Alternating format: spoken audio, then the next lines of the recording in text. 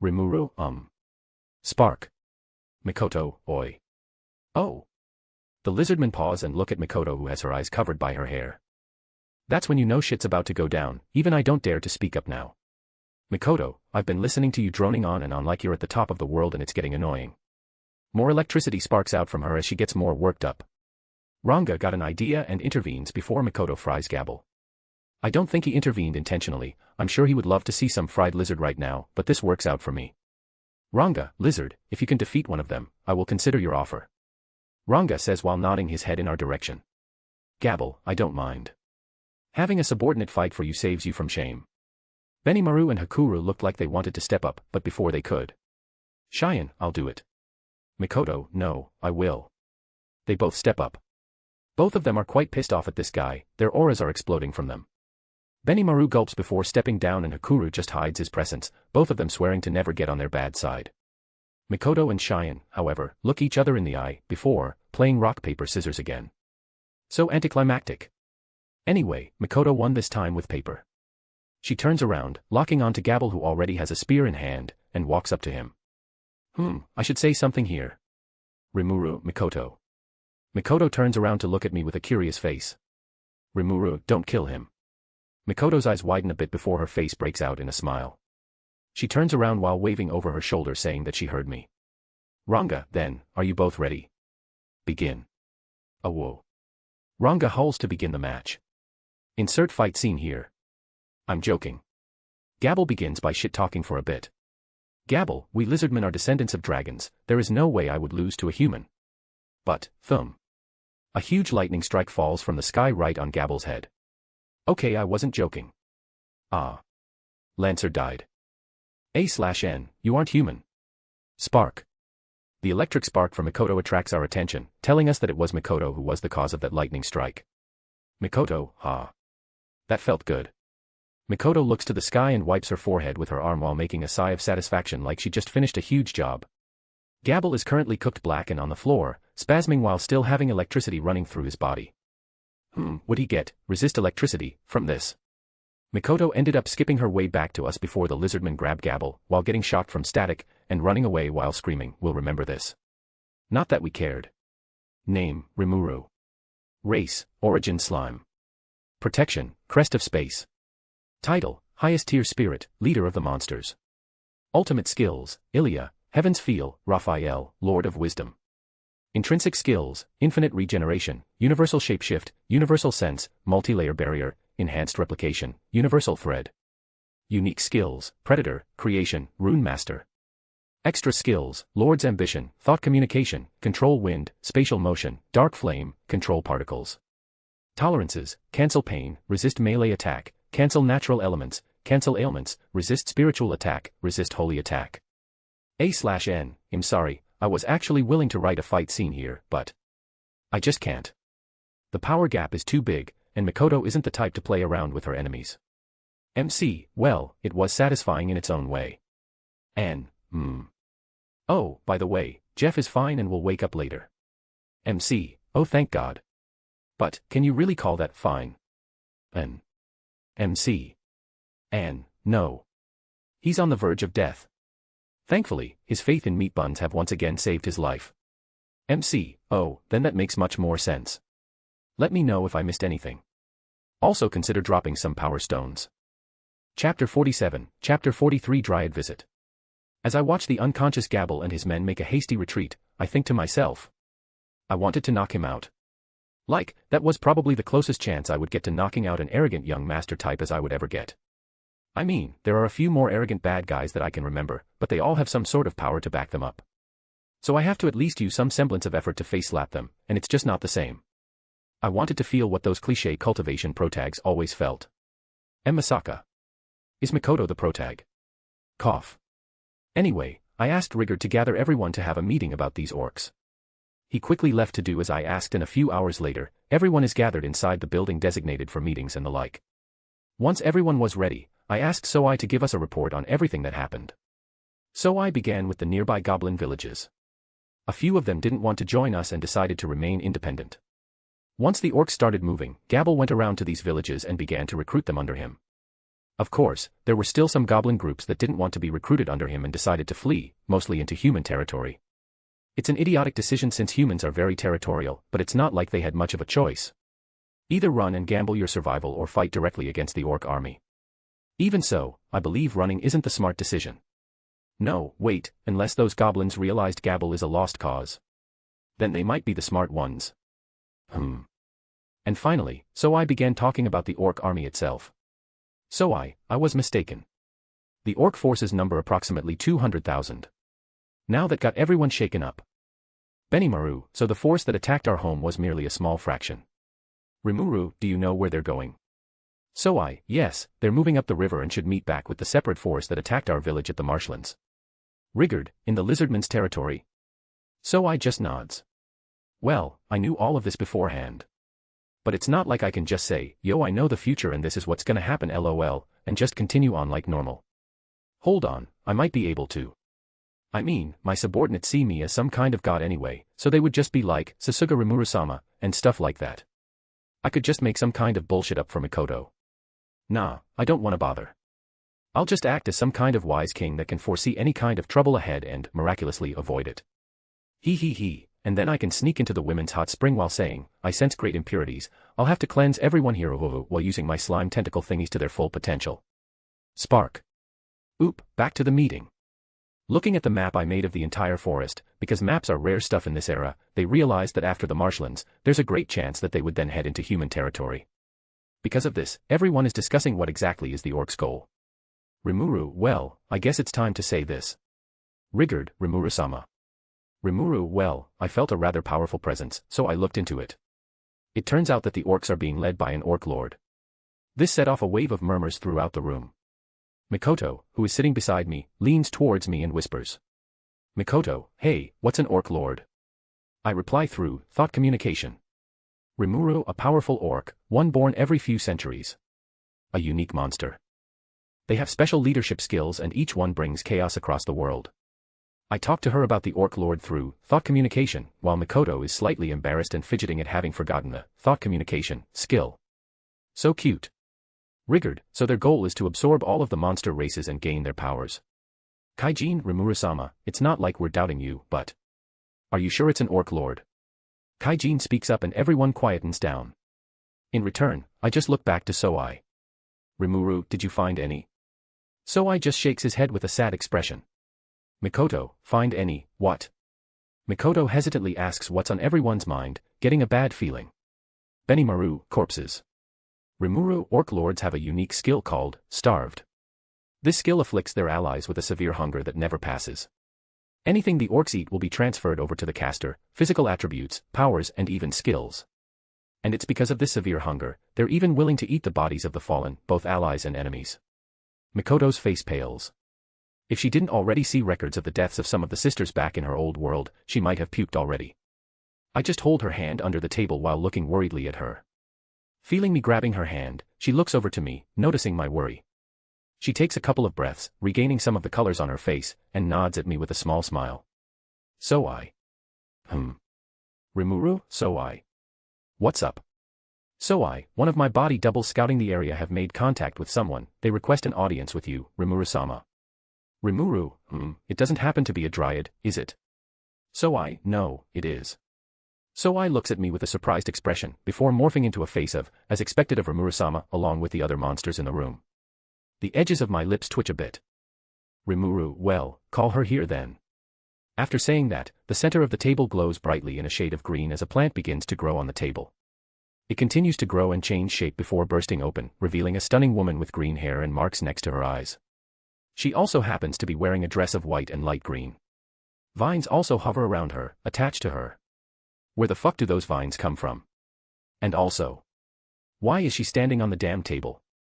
You almost tipped over the plate of meat buns next to your foot, you know that. Well, she immediately dropped and grabbed a meat bun before standing up straight again, acting majestic as she nibbles on the meat bun. I guess I can forgive her, but... Rimuru, your image was ruined the moment you bent to grab that bun, you know. Trainee freezes, coughs, hides the meat bun in her sleeves for later and continues to act like nothing happened. Trainee, I apologize for the unannounced visit. My name is Trainee, a dryad. It's a pleasure to meet you. Rimuru, Well, I'm Rimuru. Nice to meet you too. Trainee smiles at me. Trainee, I have a request. Here it comes. Trainee, I would like you to make more meat buns for me. What? Trainee, sorry, not that. Ahem, I would like you to defeat the Orc Lord. Oh. Name, Rimuru. Race, Origin Slime. Protection, Crest of Space. Title, Highest Tier Spirit, Leader of the Monsters. Ultimate Skills, Ilya, Heaven's Feel, Raphael, Lord of Wisdom. Intrinsic Skills, Infinite Regeneration, Universal Shapeshift, Universal Sense, Multi-Layer Barrier, Enhanced Replication, Universal Thread. Unique Skills, Predator, Creation, Rune Master. Extra Skills, Lord's Ambition, Thought Communication, Control Wind, Spatial Motion, Dark Flame, Control Particles. Tolerances, Cancel Pain, Resist Melee Attack, Cancel Natural Elements, Cancel Ailments, Resist Spiritual Attack, Resist Holy Attack. A/N, I like this dryad. MC, me too. N, I think she purposely appeared next to the meat buns to grab one as quickly as possible. MC, She definitely had a goal. N, she also seems to consider meat buns more important than an Orc Lord. MC, indeed. If I didn't have Mikoto I would probably fall for her. N, you. Let me know if I missed anything. Also consider dropping some power stones. Chapter 48, Chapter 44 Strategy Meeting. Trainee, I would like you to defeat the Orc Lord. Trainee is looking all noble and untouchable with her lofty actions yet not annoying, unlike a certain lizardman. Motes of green light float around her doing nothing but adding to her calming aura, but I just can't get that image of her nibbling on a meat bun out of my head. Benimaru, that's quite a selfish request from someone who just came out of nowhere, Miss Trainee the Dryad. Benimaru protectively steps in front of me and begins questioning Trainee. Benimaru, why have you come here? There are races far stronger than goblins. Trainee just smiles and I suddenly get the feeling that I shouldn't miss what's going to happen next. Trainee, that is true.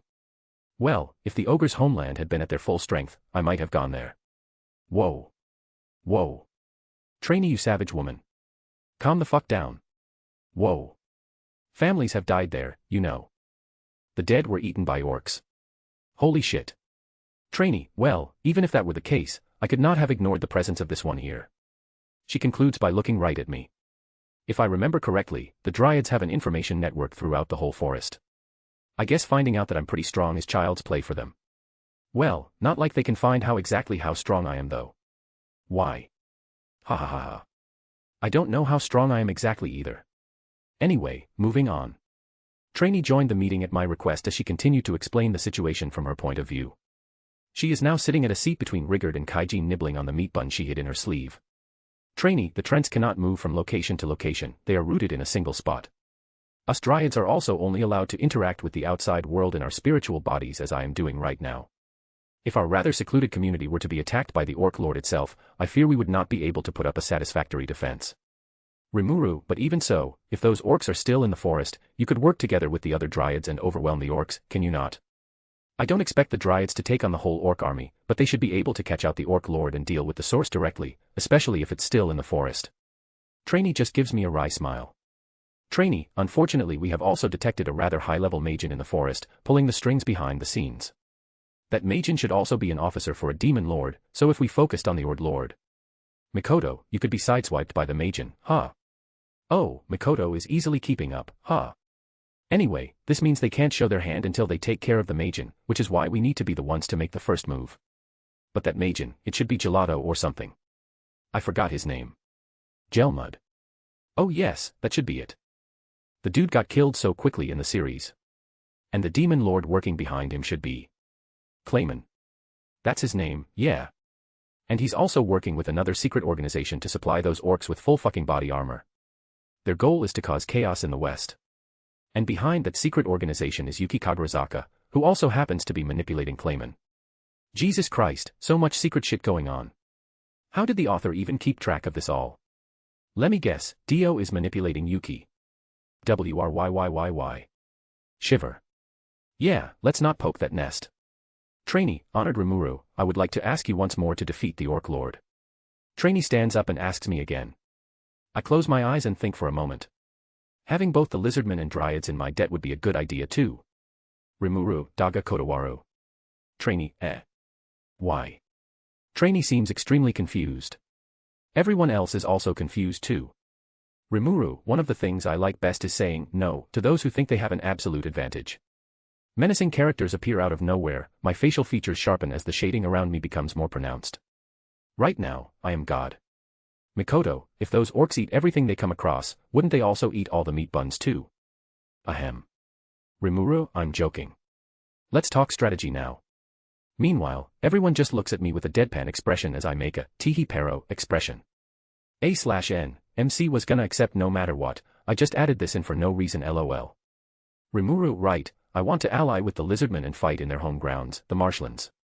We'll take all of the orcs out in one fell swoop once the main force and the separate detachment rejoin back together. So I can quickly travel to the marshlands and speak directly to the lizardman chief if you wish. Rimuru, then, can I count on you for that? So I, understood. So I bows and disappears after that. I turn back to look at the map when I hear a mutter from next to me. Mikoto, doesn't it seem like those lizardmen could get hit from behind pretty easily with how they're spread out? Mikoto, are you a fucking genius? What am I talking about? Of course she is. My map is highly detailed, showing even the general layout of the armies of both the orcs and lizardmen. Mikoto, looking at how the lizardmen placed their troops, comments on a worry she has. Mikoto, sorry, it's just a random thought that came to mind. I'm kind of new to this stuff, so. Hakuru, no, you might have a point. Benimaru, Their lines are reduced thin, and although the orcs won't be able to circle around, if someone could get to their backline, they could catch the lizardmen off guard and easily topple the whole thing. But why? The goblins would have no reason to do this. He has a point, the lizardmen place their troops in a way that makes heavy use of the lizardmen's natural affinity with the marshlands. But this also makes them vulnerable from the rear. The goblins, who are placed there, have neither the intelligence nor the need to betray the lizardmen. But Rimuru, don't you think that this Gabble fellow seems to style himself as a leader a bit too much? He might get a little cocky, and Benimaru nods at my answer, seemingly satisfied. Mikoto looks over at me and I just smile at her. She just smiles back at me, feeling warm that I defended her hypothesis. Rimuru, you got all that, so yes, Rimuru-sama. I will talk to the lizardmen about an alliance while warning them about an attack from behind. So I was still listening in on this meeting through me with Thogot communication. This is so he won't miss out on anything. Rimuru, good. Give me an update when you're done. After saying that, I cut the connection. Trainee is incredibly happy with what she heard during the meeting. She turns to me with a smile on her face and thanks me for what I'm doing. Trainee, thank you, Sir Rimuru. I'm sure with this, everything should work out fine. Cheyenne, of course. Rimuru-sama can easily take care of those pesky orcs. Cheyenne hugs me from the side and replies to Trainee in my place. I just smile at her antics. I know Trainee is actually quite worried about everything, despite how she carried herself. With Veldora's disappearance, she, or rather, the dryads need a new protector of the forest. And right now, I'm in the top spot on the list for candidates. This should be interesting. I think such things while Mikoto and Shuna are trying to pry Cheyenne off me. Name, Rimuru. Race, Origin Slime. Protection, Crest of Space. Title, Highest Tier Spirit, Leader of the Monsters. Ultimate Skills, Ilya, Heaven's Feel, Raphael, Lord of Wisdom. Intrinsic Skills, Infinite Regeneration, Universal Shapeshift, Universal Sense, Multi-Layer Barrier, Enhanced Replication, Universal Thread. Unique Skills, Predator, Creation, Rune Master. Extra Skills, Lord's Ambition, Thought Communication, Control Wind, Spatial Motion, Dark Flame, Control Particles. Tolerances, Cancel Pain, Resist Melee Attack, Cancel Natural Elements, Cancel Ailments, Resist Spiritual Attack, Resist Holy Attack. A/N, Random Dio Cameo. MC, yeah, about that, what the fuck? N, don't mind it. MC, okay. Let me know if I missed anything. Also consider dropping some power stones. Chapter 49, Chapter 45 Weeb Sword. I want a weapon. Like, the main weapon, something that identifies me. So you know what I'm gonna do? I'm gonna make myself one. Yeah, that's right, it's time to do something I procrastinated for. It's time to change. It's a new me. And I'll change for the better. Later. For now, my weapon. Right now, I'm alone at the experimental site. It's been a day since the meeting I had with everyone in which Trainee joined halfway. Mikoto is wandering around the village like usual, helping around and socializing with everyone. The Kijin and Goblin riders are preparing to set off with me to fight against the orcs, while the High Ogres and the rest of the goblins are setting things up for a defensive battle. Although I won't lose against the orcs, I'm just a single man. Not now, but if something happens when I'm not here, I don't want them to rely on me. I can't make clones of myself, no wait, yes I can. Anyway, Shizu is being a cat and fucking off somewhere, probably scratching furniture and some shit. I asked why she did that since she's incredibly smart and should know better. Do you know what she said? Shizu, the voices, they tell me to do stuff. She said that while looking at me with soulless eyes. Yeah, I ain't fucking with that.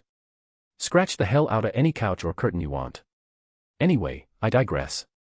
Weapon. I want one. First things first, what kind of weapon? Swords, spears and bows come to mind first. Other weapons like staffs, hammers, axes, even guns come to mind immediately after. Of course, being the weeb I am, I have to get a weeb sword. A katana. It's part of the set, along with a fedora, a higo hoodie, a body pillow with your waifu on it and a satchel bag holding the entire JoJo manga collection. Of course, you can also get the Meat Bun Deluxe set.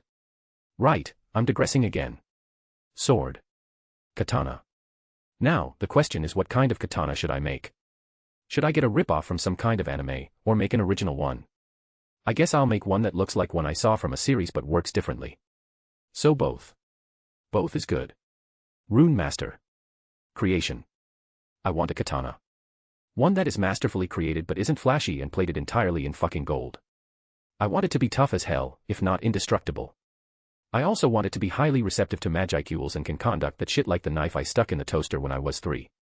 I want this weapon to be with me for life. This is my genuine hope. The materials I use to make the weapon isn't some random dirt from the ground. I personally feel it would be disrespectful to my future partner to make it out of dirt from the floor. And so, I made it out of the best material I could find. I used the meat bun I left in the sealed cave all that time ago. Flash. What appears in my hand after that is a katana. A/N, no fucking way. The scabbard is pitch black with a silver gold decoration pattern at the end. The cord connected to the scabbard is a yellow color, but not eye-catching. The handle is black with a white wrap, tied uniquely unlike any traditional katana wrap. The guard is black with gold highlights. Note to self, remember to post a pic of the weapon you damn monkey. Don't worry, I got you pic here. Oh, and there's an engraving of a meat bun on the scabbard too. Honestly, this fits my hopes so well. It's gorgeous, but it's not something that would blind you after accidentally reflecting the light from the sun. I hold it out in front of me and grasp the handle with my right hand. It fits well. Hakuru always told me that a weapon made for you will always fit snugly in your hand. Every weapon I made never quite fit, so I never exactly knew what Hakuru was trying to say. I even asked Kurobi for some advice, but I never got a straight answer. But now I understand. I guess the difference is the effort I put into making the weapon. Kurobi always made each of his weapons with intense care and effort, so all of his weapons fit. Unfortunately, they weren't something I could use, quality-wise. The moment I would try to exert my full force on it, they would all snap. Any weapon I made could easily handle my full force, but in the end, they never fit quite like Kurobiai's weapons did. So I didn't think it would be right to accept them as my main weapons. But this, what I just made now. I wouldn't say I put any effort into making it. But instead, the emotions I had while making it were something else. It was an earnest wish to have whatever came out as a partner I would be with for life. And the result, well, I'm more than satisfied. I pull on the handle and the blade slides smoothly out from the scabbard, like rubbing silk against each other. It hums as it brushes against the air for the first time. The blade looks like any normal metal you could find, however, the runes imprinted onto the blade are anything but normal. Along the spine of the blade are small runes, each of them weaving together to form something no unlike art. These runes were given to me through Rune Master and imprinted onto the blade during the creation process. These runes have several functions. There are the basic Minecraft enchantments, like sharpness, unbreaking, and mending.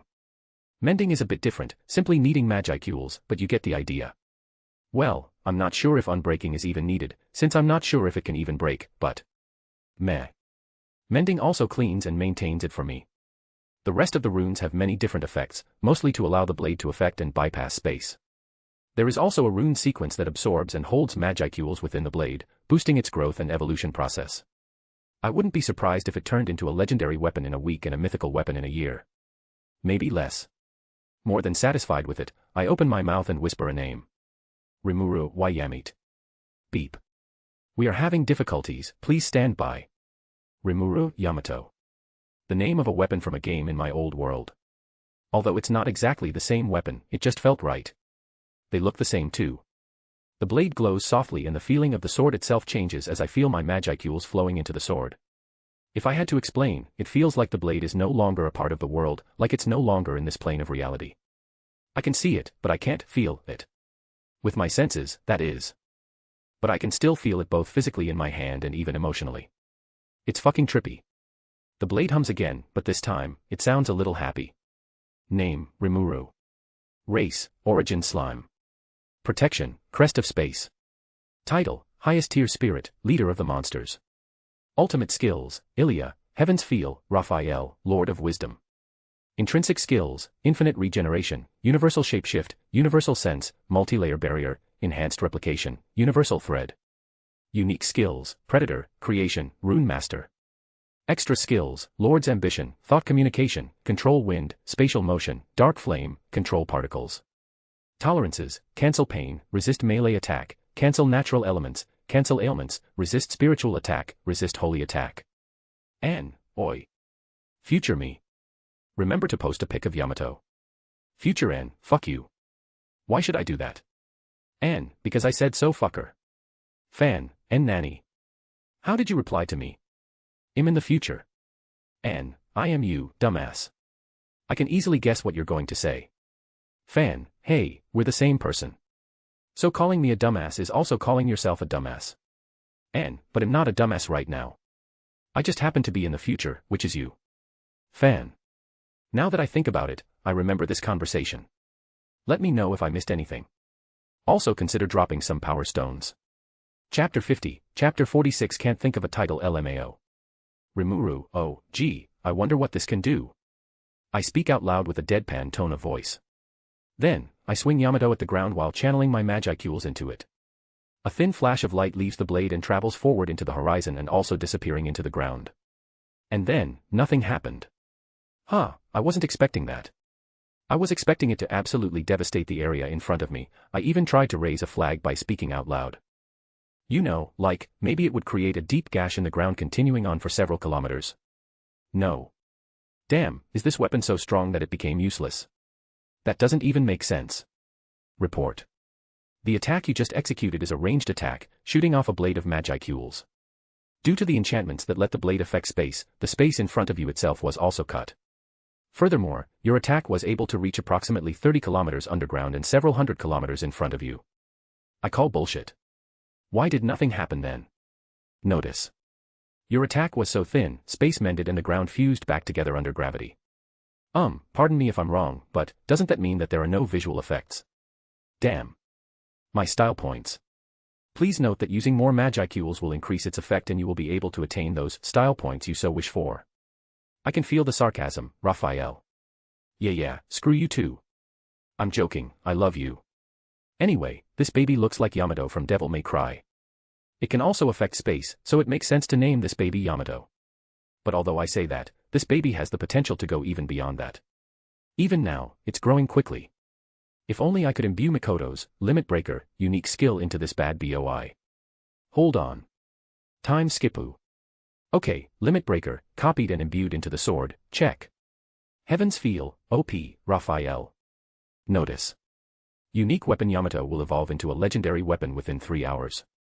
Furthermore, estimations for the time left until evolution into mythical weapon are around several weeks. Further evolutions are unknown. Mikoto, I always have and will love you. Now I have a piece of you with me at all time. Yay. Should I give her my fingernails or something? For legal reasons, this is a joke. No, seriously. I don't even have nails. And that's just gross. Please believe me. Soai, Rimuru-sama. Is that Soai? Rimuru, what's up? I reply to his, Thogot communication, with my own. Soai, I've completed talks with the Lizardman chief. I am on my way back now. Rimuru, good. How'd it go? Soai, it went well. Soai then continued his report by explaining what exactly happened. Soai didn't need a whole day to reach the Lizardman territory, he could reach there in under an hour. However, as cautious as he is, he first took his time finding out as much as he could about the situation. Their numbers, any escape routes he could use in case negotiations broke down, estimated strength of the Lizardman, and so on. Only after he was satisfied did he finally head into Lizardman territory, straight for the Lizardman chief. Well, his replication clone did, at least. After warning them of his approach by not containing his aura, he was able to meet with the Lizardman chief very soon without interruptions, by walking through the front door. Man, what a fucking mad lad. First off, Soai stated his name and that his master, that's me, wanted an alliance with them. The Lizardman chief, after thanking the heavens above that Soai wasn't hostile, asked him a question about what exactly is the cause of the orcs' movements. To which Soai proudly stated that I, his master, received a direct request to deal with an orc lord that is leading the orcs. Once Soai dropped the D-bomb, by that, I mean the dryad name, the Lizardman guards and advisors also in the room were pretty shaken. Soai, however, the Lizardman chief hid his surprise quite well. He is quite well suited to be a leader. Of course, still nowhere near you, master. Thank you for the random compliment. Anyway, the surrounding Lizardmen denied such a thing and didn't believe Soai, but the chief calmed them down and stated his interest in the alliance with me. It might just be me, but I think Soai purposely didn't mention something to me. Now that I think about it, Soai did threaten a Lizardman guard in the series. I'll ask him later. A/N, LMAO no you won't, you forgetful slime. Anyway, they settle on joining up with me in 7 days, and that the Lizardmen should play defensive until then. Soai then gave the Lizardmen some obligatory meat buns necessary for any emissary and prepared to leave. A/N, thank you Inayu_Iantaram for the idea. But while Soai was leaving, like the badass he is, he also dropped the attack from behind, warning before dispersing his clone, making it seem like he disappeared on the spot. I wanted to do something like that. Soai, and that's what happened. Rimuru, I see. Good work. Come back safe. Soai, understood. And like that, the connection disappeared. Still, Soai is quite effective. He's a bit cautious, but that's not exactly a bad thing. Anyway, Soai only warned them vaguely about the betrayal. That's good. The chief definitely won't believe anything Soai has to say if he said that it was Gabble, the chief's own son, who would be staging a coup. Better to keep him wary from all sources. Anyway, a few days from now should be around the time Raphael estimated both orc armies to meet back up at the marshlands. For now, the main orc army is trying to take out the Lizardmen while the orc detachment still hasn't joined up yet. But now that the Lizardmen are playing defensively, things should work out. Well, until Gabble comes along and fuck things up. But even so, Gabble would get exiled after this affair and get knocked down a peg. Plus, I have plans to kick him in the nuts still. Don't think I've given up. Mikoto, what are you doing? Rimuru, oh, Mikoto. Shizu, I'm here as well Naya. Rimuru, and Shizu as well. I greet them while smiling. They both walk up from behind me while I was thinking to myself, with Mikoto carrying Shizu in her arms. They look so cute together. Rimuru, what's up? Mikoto, we got bored. A simple answer. Shizu nods along as well. It seems the voices stopped, for now. I just finished up everything I wanted to do, I don't really need anything done right now. Rimuru, then let's take a dip in the hot spring. Mikoto, oh, sounds good. Shizu, eh? I don't like water though. Rimuru, oh come on, everyone likes hot springs. You should be fine. Mikoto, he's right you know. Come it, just try it once. After trying to convince her for a while, Shizu finally agreed. I had to use meat buns to bait her, but it should be fine. Rimuru, then, let's dash. Mikoto, you're not joining us though. God damn it. Name, Rimuru. Race, Origin Slime. Protection, Crest of Space. Title, Highest Tier Spirit, Leader of the Monsters. Ultimate Skills, Ilya, Heaven's Feel, Raphael, Lord of Wisdom. Intrinsic Skills, Infinite Regeneration, Universal Shapeshift, Universal Sense, Multi-Layer Barrier, Enhanced Replication, Universal Thread. Unique Skills, Predator, Creation, Rune Master.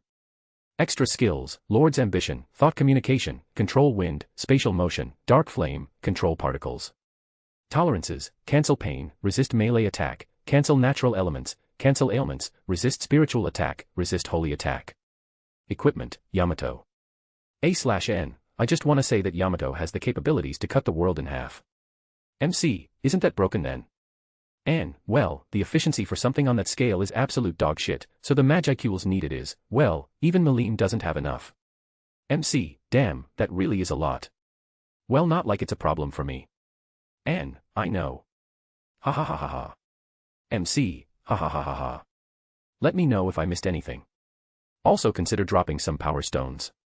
Chapter 51, Chapter 47 to the Marshlands.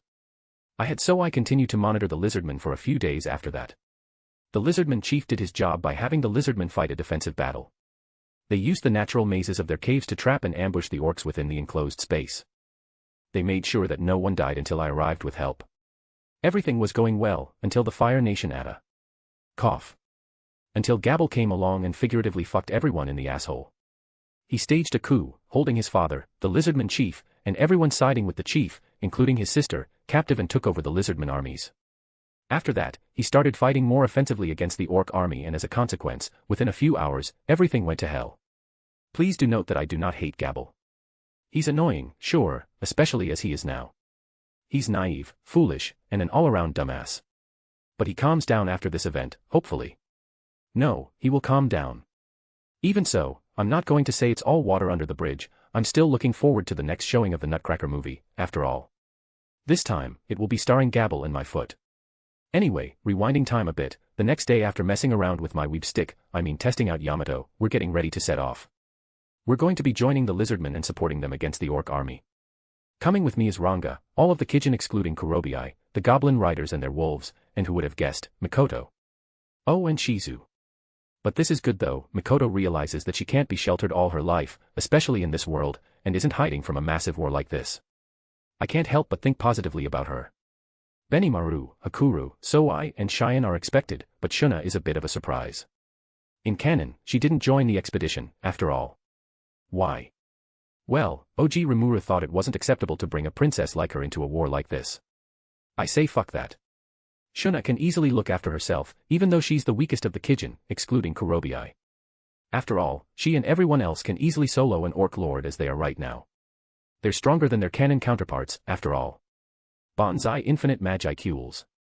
Well, the goblin riders can't do that by themselves, but they make up for their individual weakness with their teamwork.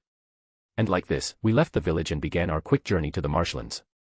I say quick because the blink wolves were able to hone their ground shrinking technique even more and they became very fast. But oopsie daisy me, I seem to have miscalculated. We're missing a wolf. Oh dear, Mikoto doesn't have anyone who she can ride on. Oh wait, I have a shape-shifting skill. Mikoto is looking at me with a blank face. Ahem. Anyway, I shapeshift into my Spatium Star Wolf form and Mikoto ended up riding me with Shizu. Ranga was pretty depressed at this. I'm sorry. I'll make it up to you. Anyway, Mikoto is riding me right now. I don't care, after all, seeing Mikoto with an embarrassed expression on her face as she clings to my fur is making this all worth it. Furthermore, next time I would be the one riding her in bed, so. Spark. Nothing. I didn't think of anything bad. We continued like this for 3 days. Cheyenne and Shuna ended up rotating with Mikoto for a while because their stairs hurt, but in the end, Mikoto spent the most time with me. But while she wasn't sitting on me and was with Ranga. Mikoto, your stair hurts the most, you know. Anyway, we're almost at the marshlands and right now, we're resting and eating. I sent Soai to scout the area and it was around this time that the disaster with the lizard struck. Yes, that's right. A poisonous lizard fell onto my meat bun from a tree. What a catastrophe. I ended up locking the lizard in a box and forcing it to listen to Boku no Pico for eternity. Suffer in hell for defiling thy holy meat bun. Oh yeah, and Gabble also did his coup thing, but that's not important. Rimuru-sama. Contacted me through thought communication. Rimuru, what's up? I've come across a lizardman running away from a group of orcs. From my memories, this lizardman should be a close aide to the lizardman chief. Sauka. She isn't named yet, this is just her future name. Rimuru, right. Don't make any movements for now, just monitor her. However, when it seems like she's about to die, save her and heal her using a full potion. After that, do what you will of the orcs. Understood. Now, you may be wondering why I'm not having save soon-to-be-called Sauka immediately. That, my dudes, is because of one simple reason. Inhale. I ship and Sauka. Imagine this. You're in trouble. Your father was captured and your entire race is in mortal danger and you alone have escaped with an important mission to warn your soon-to-be allies that your own people have already self-destructed. Suddenly, you realize you are getting chased by the very same orcs that are threatening your people. Not only that, but one of those orcs is an orc general, and you're getting pursued by around 50 more ordinary orc soldiers. You fight them, but you quickly lose hope and you're slowly dying. Then, all of a sudden, a Bishounen appears and RKOs the orc general out of nowhere. Finally, he gives you a miraculous, seemingly extremely expensive potion that heals all your injuries, not caring about the cost, and proceeds to defeat the rest of the orcs. Yeah. A beautiful plan if I do say so myself. The result? An absolute win. We quickly set off and meet back up with standing in the middle of a massacre. All 50 orcs are dead and neatly beheaded while Sauka is sitting on her knees looking up at with stars in her eyes. Mikoto instantly locks onto me and I start sweating. She knows I did something here. Scary intuition. Benimaru, what happened here? Rimuru, Oh, I noticed some orcs so he took care of them. Cheyenne, But I wanted to do that too. Shuna, chuckle we'll get our turn later, Cheyenne. Hakuru, The Kijin start talking behind me while the goblin riders start poking at the dead orc corpses. Anyway, Sauka notices me and temporarily stops fanboying over as she gets up, walks over to me, and kneels in front of me. Sauka, I am the daughter of the Lizardman Chief and I serve as the head of his royal guard. In advance of our alliance, my brother Gabble has overthrown the royal family and imprisoned the chief. I beg of you to save them. Even now she still asks for her brother to be saved. It seems she knows Gabble isn't evil, he's just dumb. Sauka seems like she's going to try and do everything she can to convince me to take action, but I already have plans to save them. Also, Cheyenne seems ready to show off my Magni-Mouse heart by accepting either way. Rimuru, yes sir. Rimuru, take this lizardman and rescue the lizardman chief with her. Eliminate anyone in the way of our alliance. Understood. Being then proceeds to grab Sauka by the scruff of her neck and jump into the nearest shadow. Of course, Sauka doesn't mind the rough treatment as she continues to look at with stars in her eyes. This shouldn't be an unhealthy relationship, right? Name, Rimuru. Race, Origin Slime. Protection, Crest of Space. Title, Highest Tier Spirit, Leader of the Monsters. Ultimate Skills, Ilya, Heaven's Feel, Raphael, Lord of Wisdom. Intrinsic Skills, Infinite Regeneration, Universal Shapeshift, Universal Sense, Multi-Layer Barrier, Enhanced Replication, Universal Thread. Unique Skills, Predator, Creation, Rune Master. Extra Skills, Lord's Ambition, Thought Communication, Control Wind, Spatial Motion, Dark Flame, Control Particles. Tolerances, Cancel Pain, Resist Melee Attack, Cancel Natural Elements, Cancel Ailments, Resist Spiritual Attack, Resist Holy Attack. Equipment, Yamato. A/N, power went out as I was writing this and deleted my entire work. I had to rewrite the entire thing from scratch. MC, oh no. Anyway, a fight scene is coming up. Anne, in the background, grieve for me. MC, not in the next chapter though, maybe in the one after that. Anne, still in the background, praise me for actually bothering to rewrite it. MC, anyway, look forward to it. Anne, MC, oh my god, shut up. N, also. I just want to clarify something. MC doesn't have Limit Breaker, he only bestowed it to Yamato. I mean, he doesn't need that skill anyway, I don't think MC has limits. Maybe. Ick. Let me know if I missed anything. Also consider dropping some power stones.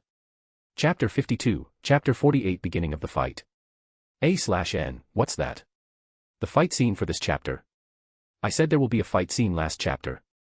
Yeah, about that. I lied. Well, I didn't really lie, a fight scene is coming up, but not in this chapter. Next one. Now enjoy.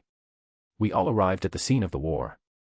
Right now we're all standing at the edge of a cliff nearby overlooking the entire battle like badasses. Why is there a random cliff like this here in the middle of the marshlands? No fucking clue. Anime logic I guess, I mean no one else is questioning it. Anyway, we haven't made a move yet. Gabble and his group just got surrounded by the orcs. It seems the orcs ate one of the lizardmen and gained their properties already. Big rip. After that, an orc general steps up and Gabble challenges it to a duel in an attempt to break out of the encirclement and perhaps to buy time. Of course, Gabble gets fucking wrecked.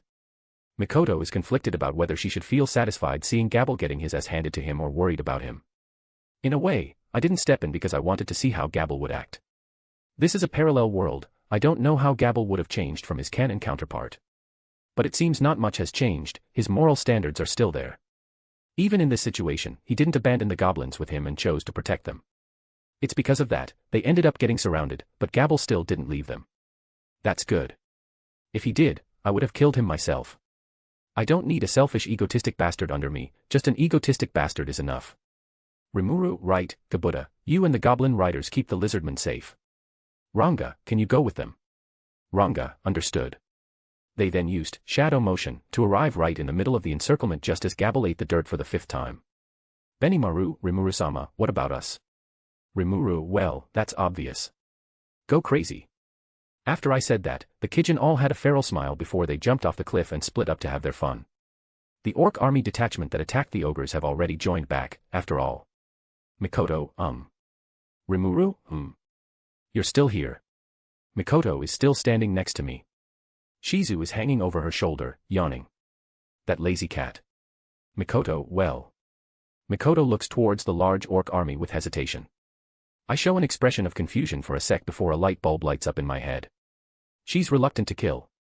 I smile, walk in front of her, and raise my hand. Pat. I let my hand fall onto her head and start patting her head. Rimuru, don't worry. I can revive all the orcs that die here. Go crazy. Mikoto blushes in embarrassment for being treated like a chili for a moment before she nods at me and uses her Electromaster ability to shoot herself into the air before falling right into the orcs as gravity claims her. Tum. After that, lightning strikes and all hell breaks loose.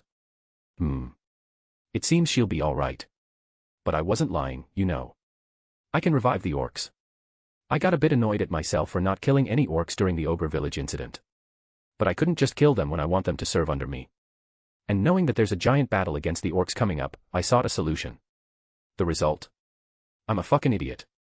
Heaven's Feel can literally revive people from the dead. Why am I so reluctant to kill? I'll just have to revive them after they die. Simple as that. And so I'm using Heaven's Feel over the entire battlefield, collecting all the recently deceased souls for revival later. I could also take this chance to skin them with Raphael and Predator to get more skills, but yeah, I don't want to have to deal with that clusterfuck list of skills again. Anyway, I jump into the sky and begin flying using temporary runes I wrote on my hand, overlooking the entire area. Benimaru is firing of one hell flare after the other. Hakuru is speeding through the orcs, decapitating them with ease, and Cheyenne, boom. She's fine, bang. Those poor orcs. Surprisingly, Shuna is also racking up quite a few kills for herself. She's more of a magic specialist if I remember correctly. Of course, she's more of a supporter than a fighter, but yeah, she's actually doing quite well. Mikoto, however, is contesting the #1 spot with Benimaru 4, most orcs taken down. Of course, even with my warning, she's still being careful not to kill anyone. But there are a few dead bodies here and there. She's not unfamiliar with death. There's the sisters incident, and she even wanders through the forest around the village and fights some monsters. Generally non-sentient monsters, like night spiders and giant ants. Basically, ones that can't think and only move off instincts. But in the end, she's reluctant to kill anyone that can think and speak like a normal human. But now that I think about it, these orcs are the same in a way, only moving off their instincts. Where did Shizu go? Shizu, gahahaha. The voices. They're back. The blood. So much blood. Ahahaha. Shing. Gunshots. Nuclear explosions. Orcs squealing off in the distance. I didn't hear anything, shatter. I hear the sound of glass breaking off in the distance, which attracts my attention. My senses land on Ranga. In front of him is the orc general. However, the orc general now looks like a Picasso painting. His body is completely shuffled around and it's like looking at him through cracked glass. And just like that, the orc general falls apart with blood and guts everywhere, gruesome. But what the fuck was that? Report. Individual Ranga has evolved into a Spatium Star Wolf and has used an attack by the name of Spatial Shatter. Huh. I can guess the effects of that skill from what I've seen in its name. Can I do that too? You can. Sweet. Oops, more orcs are on their way to Ranga. I throw an Apache attack meat bun their way. I watch as it sails across the air, landing right in the middle of the orcs. It disappears in a flash of light and then all of the surrounding orcs start disappearing into ashes, Infinity War style. Orc, I don't feel so good, whoosh. May you rest in peace. But now that I think about it, isn't being able to see the whole battlefield a massive tactical advantage? Aren't like IA satellite then? Wait, should I make satellites? But what if it just gets found by someone like Guy Crimson? Maybe I should add stealth capabilities. But if I'm doing that, maybe I should add offensive capabilities as well, a sunlight convergence laser. No, wait. A meat bun convergence laser. My genius is, it's almost frightening. No, seriously. That laser could commit several war crimes just by existing. I mean, what if it grows a sense of sentience and kills innocents without my knowledge? Yeah. It's serious. But still, I'm getting a bit bored. Should I step in as well? Name, Rimuru. Race, Origin Slime. Protection, Crest of Space.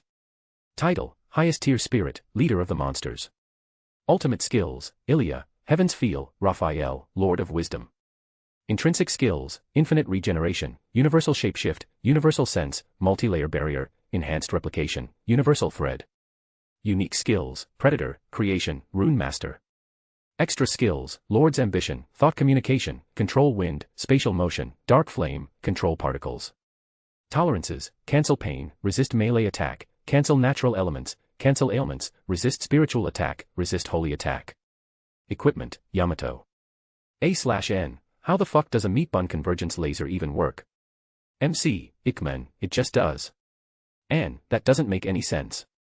MC, shrugs, meat buns do be like that. An, sigh, whatever. Oh yeah, there's a fight scene next chapter, it's a bit short though. MC, gotta start somewhere. I mean, the orc battle isn't finished next chapter, so you can add more in the chapters after that. An, true. Let me know if I missed anything. Also consider dropping some power stones. Chapter 53, Chapter 49 fight scene, I guess. Yeah, I wanna have some fun too. No one is permanently dead in this battle, so I don't need to hold back. But even so, just wiping the floor with them isn't really satisfying. I mean, if it's someone like Gabble, then it's satisfying, but for a mindless army like the orcs, then not so much. I guess I could just restrict myself. Then, right. No skills, just pure melee combat. I bring Shizu's mask and Yamato out from my stomach and wrap its scabbard string, Seijo, around my belt. Yamato, you're getting action so early on.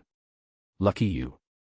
I erase the temporary flying rune on my hand and suddenly gravity grabs hold of me again, pulling me down from my position in the air.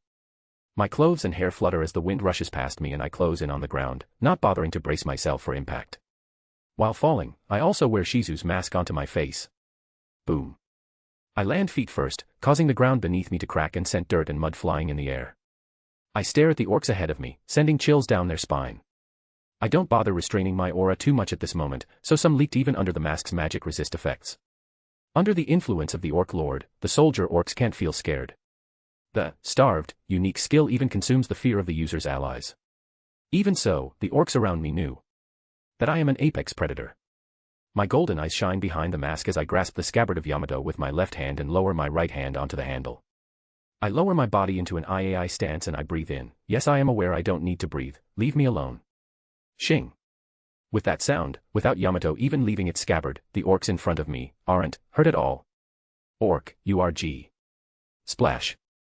A random orc standing behind me groans before falling dead into the muddy water. I meant to do that. Rimuru, *psi*, I wanted to show off and do the classic, killing without even drawing the blade, but I fucked up. I'm gonna take it out on you fuckers. And so, the orcs all around me shivered while silently complaining about my shamelessness. So yeah, I started swinging Yamato around, killing any orc its blade happens to cross regardless of distance. Even so, I'm keeping in mind my techniques and using them as best I can. If I don't, I feel like Hakuru will somehow find out and beat the shit out of me. I run across the wet ground with ease after writing a rune that lets me walk on water after taking some inspiration from a certain saber and Minecraft enchantment.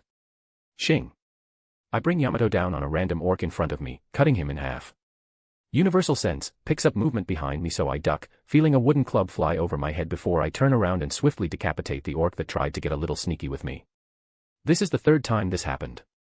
When will you learn? When will you learn that your actions have consequences? Another orc runs up from the side. He raises his axe and brings it down with not-so-righteous fury. I just step to the side as I watch the axe fall down in front of me in slow motion before running past it, under the orc's outstretched arm and simply continuing on my path, not even bothering to look behind me. Meanwhile, the orc simply falls over, now in two separate halves, separated at its stomach. In a way, the orc's armor is more detrimental to them than anything else. Yamato can render purely physical defense like this into nothing but paper armor. When going against me, speed is more important. Either that, or if you can lock down space in a certain area, then you might stand a chance, unless I choose to say fuck you because no one is better at using space than me. I pump Magicools into Yamato before I stop in my tracks, sheath Yamato back into its scabbard, and close my eyes. I'm gonna do what's called a pro gamer move.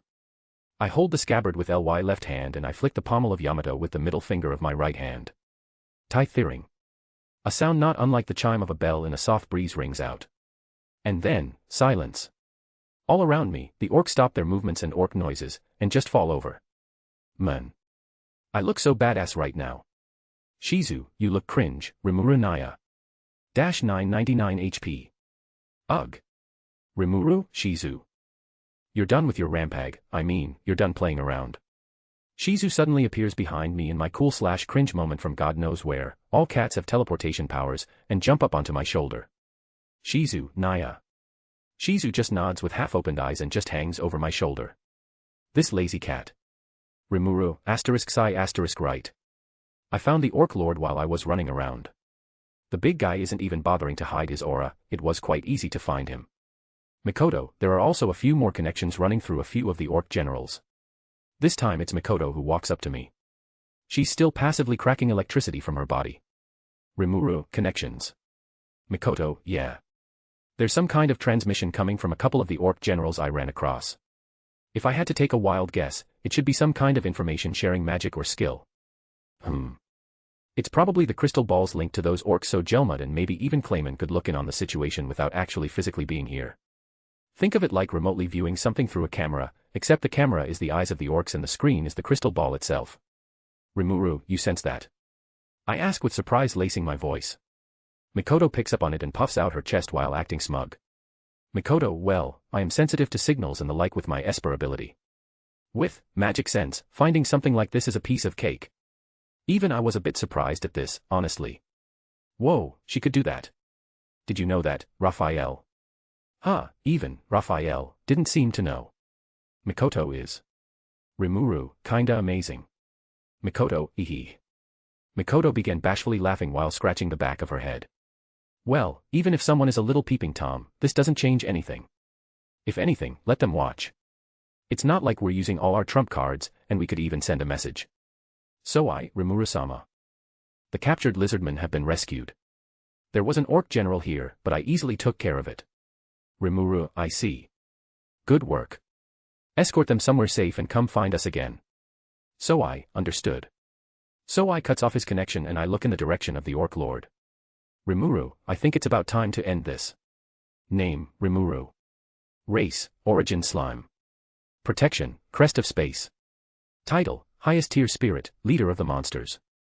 Ultimate Skills, Ilya, Heaven's Feel, Raphael, Lord of Wisdom. Intrinsic Skills, Infinite Regeneration, Universal Shapeshift, Universal Sense, Multi-Layer Barrier, Enhanced Replication, Universal Thread. Unique Skills, Predator, Creation, Rune Master. Extra Skills, Lord's Ambition, Thought Communication, Control Wind, Spatial Motion, Dark Flame, Control Particles. Tolerances, Cancel Pain, Resist Melee Attack, Cancel Natural Elements, Cancel Ailments, Resist Spiritual Attack, Resist Holy Attack. Equipment, Yamato. A/N, the fight scene is a little lackluster, I am aware. There's more coming though, don't worry. MC, I hope so, I want more action. You'll have to wait a couple of chapters, next chapter, you aren't doing shit. MC, ah. Anne, anyway, you're such a fucking chunny in this chapter LMAO. MC, hey. You wrote me in this way. Anne, doesn't change the fact that you did it LOL. MC, motherfew. Let me know if I missed anything. Also consider dropping some power stones. Chapter 54, Chapter 50 Beating up the Orc Lord. The fight is still ongoing. It's been like this for a while now. Benimaru and Cheyenne are taking out as many orc soldiers as they could. Hakuru took it upon himself to take out as many commander-level orcs as he could, speeding all around the place. Shuna decided it would be best to team up with the Benimaru and Cheyenne group, supporting them as best she could, boosting their already crazy kill count. Mikoto is somewhere between the two groups. She's taking care of some of the commander-class orcs, but otherwise, she just erases entire areas of the orcs, her electricity vaporizing them all while occasionally controlling iron sand to shred them apart. Ranga, Gabuta, and the goblin riders are doing their jobs taking care of the lizardmen. They quickly escape the encirclement and are now coordinating with each other to take out the orcs as safely as possible. Well, Ranga is just tearing through them all without a care in the world, but he's an outlier. Things continued like this for a while. I quickly found the Orc Lord while I was massacring some orcs myself, but I decided it's best to vent a bit more before making a move.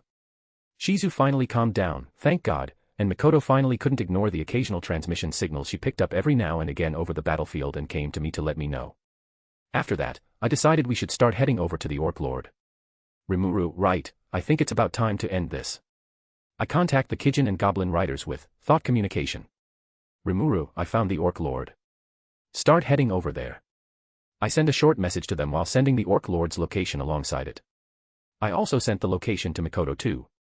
Mikoto smiles while reading through the location information in her head. Mikoto, finally. Right, I'm heading off.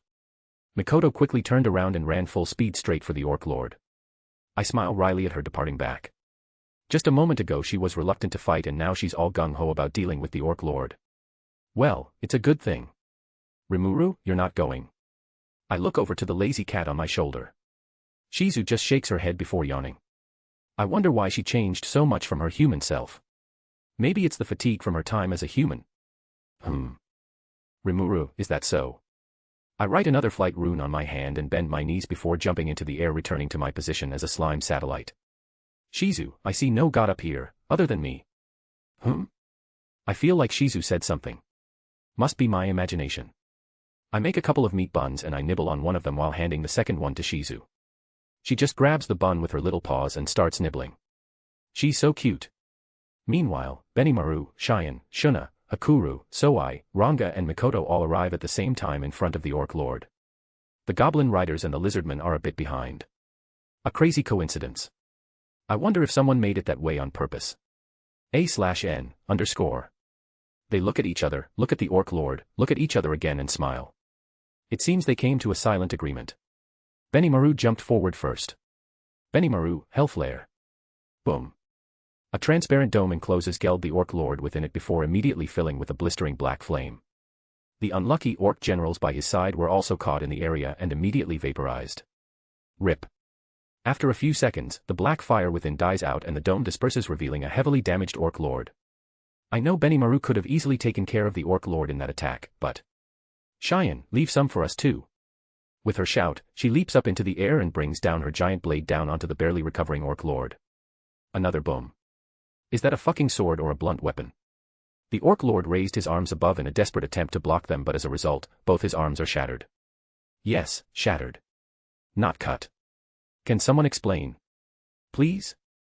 Hakuru runs forward at a speed you can barely track with your eyes and disappears in front of the Orc Lord, suddenly appearing behind him. Yet another boom. The blade of his sword that is barely peeking out of its sheath gets shut back and the Orc Lord's arms fly off. Why was there an explosion? Shuna doesn't move and simply raises her right hand towards the Orc Lord while her left hand is covering her mouth with the sleeve of her Shrine Maiden outfit. An intrinsic magic circle the size of her upper body appears just in front of her hand and a ball of magicules begins to condense in the middle of the circle. Shuna, EXPLOOOOOSION. Asterisk one more boom. For the road, asterisk. It fires off a laser of pure magicules and pierces the Orc Lord in the stomach. Soai waves his hand, sending out dozens of nearly invisible threads, tying themselves in a beautiful pattern around the Orc Lord and raising him off the ground, cutting deeply into his skin. Asterisk boom. Again, asterisk. How does simply trying threads around him make an explosion? You know what? I don't care. I'll ignore it. Ranga howls to the sky, and immediately after that, the Orc Lord coughs out some blood. An internal attack. A quick scan with universal perception shows me that his inner organs are completely ruined. If this was back in my old world, it would be a miracle to even stay alive for a few more seconds. Ranga, this is just a light punishment for going against my master. Ranga grows at the Orc Lord, who now has a foot through death's door. Delayed boom. Inhales. Stay calm, crackle. Large amounts of electricity vortexes Mikoto with her body at the center. Small rocks on the ground begin to float while the water around her evaporates. A/N, legit question. Can electricity evaporate water? I would assume so once it gets hot enough, like plasma. Taking a metal coin I made for her from her pocket, she flicks it up into the air. Time seems to slow down as the electricity concentrates into her thumb on her right hand. She closes her left eye as she takes aim. The coin falls due to gravity, and as soon as the coin lines up with Mikoto's eye and thumb, last boom. I swear, That wasn't the sound of Mikoto firing off her railgun. Directly in front of the Orc Lord, something flies down from the sky, impacting the ground, creating a crater. Dust rises from it, clouding my vision and hiding his identity. How he can make a dust cloud in marshlands is beyond me, but more importantly, he interrupted Mikoto's railgun. I was so looking forward to it. Fucker. Name, Rimuru. Race, Origin Slime. Protection, Crest of Space. Title, Highest Tier Spirit, Leader of the Monsters. Ultimate Skills, Ilya, Heaven's Feel, Raphael, Lord of Wisdom.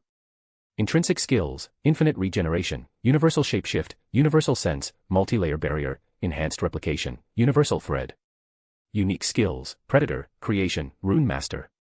Extra Skills, Lord's Ambition, Thought Communication, Control Wind, Spatial Motion, Dark Flame, Control Particles. Tolerances, Cancel Pain, Resist Melee Attack, Cancel Natural Elements, Cancel Ailments, Resist Spiritual Attack, Resist Holy Attack. Equipment, Yamato.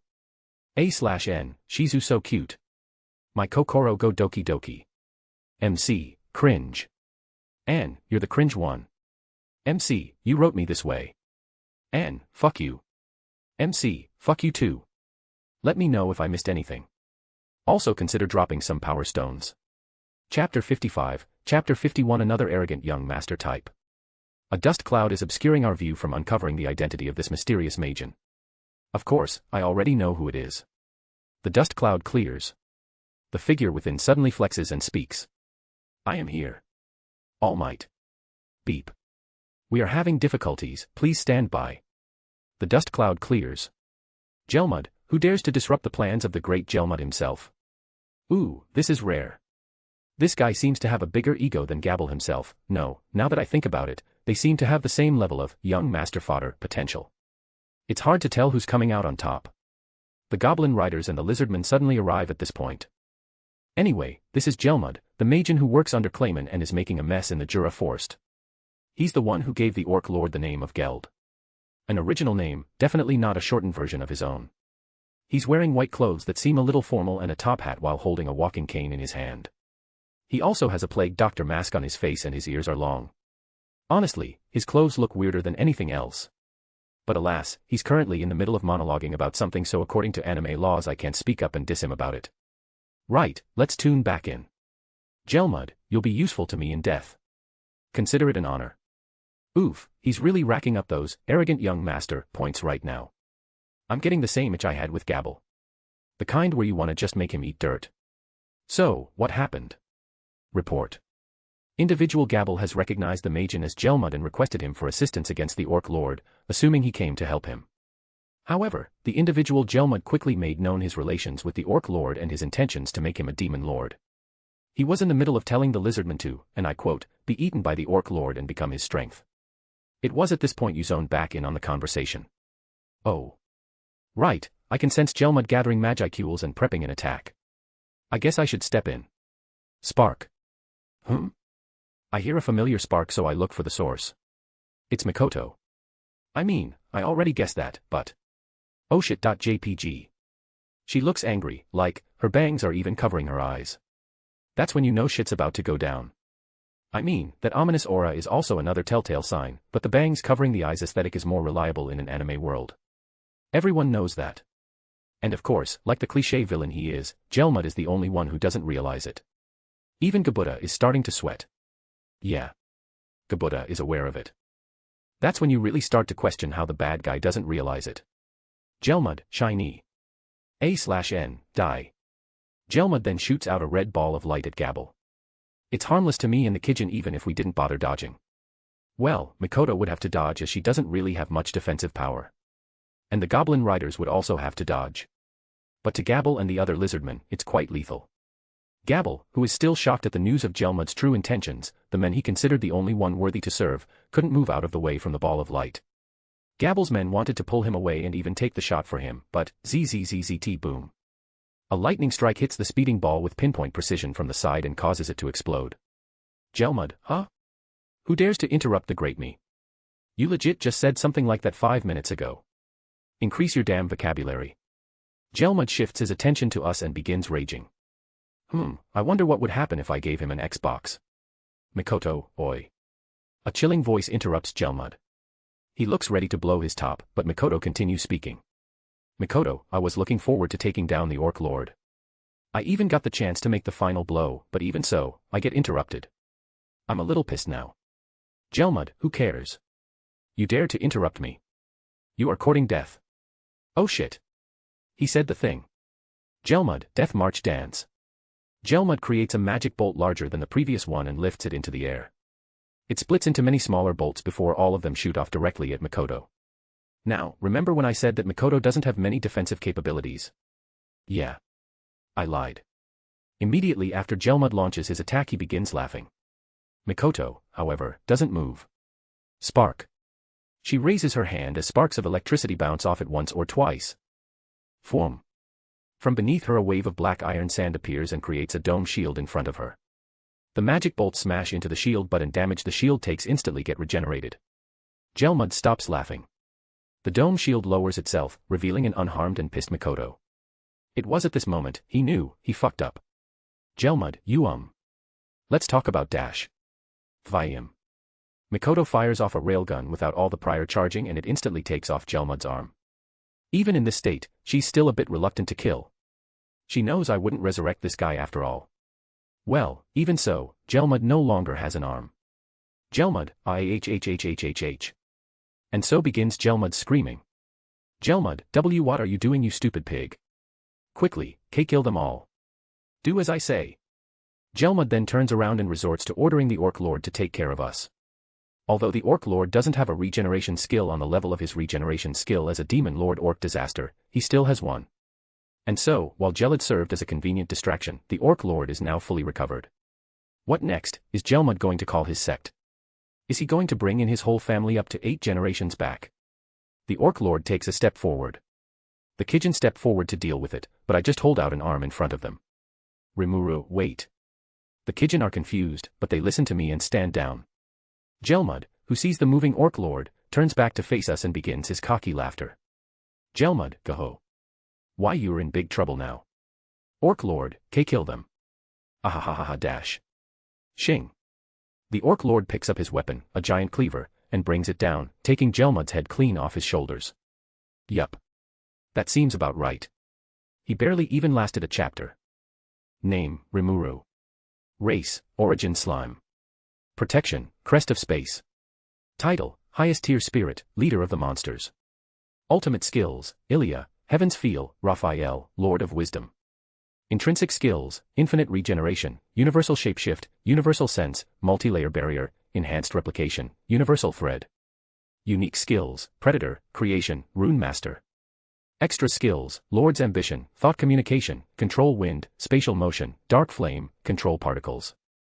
Tolerances, Cancel Pain, Resist Melee Attack, Cancel Natural Elements, Cancel Ailments, Resist Spiritual Attack, Resist Holy Attack. Equipment, Yamato. A/N, he really was cannon fodder, wasn't he? MC, nods sagely. Let me know if I missed anything. Also consider dropping some power stones. Chapter 56, Chapter 52. Read this chapter for Meat Bun. So yeah, Mikoto once again beat the shit out of an arrogant young master type. Are you absolutely sure Mikoto isn't the protagonist? A/N. Moving on. The Orc Lord then killed Gelmud and is now in the process of eating his corpse out. Fuck, wrong choice of words. God, where is that memory erasing rune paper when you need it?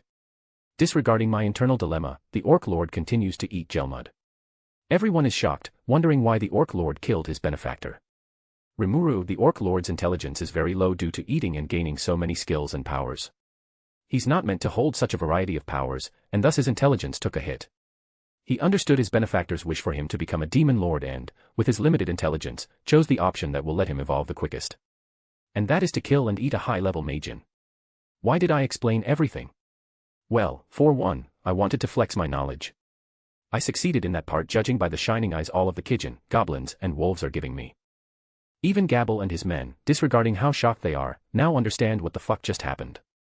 Secondly, I wanted to explain to Mikoto specifically that Gelmud didn't die because of her. Regardless of her actions prior to this, she still has an aversion to killing. Sure, she killed many orcs, but that was only under the belief that I will keep my word and resurrect them later. Which I will. But since she forced Gelmud into a corner which made him order the Orc Lord to do something, which caused the Orc Lord to kill him. You get the idea. Mikoto looks over at me with shaking eyes and a pale complexion. I stare right back at her and give her a reassuring smile while nodding. Mikoto looks back at the Orc Lord feasting on Gelmud's corpse, closes her eyes and takes a deep breath. She opens them again and, while she still looks a bit pale, she no longer has shaking eyes. That's good. Crunch. With that crunch, the Orc Lord finishes his feast and stands back up, his aura exploding. Report. Orc Lord's magicule capacity has greatly expanded. Evolution in process. Confirmed. Orc Lord has successfully evolved into Orc Disaster. During the process, a Demon Lord seed has been obtained. And thus the Orc Disaster's evolution into a new Demon Lord has been completed. Please note that I'm using the words Demon Lord very loosely. He's not a true Demon Lord yet, I'd say he's on the level of Clayman, Fry and Carillion, granted, a bit weaker. Geld, Greyerg. I am an Orc Disaster, the devourer of all.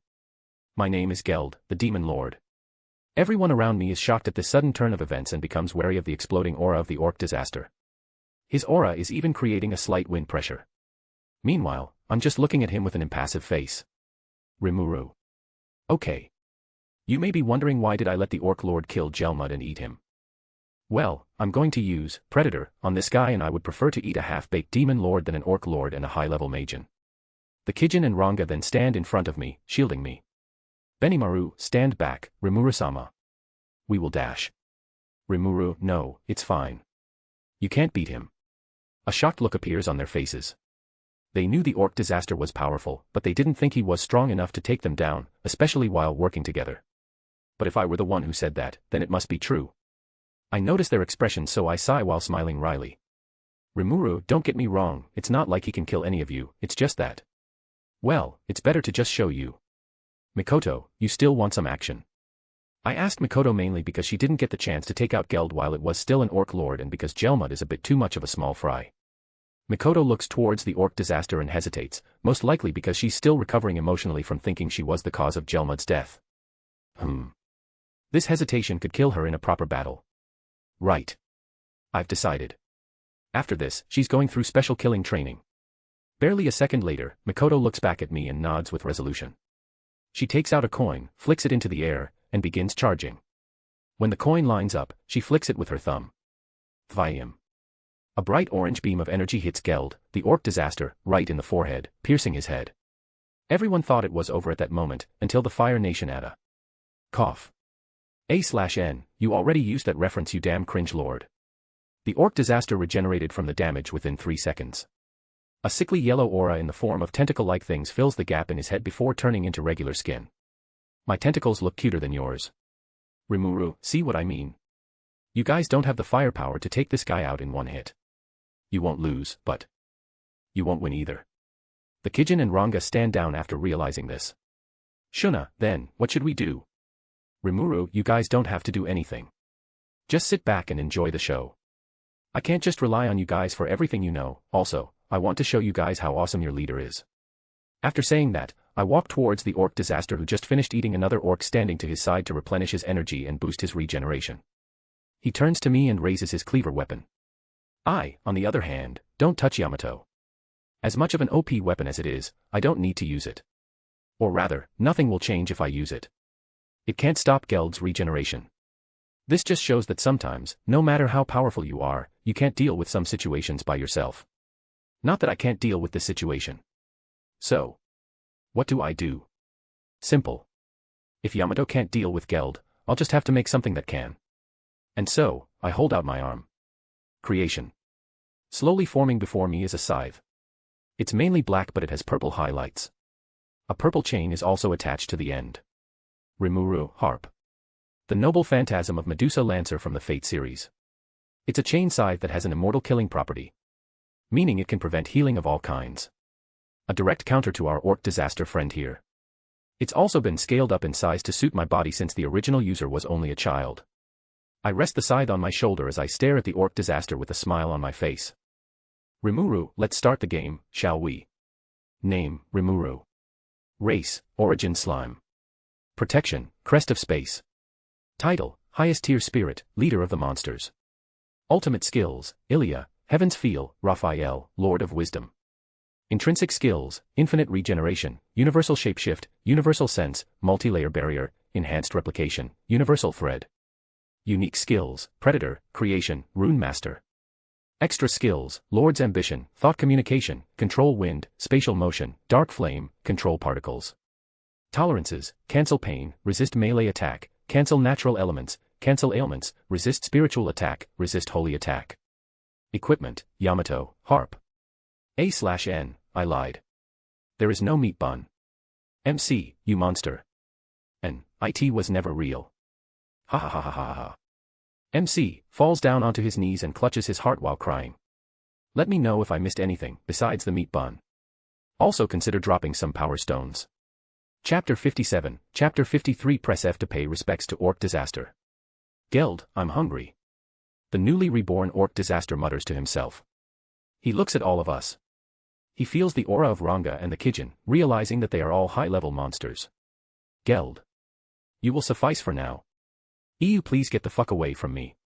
He opens his arms out wide and red balls of energy begin to appear in his hands. It's Gelmud's Death March Dance. I'm a bit jealous. Death March Dance is an art, not a skill. Meaning it's a technique. Predator can't copy techniques from the things it eats, only skills. So if I were to eat Gelmud, I wouldn't have been able to use it.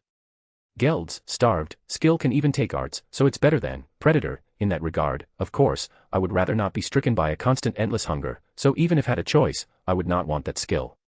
The energy balls shoot towards us and split into hundreds of smaller red bolts of energy. Far more than Gelmud could make. Furthermore, each one is augmented with his starved unique skill, and as a consequence, they all have the rot effect added to it. Think of it as hundreds of mini slimes with acidic effects all flying towards us at once. Not that I give any fucks. Rimuru, unlimited meat bun works. Hundreds of meat buns appear mid-air behind me, matching the number of energy bolts, before flying towards them, meeting mid-air. BBBBBBBBBOOM. Loud explosions ring out from each collision. Death March Dance was rendered completely ineffective. Do note that all of those meat buns were completely ordinary. Geld looks at me, seemingly only noticing my existence now. I'm not surprised really, he should only see me as a minion, a foot soldier. I'm still wearing Shizu's anti-magic mask, after all, my aura is completely hidden. Geld. A fly. Rimuru, you do realize this fly just nullified your entire attack, right? Geld. Ever since he evolved, his body could hold all those powers he gained through his starved skill and regained his intelligence as a consequence, but I'm not sure if he was originally smart. Geld begins to pay attention to me. Not because I talked back to him, nor did he suddenly realize what a threat I am, but because he noticed Harp resting on my shoulder. He fears no man, but this thing, it scares him. His own aura begins to swell and form ghastly faces, each of them with a large mouth. Geld, consume him. Chaos Eater. His aura shoots towards us as tendrils with a hungry mouth at the end of each one, looking to eat me. I stab the blade of Harp into the ground and run clockwise around the Orc Disaster after writing a speed rune on my hand, not wanting to close the distance just yet. I might as well have a little fun, you know. Each of the tendrils impacts the ground behind me before dissipating as I continue running. Geld forms more Chaos Eater tendrils and begins to aim in front of me, causing me to dodge. I lean back and slide forwards on my knees as a tendril shoots over me and continue running. Another one is heading towards me from the side, so I jump and perform a sideways flip as it shoots right under me. Another one heads right towards me but is more easily manageable as I just lean to the side, once again causing it to miss. Not even 3 seconds have passed since he first began attacking me. I continue to dodge his attempts with a calm smile while he continues to form more Chaos Eater tendrils and send them towards me, hoping to consume me. Suddenly, I stop running and skid to a halt, standing up straight. Immediately after, a Chaos Eater tendril impacts the ground in front of me from directly above me. Geld, GHR. The orc disaster growls and walks towards me with heavy steps. I don't move from my spot as I raise my hand. Materializing around my wrist is a purple chain, linked all the way back to Harp resting back with everyone else. I pull my hand forward and Harp leaves the ground and flies right towards me, to which I catch flawlessly. After that, I just continue smiling at the approaching orc disaster while still resting Harp on my shoulder. Rimuru, ho, you're approaching me. Instead of running away at the sight of the weapon in my hand, you're coming right to me. Geld, I can't eat you without getting closer. Rimuru, oh ho. Then come as close as you like. I also begin approaching the orc disaster. Once we get close enough, Geld immediately raises his weapon and smashes it down towards me. I just raise my hand, WHOOM. And catch the cleaver, immediately stopping it. The force travels through my body harmlessly into the ground, causing cracks to appear under me. Geld, GUH. Rimuru. Heh. I just smirk dismissively like a certain pink-haired Oni maid. I've never really shown it, but my physical aspects are off the charts entirely. Regardless of how small I am an origin slime. I hold the status of a highest-tier spirit, someone on the level of true dragons. Against a purely physical weapon like this with no enchantments of any kind nor even being made out of magi steel, just one hand is enough to stop it in its tracks even while being used by a newly born demon lord. What's that? Doesn't that mean my speed should be extremely fast and I don't need a speed rune? Well, with the speed rune I don't have to run at full speed and could get by with just a light jog, so. Yes, I couldn't be fucked running at full speed. Sue me. I want to break this cleaver, but I decide not to and leave it intact for now. Geld retracts his weapon, raises it above his head, and immediately brings it back down again. Why is he doing the exact same thing all over again? Are you sure he has his intelligence back? No, wait, he's using two hands now. Not like that changed anything. I swipe Harp at Geld. Realizing the danger, he retreats, but he didn't avoid it entirely. His right arm goes flying into the air. Geld, that weapon, is dangerous, but why? He mutters to himself once again. After a few seconds, he realizes something.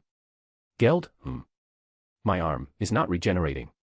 And that is what an immortal slaying effect can do. Realizing the danger, he looks towards me and Harp again, finally recognizing us as a lethal threat. But it's a bit too late. I teleport behind him, kneeling on his shoulders. Rimuru, nothing personal, kid. I say cheerfully before I swing Harp downwards, decapitating the orc disaster and finishing off the arc. Name, Rimuru. Race, Origin Slime. Protection, Crest of Space.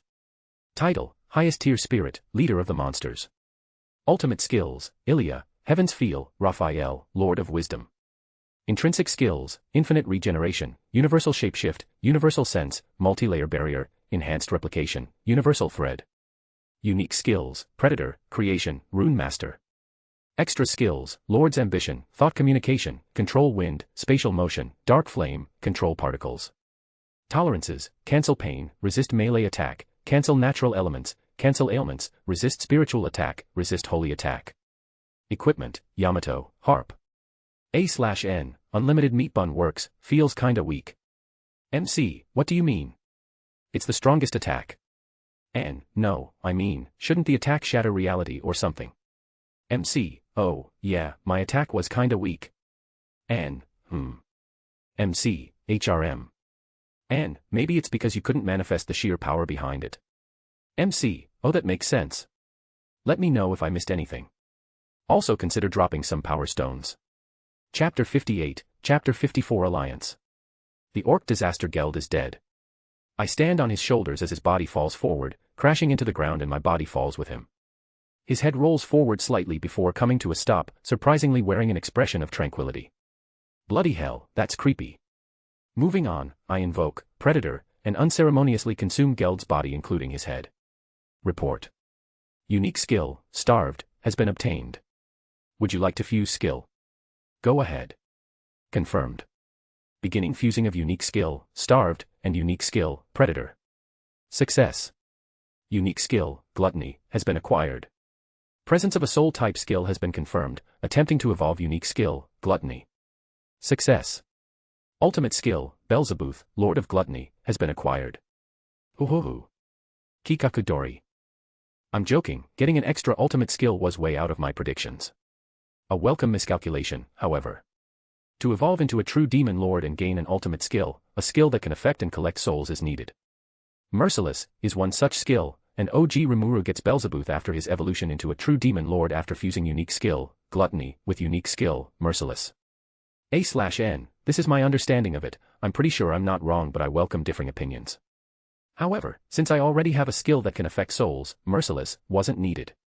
And that skill, Ilya, Heaven's Feel, is an ultimate skill and can't be absorbed into Gluttony, it simply evolved as it is without any drama. At least, that's what Raphael Sensei told me. What? Did you think I could understand what the fuck happened without an assistance? Yeah. Exactly. I can't. Sniff. Anyway. The fusing and evolving of the skills all happened in under a second. The goblins, wolves, Kijin, orcs, lizardmen, cat and human all stand there looking at me in suspense. Rimuru the orc disaster is no more. We have won. I raise my fist into the air and proclaim our victory. I try to look as valiant and opposing as I could while subtly flaring my lord's ambition. The sun breaks the horizon behind me, making me glow and adding to my atmosphere. It seems it worked because everyone aside from the orcs burst out into cheers. That's all good but... the fuck? Why is the sun appearing now? Didn't the sun go down not that long ago? Or did time pass faster than I realized during the fight? Report. The previous evening dusk happened approximately 5 hours ago. The fuck? What is this bullshit anime logic? Veldanava, explain. The goblins and lizardmen are cheering while patting each other's backs and hugging each other. The wolves, led by Ranga, howl into the sky. The Kijin look around at everything happening with a satisfied smile, and Mikoto is laughing and dancing while swinging Shizu around in her arms with a smile on her face. Shizu, I think I'm gonna be sick. It seems Mikoto is swinging her around a bit too much. Mikoto quickly realizes and apologizes while blushing from embarrassment while looking around to see if anyone saw her acting like that. Well, she looked a bit cute. Her eyes meet with mine and her face explodes in a shade of red, so she quickly turns around and awkwardly walks away. Cute. The orcs, meanwhile, cried out in anguish and despair. Their conquest was over, the orc disaster died and the starved, unique skill released its hold over them. Now recalling their actions of cannibalism and other such disgraceful acts with a clear mind, they were overwhelmed with grief. To them, I can only say one thing. Get fucked LMAO. I'm joking, saying that would be too cruel for my heart. And like that, the Orc Lord event ended. Later in the day. All of the representatives of all the races involved in this affair met up. We did this to decide what the fuck do we do now, cause I honestly have no fucking clue. A/N, we all don't know what the fuck we're doing, you ain't special. So the lizardmen are here being represented by the lizardman chief, his aides, and Sauka. The orcs are also here being led by Geld's right-hand man/orc person, Trainee is also here as the caretaker of the forest, and there's the Kijin and me. Well, I'll be representing the Kijin in a way since they already voiced their desires to serve me officially a while ago. Mikoto also wanted to join but this isn't exactly her thing, so she opted to stay out of this. Since I was the one that took down the orc disaster, I was chosen to be the one to lead this conference. I have no idea what they're all smoking to make that decision, but I'm not satisfied. Disregarding my past life, I'm barely a year old, you know. You guys are so irresponsible. Right now I'm sitting in the center of the room in my slime form, sweating from nervousness. I mean, talking to people, in general, is something I've only barely gotten used to. But being chosen to lead a conference on this level is way out of my comfort zone. And so... cheat sheet. Help me out. Understood. Executing task dash. No, not you. I meant this. Creation. And so, a plate of steaming hot meat buns appear. The greatest cheat sheet in life, underscore. The moment the meat buns appeared beside me, everyone stopped what they were doing and their eyes instantly snapped to it. It's a bit creepy. Rimuru, gulp asterisk. Would you like some dash? Everyone, yes. Sniff, I'm not used to this. Anyway, after our unexpected meat bun snack, we all got started on the conference with a refreshed mind. I speak up. Rimuru, before anyone says anything, I just want to say my piece and be done with this. And so, I explain to them my point of view. It's basically the same as OG Rimuru's opinion, in that we both wanted the orcs to be saved. Of course, he wanted to save the orcs wholly out of the kindness of his heart, while I have slightly more selfish intentions. Having 200,000 men doing manual labor for you is honestly something very helpful. The orcs will fit the bill quite nicely. Don't get me wrong though, I also want to save the orcs out of the goodness of my heart, it's just that I also want them to help out a little. I mentioned that the orcs were dealing with famine, and it was at that time Gelmud came up to them and named Geld, causing the orc lord to be born. After that, Gelmud led the orc lord and all of his subordinates into the Jura forest to cause some chaos. In no way was this entirely the orcs' fault. Sure, some blame falls on them, but they're not the only naughty guys. And so, I appealed to everyone about an alliance. The lizardmen could provide some food and water, and the dryads and trents could make up for what the lizardmen are lacking. The goblins are living in a heavily sparse area, so the orcs could move there, and the orcs themselves could provide their physical resources. Well, the orcs are getting the short end of the stick in this agreement, but honestly, the orcs couldn't look happier. I guess I would be too if I was expecting to get executed, but then someone speaks to defend you. I was asked by the lizardman chief why am I doing this, but then I explained that I met the lingering spirit of the orc disaster as I ate his body, and I promised him to spare the orcs. Did this actually happen? LMAO nope. The dude was deader than dead when I ate him. I just gave them OG Rimuru's story as an excuse. So yeah, the Jura Forest Alliance was formed. I tried slipping away at this moment, but Trainee still caught me and made me the leader of the alliance. I need whatever they're smoking. Name, Rimuru. Race, Origin Slime. Protection, Crest of Space. Title, Highest Tier Spirit, Leader of the Monsters. Ultimate Skills, Ilya, Heaven's Feel, Raphael, Lord of Wisdom, Beelzebub, Lord of Gluttony. Intrinsic Skills, Infinite Regeneration, Universal Shapeshift, Universal Sense, Multi-Layer Barrier, Enhanced Replication, Universal Thread. Unique Skills, Creation, Rune Master. Extra Skills, Lord's Ambition, Thought Communication, Control Wind, Spatial Motion, Dark Flame, Control Particles. Tolerances, Cancel Pain, Resist Melee Attack, Cancel Natural Elements, Cancel Ailments, Resist Spiritual Attack, Resist Holy Attack. Equipment, Yamato, Harp. A/N, I want to change the cover pic. MC, but why? N, to bait horny readers. MC, oh makes sense. Let me know if I missed anything. Also consider dropping some power stones. Chapter 59, Chapter 55 Revival. Now, another problem lies before me, reviving everyone. Actually, not so much of it being a problem, I just don't feel like doing it right now. Alas, I must. A day after the whole conference deal, I gathered the conference members once more with Mikoto and Shizu included to break them the news. Rimuru, so yeah Ima revive everyone lol. And then the world exploded. I'm joking, it didn't actually.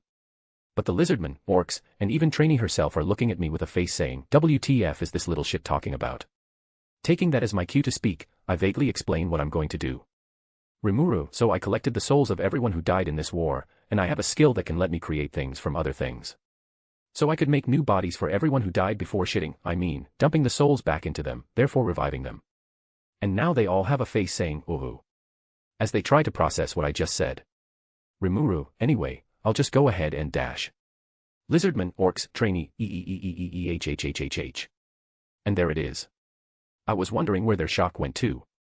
Maybe the weed they were smoking yesterday is still hitting hard. Who knows? Meanwhile, the Kijin are nodding their heads with a Sasuga Rimuru-sama expression, and Mikoto and Shizu just look at each other and sigh. So I continued outside to where the battle took place while explaining that there are certain conditions for reviving someone. One of them being that I have to be nearby when someone died for me to revive them. I don't tell them any specifics though. We arrive in front of a large open space. Due to all the commotion and large-scale spells and skills made yesterday, the water is mostly evaporated. It will turn into a marshland again within a week, but for now, this is perfect. I, for one, would not like to wake up after being just recently revived from the dead in a fucking puddle of muddy water. Rimuru, you guys might want to stand back a bit.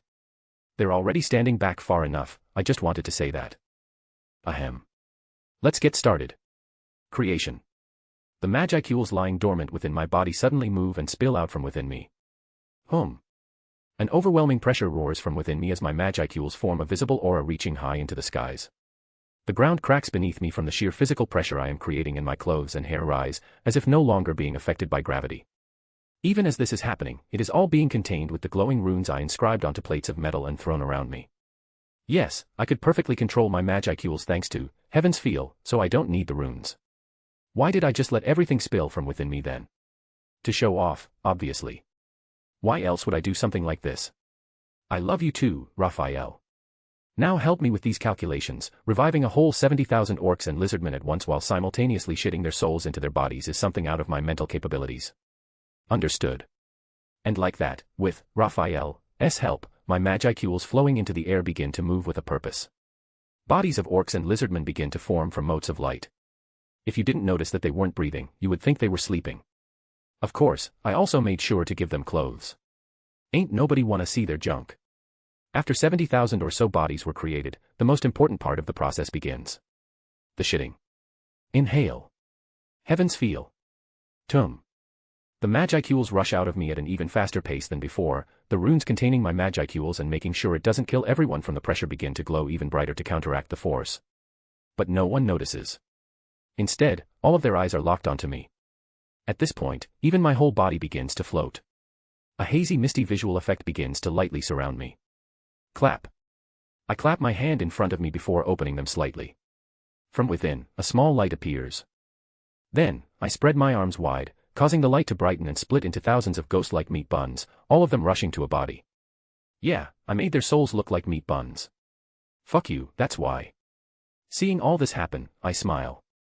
I mean, making all these souls look like meat buns is a little funny. Mikoto POV. Rimuru is in the middle of reviving all of the orcs and lizardmen. Standing with me are the Kijin, a few of the orcs with the Orc Lord's right-hand man leading them, the lizardman chief and his close associates including his daughter, and Trainee herself. And right now, they're all looking at Rimuru with shock and awe written all over their faces. I just look at them and chuckle to myself. Despite how Rimuru acts, I know he's hiding some things. I don't know exactly what, but I know for sure he's much stronger than he ever let on. What's going on in front of me just confirms it. It makes me feel a little odd, knowing he doesn't entirely trust me yet. Well, I'm sure that will change. One day. Shizu, is something wrong? Shizu, who I'm holding in my arms, looks up at me and asks me a question with a slightly concerned face. Mikoto, No, everything's fine. Why? I reply to Shizu with my own thought communication. Shizu, you looked a bit sad for a moment. Did I feel sad? When? Was it when I was thinking Rimuru didn't trust me? And no way. I mean, sure, we haven't met long enough to share everything about each other, but I guess I do feel a little disappointed. I mean, he's helped me with the sister's ordeal, and he's been doing a lot more things for me, like letting me stay with him, and always spending time with me. And letting me hug. I feel my face heating up slightly, so I just hug Shizu more and lower my head. Eventually, I look up once more to see Rimuru continuing to revive the lizardmen and orcs. Clap. He claps his hands before opening them slightly, gently holding a small light within. He then spreads his arms wide as the small light brightens and splits into thousands of motes of light, all rushing to a body lying on the ground. Now that I look closer, are those little balls of light, meat buns? I involuntarily smile at this. It's just like him. I see Rimuru softly smiling as he watches all of the meat buns, who I assume to be individual souls, sink into the chests of their new bodies. I feel my heart beat a little faster and my face heats up even more. Stop.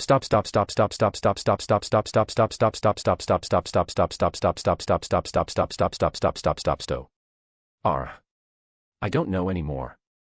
Meanwhile, Shizu looks up at Mikoto as she continues to shake her head with a heavy blush. Seeing this, she thinks to herself. Must be chlamydia. Name, Rimuru. Race, origin slime. Protection, crest of space. Title, highest tier spirit, leader of the monsters. Ultimate skills, Ilya, Heaven's Feel, Raphael, Lord of Wisdom, Beelzebub, Lord of Gluttony. Intrinsic skills, infinite regeneration, universal shapeshift, universal sense, multi-layer barrier, enhanced replication, universal thread. Unique skills, creation, rune master. Extra skills, Lord's ambition, thought communication, control wind, spatial motion, dark flame, control particles. Tolerances, cancel pain, resist melee attack, cancel natural elements, cancel ailments, resist spiritual attack, resist holy attack. Equipment, Yamato, harp. A/N, let me know how this chapter went please. I wanted to write a little more romance, so here it is. MC, I'd say it's good. You're not rushing things too much I'd say, maybe. And, also let me know what you think about the cover change. I can change it back to the old one if no one likes it, so let me know what you think. Let me know if I missed anything. Also consider dropping some power stones. Chapter 60, Chapter 56 more names. And so, I finished reviving everyone. By the time I finished, Mikoto already left. I wasn't really paying attention, so I don't know why. I'll ask her later. Meanwhile, everyone else watching are awed. I guess I did a pretty good job then. The lizardmen and orcs are shocked at knowing I could do something like this. Meanwhile Ranga, the Kijin, and trainee are more admiring the light show more than being stunned. I mean, they are aware I'm way stronger than I show. Trainee has an idea because she's the overseer of the whole forest, there's barely anything going on here that escapes her eye. She can't peek into the experimental area thanks to the runes I placed, but with the multitude of knowledge she gets from everywhere else, she can make a vague guess. As for Ranga, Benimaru, Hakuru, Soai, Cheyenne and Shuna, it's more on the level of blind belief. And so, while the newly revived lizardmen and orcs were jumping about in joy at being given a second chance, I took the Kijin aside to talk to them alone. Rimuru, I'm sorry. I can't revive your village. I didn't collect their souls. I bow to the Kijin and apologize for my lacking brain cells. Benimaru, Rimuru-sama, please stand up dash. Shuna, stand up straight. Benimaru walks forward to lift me up but Shuna beats him to it. She didn't move or anything. Instead, in a tone more domineering than her brother's, she speaks 3 simple words. Hearing her talk in that tone, I involuntarily stop bowing and look at her with confusion. Shuna, you are a leader and savior. Regardless of what happened or what your intentions were, you saved many of our lives. If not for you, most, if not all of us would have died on that day. I never expected nor wished for the revival of our village. We are monsters. And for us, it's survival of the fittest. We lost on that day, but at the same time, we were saved. I've had my revenge against the orcs and killed many of them. And so, I am satisfied. And I think I can speak for everyone when I say that. Shuna makes an enthralling speech. At first, everyone, Benimaru especially, was surprised at Shuna changing from her usual calm and cute self into a more dominant attitude. But eventually, they nodded their heads at the end, agreeing with every word she said. Benimaru, she's not wrong, you know. So indeed. I am your shadow, and we all have our positions under you. Regardless of your actions, we look up to you and serve you. Hakuru, Furthermore, we all grew stronger thanks to you. Cheyenne, and we'll use that strength to make sure it doesn't happen again. I look at each of the Kijin as they look towards me with respect and reverence and not a hint of regret, sadness, or anger. I involuntarily smile, turn around and continue walking. Rimuru, honestly. I don't think I deserve subordinates like you. The Kijin look towards each other with a smile and follow after me. A few minutes later, I catch one of the orcs wearing a black cloak standing to the side, waiting for us, or rather, the Kijin. This orc is the new orc leader that was chosen and the one mainly representing the orc race during the conference. I have a feeling I know what's going to happen, so I just continue walking. Rimuru, I think that orc wants to talk to you. Hear him out. Benimaru, understood. The orc lowers the hood of his cloak and bows deeply as I walk past. He then stands up and turns his attention to the Kijin who stopped walking to hear what he has to say. Orc, I know, that hatred isn't something easily discarded. For what we orcs have done to your village. The orc begins to stutter on his words before falling to his hands and knees. Orc, please, take my head and spare my brethren. I know this isn't fair, but I beg for your mercy. Please be satisfied with my life alone. The orc begs while breathing heavily due to nervousness, waiting for his death. The Kijin look towards each other. Meanwhile, I stop listening and using universal perception. With Shuna's speech just prior to this, I know Benimaru and the others will make the right decision. And so, I continue walking with a slight smile. A few hours later, I come across yet another daunting task. Naming the orcs, all 200,000 of them. Fuck me. I'm really starting to miss those times when I could just procrastinate things. Well, nothing special is going to happen, let's just get this started. And so, I named all the orcs. In the beginning, the orc leader walks up to me to be named. It seems Benimaru and the others decided to spare him, that's good. Rimuru, you will inherit the orc lord's will and lead the orcs. Therefore you will inherit his name too. Your name will be Geld, use it with pride and majesty. Tears threaten to spill out of his eyes, but he holds them back. He kneels and shouts. Geld, my loyalty is forever yours, Rimuru-sama. And I just nod with a smile. And then my smile strained as I see the long line of orcs behind him. Once again, fuck me. Rimuru, your name will be Kazuma. Kazuma, hi, Kazuma Diso. Rimuru, you will be called Shiro. Shiro, people die when they are killed. Rimuru, and you will be called Jeff. Jeff, my name Jeff. I continue to tediously name the orcs. I'm using the magicules left in their bodies from their time under the effects of the orc lord's starved skill. The magicules are slowly dissipating, but I consume it with gluttony and reuse it to name them. Why didn't I name them with my own magicules, you ask? Well, I didn't want them to be intensely loyal to me. They all see me as their benefactor, especially after reviving many of them. However, they still need to spread out over the whole forest. If I name them with my own magicules, they will see me as their parent and will become intensely loyal to me. I can't look after all of them, therefore I won't use my own magicules for most of them. Of course, I used my own magicules for Geld and for those who specifically wished to directly serve me, which were around 2,000 to 3,000 orcs. Meanwhile, Orc Jeff walks away with a satisfied smile on his face. He got a good name after all. Suddenly, he stops. His Jeff senses are tingling. He turns his head and his eyes turn sharp. There, he meets a goblin also looking at him with sharp eyes and highly defined facial features. And they just stare at each other. Internally, they both think the same thing. This guy is strong.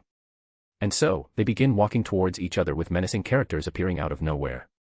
Goblin Jeff, my name Jeff, ho, you're approaching me. Orc Jeff, my name Jeff, I can't talk to you without getting closer. Goblin Jeff, my name Jeff, oh ho, then come as close as you'd like. And so, the JoJo reference continues to get overused. Anyway, back to me. I had, Raphael, randomly generate names for all of the orcs so I don't have to waste any more of my already scarce brain cells. I ended up taking the whole day to name all the orcs. It would have taken several times longer if I didn't get bored and decide to speed things up with my enhanced replication clones. In the end, all the orcs evolved into high orcs overnight, still don't know how they fucking do it, and Geld evolved into an orc king. Oh yeah, and I forgot to mention, the rest of the wolves under Ranga evolved into Spatium Star wolves following Ranga's evolution. More fluff. I wonder where Mikoto went to though. Name, Rimuru. Race, Origin Slime. Protection, Crest of Space. Title, Highest Tier Spirit, Leader of the Monsters. Ultimate Skills, Ilya, Heaven's Feel, Raphael, Lord of Wisdom, Beelzebub, Lord of Gluttony. Intrinsic Skills, Infinite Regeneration, Universal Shapeshift, Universal Sense, Multi-Layer Barrier, Enhanced Replication, Universal Thread. Unique Skills, Creation, Rune Master. Extra Skills, Lord's Ambition, Thought Communication, Control Wind, Spatial Motion, Dark Flame, Control Particles. Tolerances, Cancel Pain, Resist Melee Attack, Cancel Natural Elements, Cancel Ailments, Resist Spiritual Attack, Resist Holy Attack. Equipment, Yamato, Harp. A/N, they say Orc Jeff and Goblin Jeff never closed the gap as reality itself desperately tries to keep them apart. MC, B but why? N, because the ensuing battle would shatter the world and collapse the universe. MC, impossible. Is there any way to stop this? N, there is, once must distract them from each other. MC, but can they even be distracted? N, no. Unless. MC, gulp, you unless. Oh yeah, by the way, I'll also keep the current cover pic. Let me know if I missed anything. Also consider dropping some power stones. Or some meat buns to distract Orc Jeff and Goblin Jeff. Chapter 61, Chapter 57 Going Home. 10 days later. A whole lot of shit had to be done. What kind of shit? I don't know, I just had other people deal with it. Finally, procrastination once more. Anyway, it's been 10 days and the orcs are splitting up and leaving for their new homes. After leaving their old lands due to famine and following the Orc Lord, the orcs had a saying. Instead of leaving a better home for our children, why don't we leave our children for a better home? And with that thought in mind, they abandoned their kids and left. Of course, the children still ended up following and the older orcs still ended up having to deal with them. My condolences. This is a joke, by the way, it's just a funny theory I came up with. A/N, little did he know. Anyway, my group is also getting ready to head back home since there's no need to stay here at the marshlands anymore. And so, I meet up with the Lizardman Chief to say goodbye and give him a name. I mean, why not give him a name? It makes him stronger, and he's my ally. Plus it won't hurt me in any which way. Plus, I most likely would never see him again, so, meh. Rimuru, yo. How are you doing, Chief? Chief, quite well, thanks to you, Sir Rimuru. My brethren are in a joyous mood and the marshlands have finally returned to normal. Rimuru, I see, that's good. Well, I'm just here to say goodbye before heading back. Chief, you're leaving. Rimuru, yeah. I've got my own place to go back to, after all. Chief, I see. I thought you would stay for Gabble's trial in a few days and impart your punishment onto him. Gabble has been captured and detained in the Lizardman jail cells ever since the battle with the Orc Lord ended. He's been given 2 meals a day and no one is allowed to talk to him. Gabble himself also knows what he did wrong, so he's not complaining and silently waiting for his punishment, which would generally lead to the death penalty. I just smirked to myself and replied to the Lizardman Chief with an eye closed. Rimuru, he's your son as well as a lizardman. Both as a father and as a leader. I think it's your job to punish him, right?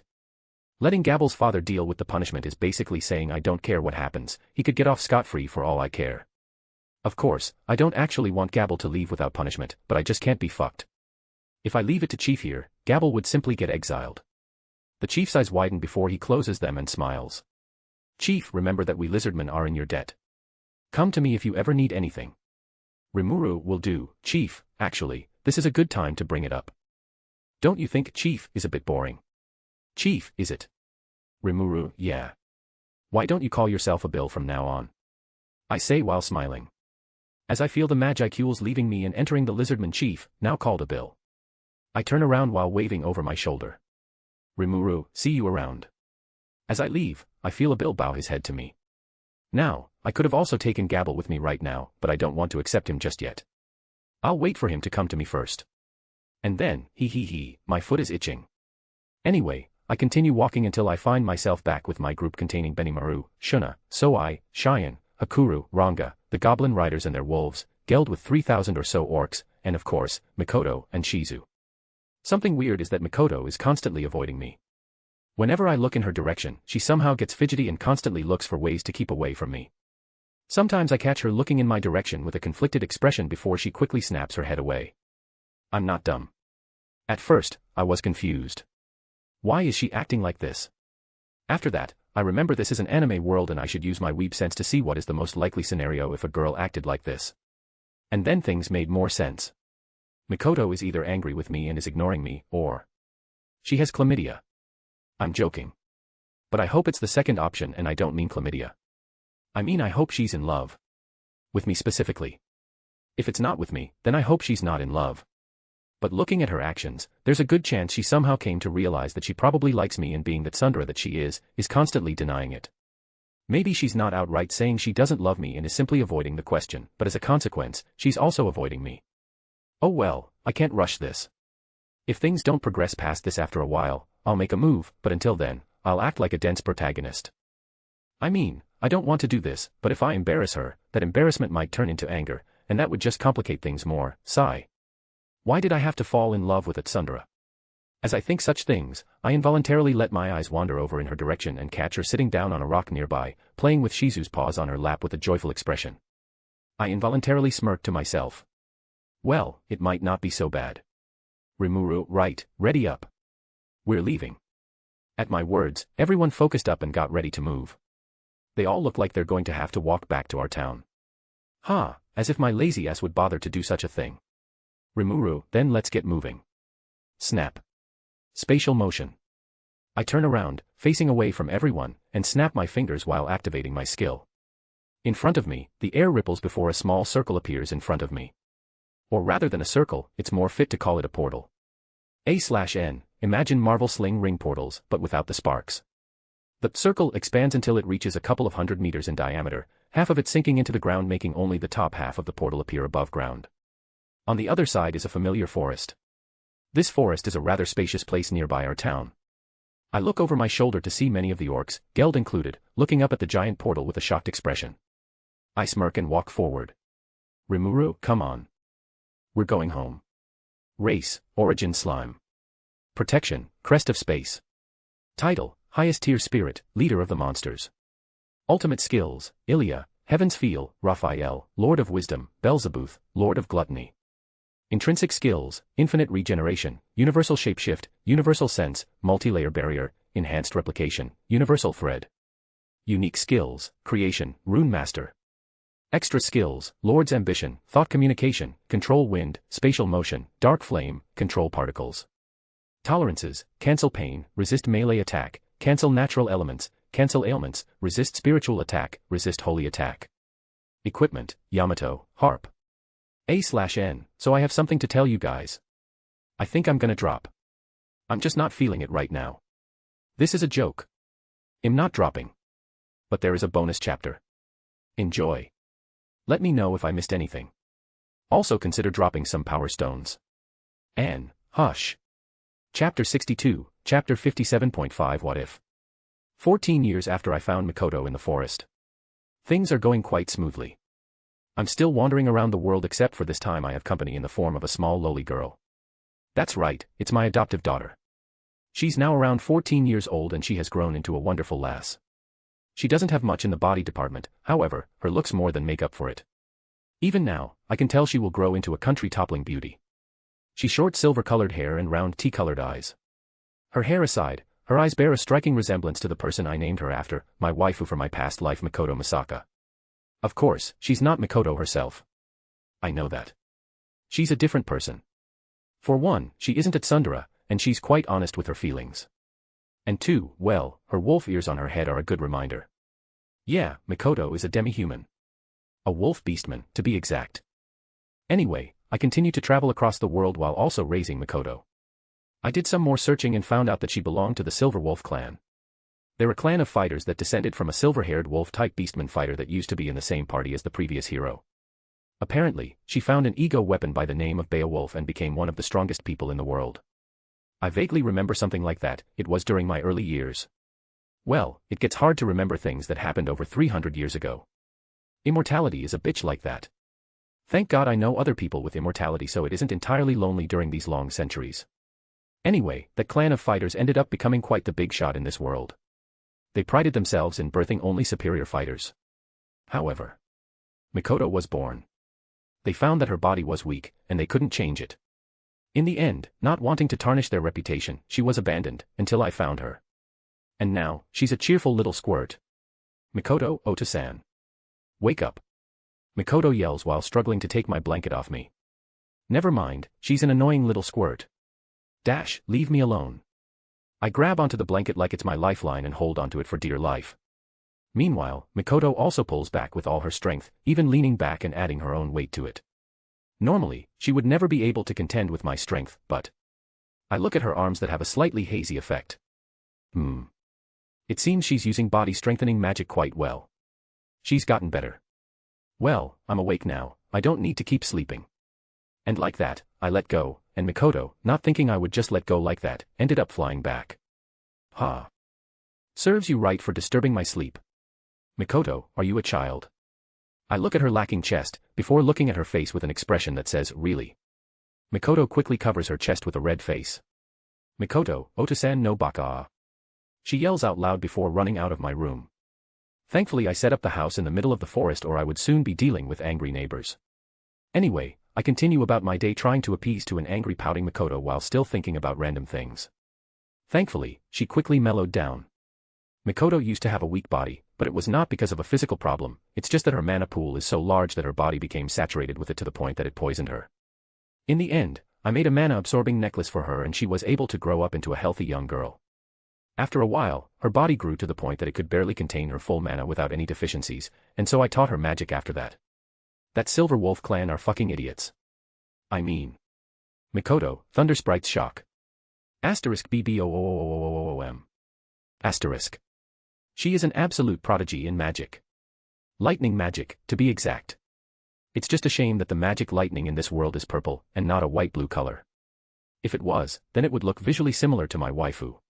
With her insane mana pool and an even more insane mana regen, she could fire off alpha tier magic one after the other without rest for an entire day. Alpha tier. Just a single one of those spells could level the capital city of a large kingdom. Anyway, Mikoto and I were just clearing out a nest of dragons. They're just low-tier dragons, so they're nothing much to Mikoto, so I let her deal with it. Mikoto, Ota-san. I did it. Mikoto runs up to me with a large smile on her face and her wolf tail wagging left and right at an insane speed. No, seriously. Even with my kinetic vision that can keep up with agility-based gods, it looks like there are 2 tails. Sometimes 3. Mikoto is amazing in some weird ways. I pat Mikoto's head with a smile. Honestly, she's probably the only one who can take out a whole nest of lesser dragons with a Theta tier spell like Thunder Sprite's shock and not care in the slightest. Granted, she's wearing gear I personally made, but they're just there to help attract more spirits and increase attack speed. She didn't use her power-boosting artifacts. Those silver wolves would be kicking themselves if they saw this. Damn, now I kinda just wanna show her off to them. But I can't. Today is the day. I kneel down with one knee and look Mikoto in the eye. Mikoto. Mikoto, Is something wrong, Ota-san? I smile. Honestly, even if she may hate my guts, she would eventually forget about it and act like a spoiled child. I'm leaving on a journey. This time, you're not coming with me. I say solemnly. Mikoto, eh. Why? Her tail and ears drop down and I involuntarily pat her head. You need to learn to stand by yourself. But don't worry, I'm not leaving forever. I place a compass in her hand. This compass will always point towards me. Yes, that's right, I'm leaving Mikoto behind. I've come to love this girl as my own daughter, and it honestly hurts to part with her, but as you can see, she's quite dependent on me. I guess that's my fault, but this is also punishment for me. Once you find me again, I'll consider your confession. She confessed to me. Yes, a love-filled confession for marriage. Don't get me wrong, I did nothing to make her fall in love with me. Sure, I slept with her when she was little, but as soon as she hit 5 years of age, I banished her to the shadow realm. Cough. I banished her from my room and had her sleep alone. I made sure to never touch her too much besides hugs and head pats like a normal parent, and I trained her quite extensively too. Even so, I underestimated her status as a reincarnator. Her previous life's memories made her quite mature for her age, and she was just in the middle of searching for love when she died and became reborn here. And so, my actions attracted her romantic love. She confessed. And I immediately rejected her. Surprisingly, she continued to persist, but I always kept my distance to that of a parent and child. However, she's grown on me. And thus, the deal I'm proposing now. Mikoto clutches the compass to her chest, looking at it with a lonely gaze, before looking back at me with resolution. Mikoto, understood. I'll make you proud. I wryly smiled to myself, before disappearing, my voice echoing in the winds. Arita, I'll be waiting. And so began the journey of Mikoto, the self-professed wife of the greatest man in the world and the woman who will soon be known worldwide as the Lightning Princess. Honestly, what a troublesome daughter. I smiled to myself while thinking that as I once again release my divinity that I've sealed for several decades. I'm going to kill a few gods that would fall in love with Mikoto and attempt to force her to become theirs. I should be done in a week. Seeing the future like this is really convenient. A/N, I cringed slightly while writing this. I wonder if I should just stop this. I didn't intend for this to become some kind of series after all. I mean, I might just end up writing a new type of what-if stories. Like, what if MC got reincarnated as a sentient sword and a cute girl wielded him or something? I mean, a cute girl can always wield my sword. Degree.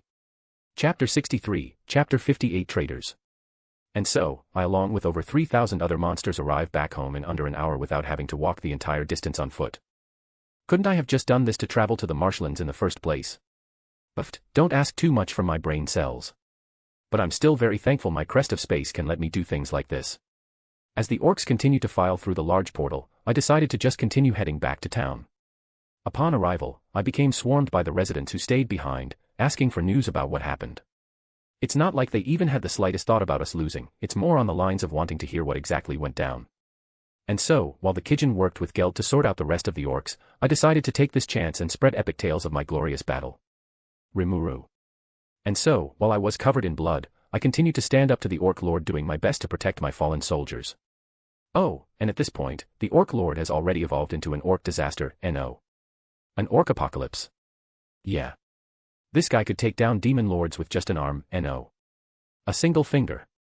I was at the ends of my ropes, but then, a super busted dragon cat lowly hybrid goddess appears and declares me her husband and heals me while giving me a boost to my strength, and so began round 16 of our fight.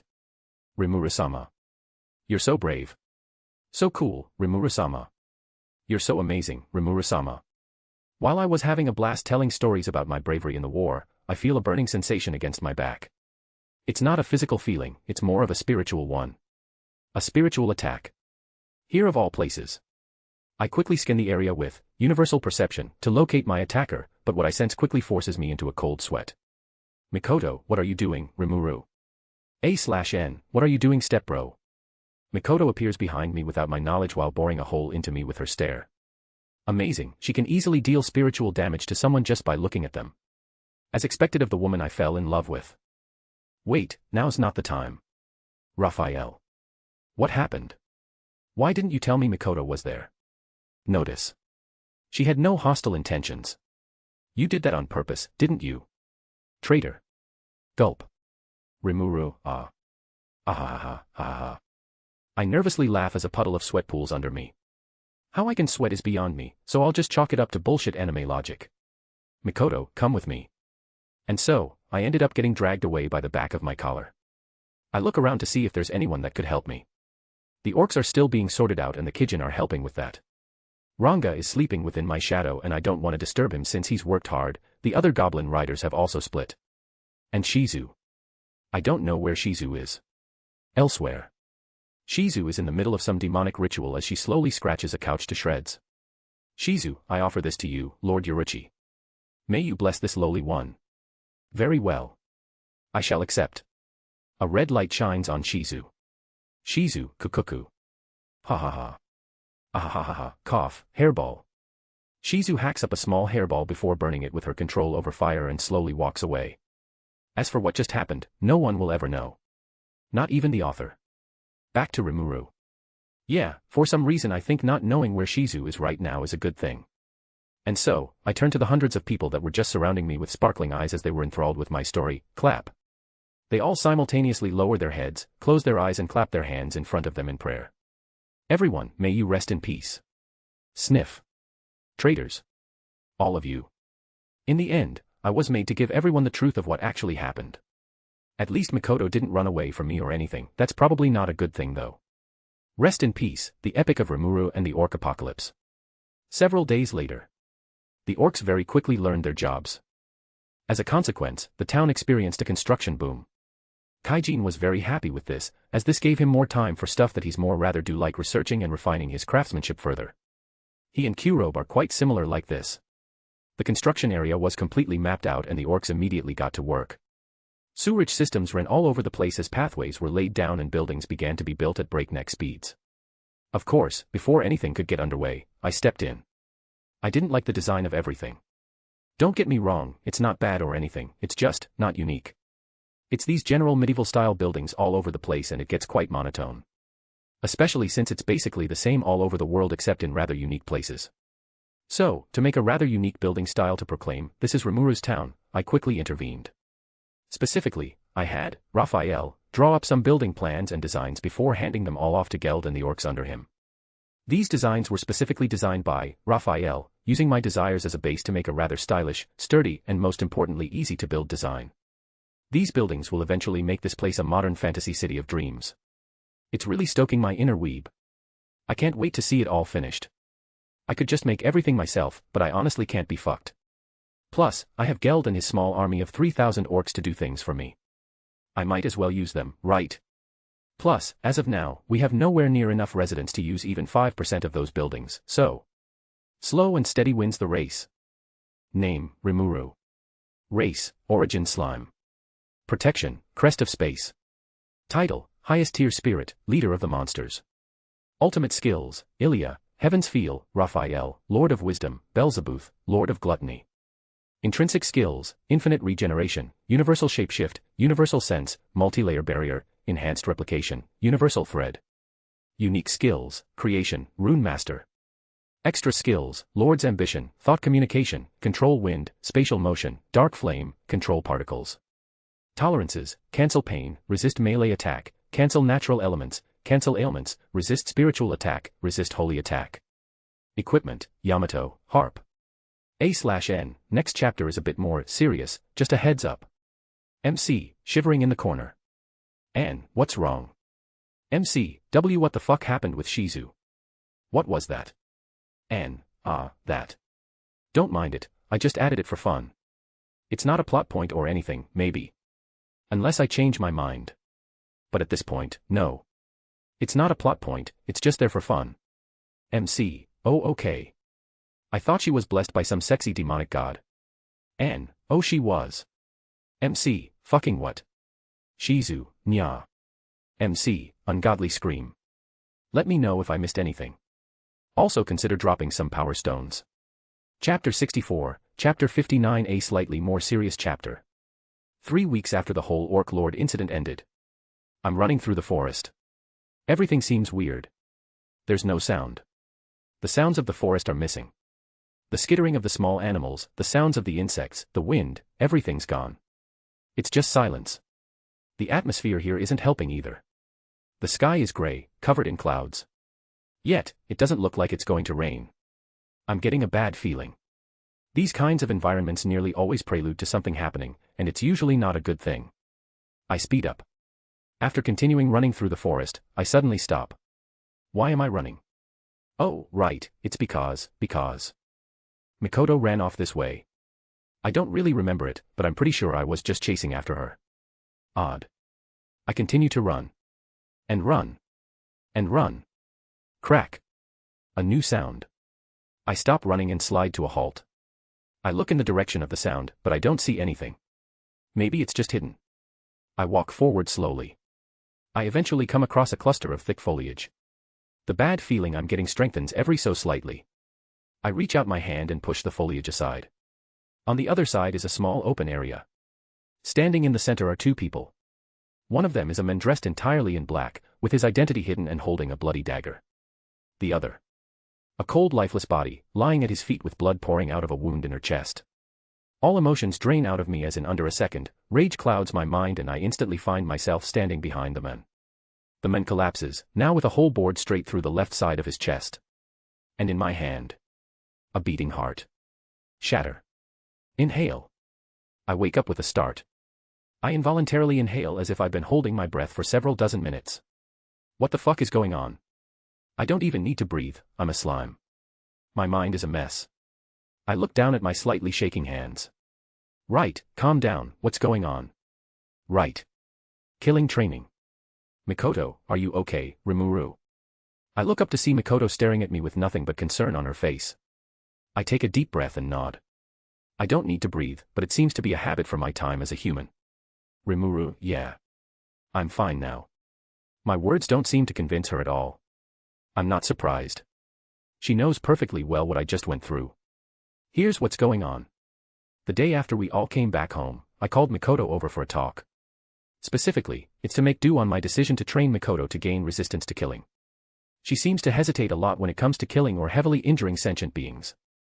She's not dumb, she's completely aware of it too. But no one can really do anything about it, she was raised that way in modern society.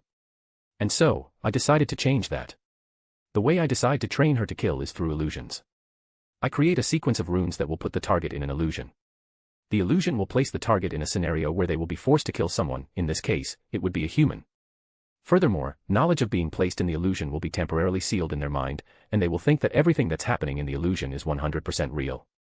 Once they kill someone or something, the target will then be released from the illusion, with the sealed memories returned. Basically, it's a bootleg Tsukuyomi. Of course, I know how cruel something like this can be. The first time Mikoto went through it, I felt like tearing my heart out. Mikoto was left in a nervous wreck, curled up into a ball, hugging her arms and knees, shivering and crying. At that time, for around half an hour, I hugged her tightly in my arms while whispering words of consolation and patting her head. Even though I am a slime, I involuntarily shed tears at that time. Seeing her like that, hurt me more than I could have ever imagined. And so, after that, I decided to go through the training with her. That's what just happened to me. What I just went through was the training. But there are a few failsafes in the rune sequence. For one, we only do this once a day. Furthermore, we don't have complete memories of everything that happened in the illusion. Instead, knowledge of the events would get converted into something akin to words on a sheet of paper. This is to prevent trauma. We can read through the sheet of paper to understand what happened, but it won't be too impactful. It would be like reading a novel or watching a movie, where the main character killed someone and that main character just so happened to share your name. We would be mostly detached. The key word here is mostly. A few moments after we exit the illusion, we would still be connected and our emotions would still be in turmoil, hence the reason why Mikoto ended up as a wreck after the first time and why I reacted in such a way after leaving the illusion. But it's also not a bad thing. We're improving. Now, Mikoto wouldn't cry and end up as a total wreck after exiting the illusion. Heck, just recently, she finished her illusion without so much as a flinch. And that's to be expected since that should be the normal reaction. My reaction just now was not expected. Mikoto continues to look at me with worry on her face. I smile warmly, seeing her like that, and lift up my hand and drop it on her head. Rimuru, thank you for worrying about me. Mikoto, it's not like I was worrying. She begins to speak forcefully but quickly turns into a mumble as she lowers her beet red face while touching her index fingers against each other. I chuckle. Honestly, she's such a tsundere. She's acting like a young maiden. If she had cat features, I'm sure her tail would be swishing happily. God, I want to see that. Mikoto, so, what did you see in your illusion that made you react like that? I lower my hand as my smile wavers. My eyes looking at Mikoto became invaded with pain and worry before I quickly hide it. Rimuru, by the way, I like your clothes. Mikoto, eh. I nonchalantly change the subject while taking this chance to get some brownie points. Mikoto responds with a rather attractive squeak. I'm not lying though. With Shuna making more and more clothes of various variety, Mikoto eventually stopped wearing her Tokawada uniform every breathing second and eventually went around wearing more and more types of clothes. Thank God, because if not for her, I would be Shuna's test subject and I don't want to go through what OG Rimuru had to, being dressed in girlish clothes. It would hurt my pride as a man. Mikoto right now is wearing a women's beige duffel jacket that looks slightly big on her, which looks cuter on her than anything. She's also wearing black jeans that emphasize her legs. Her legs are honestly the best part about her. Furthermore, she's fit, so her legs are quite shapely. Not just her legs, her ass, tch. Those damn biker shorts she always wears under her skirts really hide them well. Sensing my gaze even while I'm using universal perception, scary intuition, Mikoto's face somehow becomes even redder and her eyes begin to spin. She ends up turning around and running away. Mikoto, Rimuru, you dummy ie. If not for the fact that I'm immune to electricity, she probably would have shocked me unconscious right then and there. A warm feeling spreads through my chest as I look at Mikoto's retreating figure. I don't want to lose it. My attention drifts back to the question she asked. Rimuru, whispering what did I see, huh? What I saw was a man in black with a bloody knife in hand, standing over a dead body. That body was. Even though I don't really remember it, I still shiver thinking about it. Silently vowing to never let that happen, I follow after Mikoto. Who knows, maybe she might let me take a dip in the hot spring with her. Yeah, I shouldn't get my hopes up. Name, Rimuru. Race, Origin Slime. Protection, Crest of Space. Title, Highest Tier Spirit, Leader of the Monsters. Ultimate Skills, Ilya, Heaven's Feel, Raphael, Lord of Wisdom, Beelzebub, Lord of Gluttony. Intrinsic Skills, Infinite Regeneration, Universal Shapeshift, Universal Sense, Multi-Layer Barrier, Enhanced Replication, Universal Thread. Unique Skills, Creation, Rune Master. Extra Skills, Lord's Ambition, Thought Communication, Control Wind, Spatial Motion, Dark Flame, Control Particles. Tolerances, Cancel Pain, Resist Melee Attack, Cancel Natural Elements, Cancel Ailments, Resist Spiritual Attack, Resist Holy Attack. Equipment, Yamato, Harp. A/N, how can the illusion affect you? Can't ultimate skills prevent anyone or anything messing with the mind? MC, oh, I lowered my resistances temporarily. I remember that Rimuru and the older demon lords could do something like that, so I tried it and after a while, it worked. Heaven's Feel helped a bit in that regard. Sounds like bullshit fanfic logic. MC, yeah, it is bullshit fanfic logic. Let me know if I missed anything. Also consider dropping some power stones. Chapter 65, Chapter 60 RIP Fourth Wall. I'm walking through town. Everything is going along nicely, however, everyone is gone. I don't see anyone, even on this usually busy street. Then, out of nowhere, a wild busty Wani-san attacks. Wani-san, era. Gunshot. Shatter. Rimuru, don't you fucking era me. I jump up from my sitting position, shouting at the top of my lungs.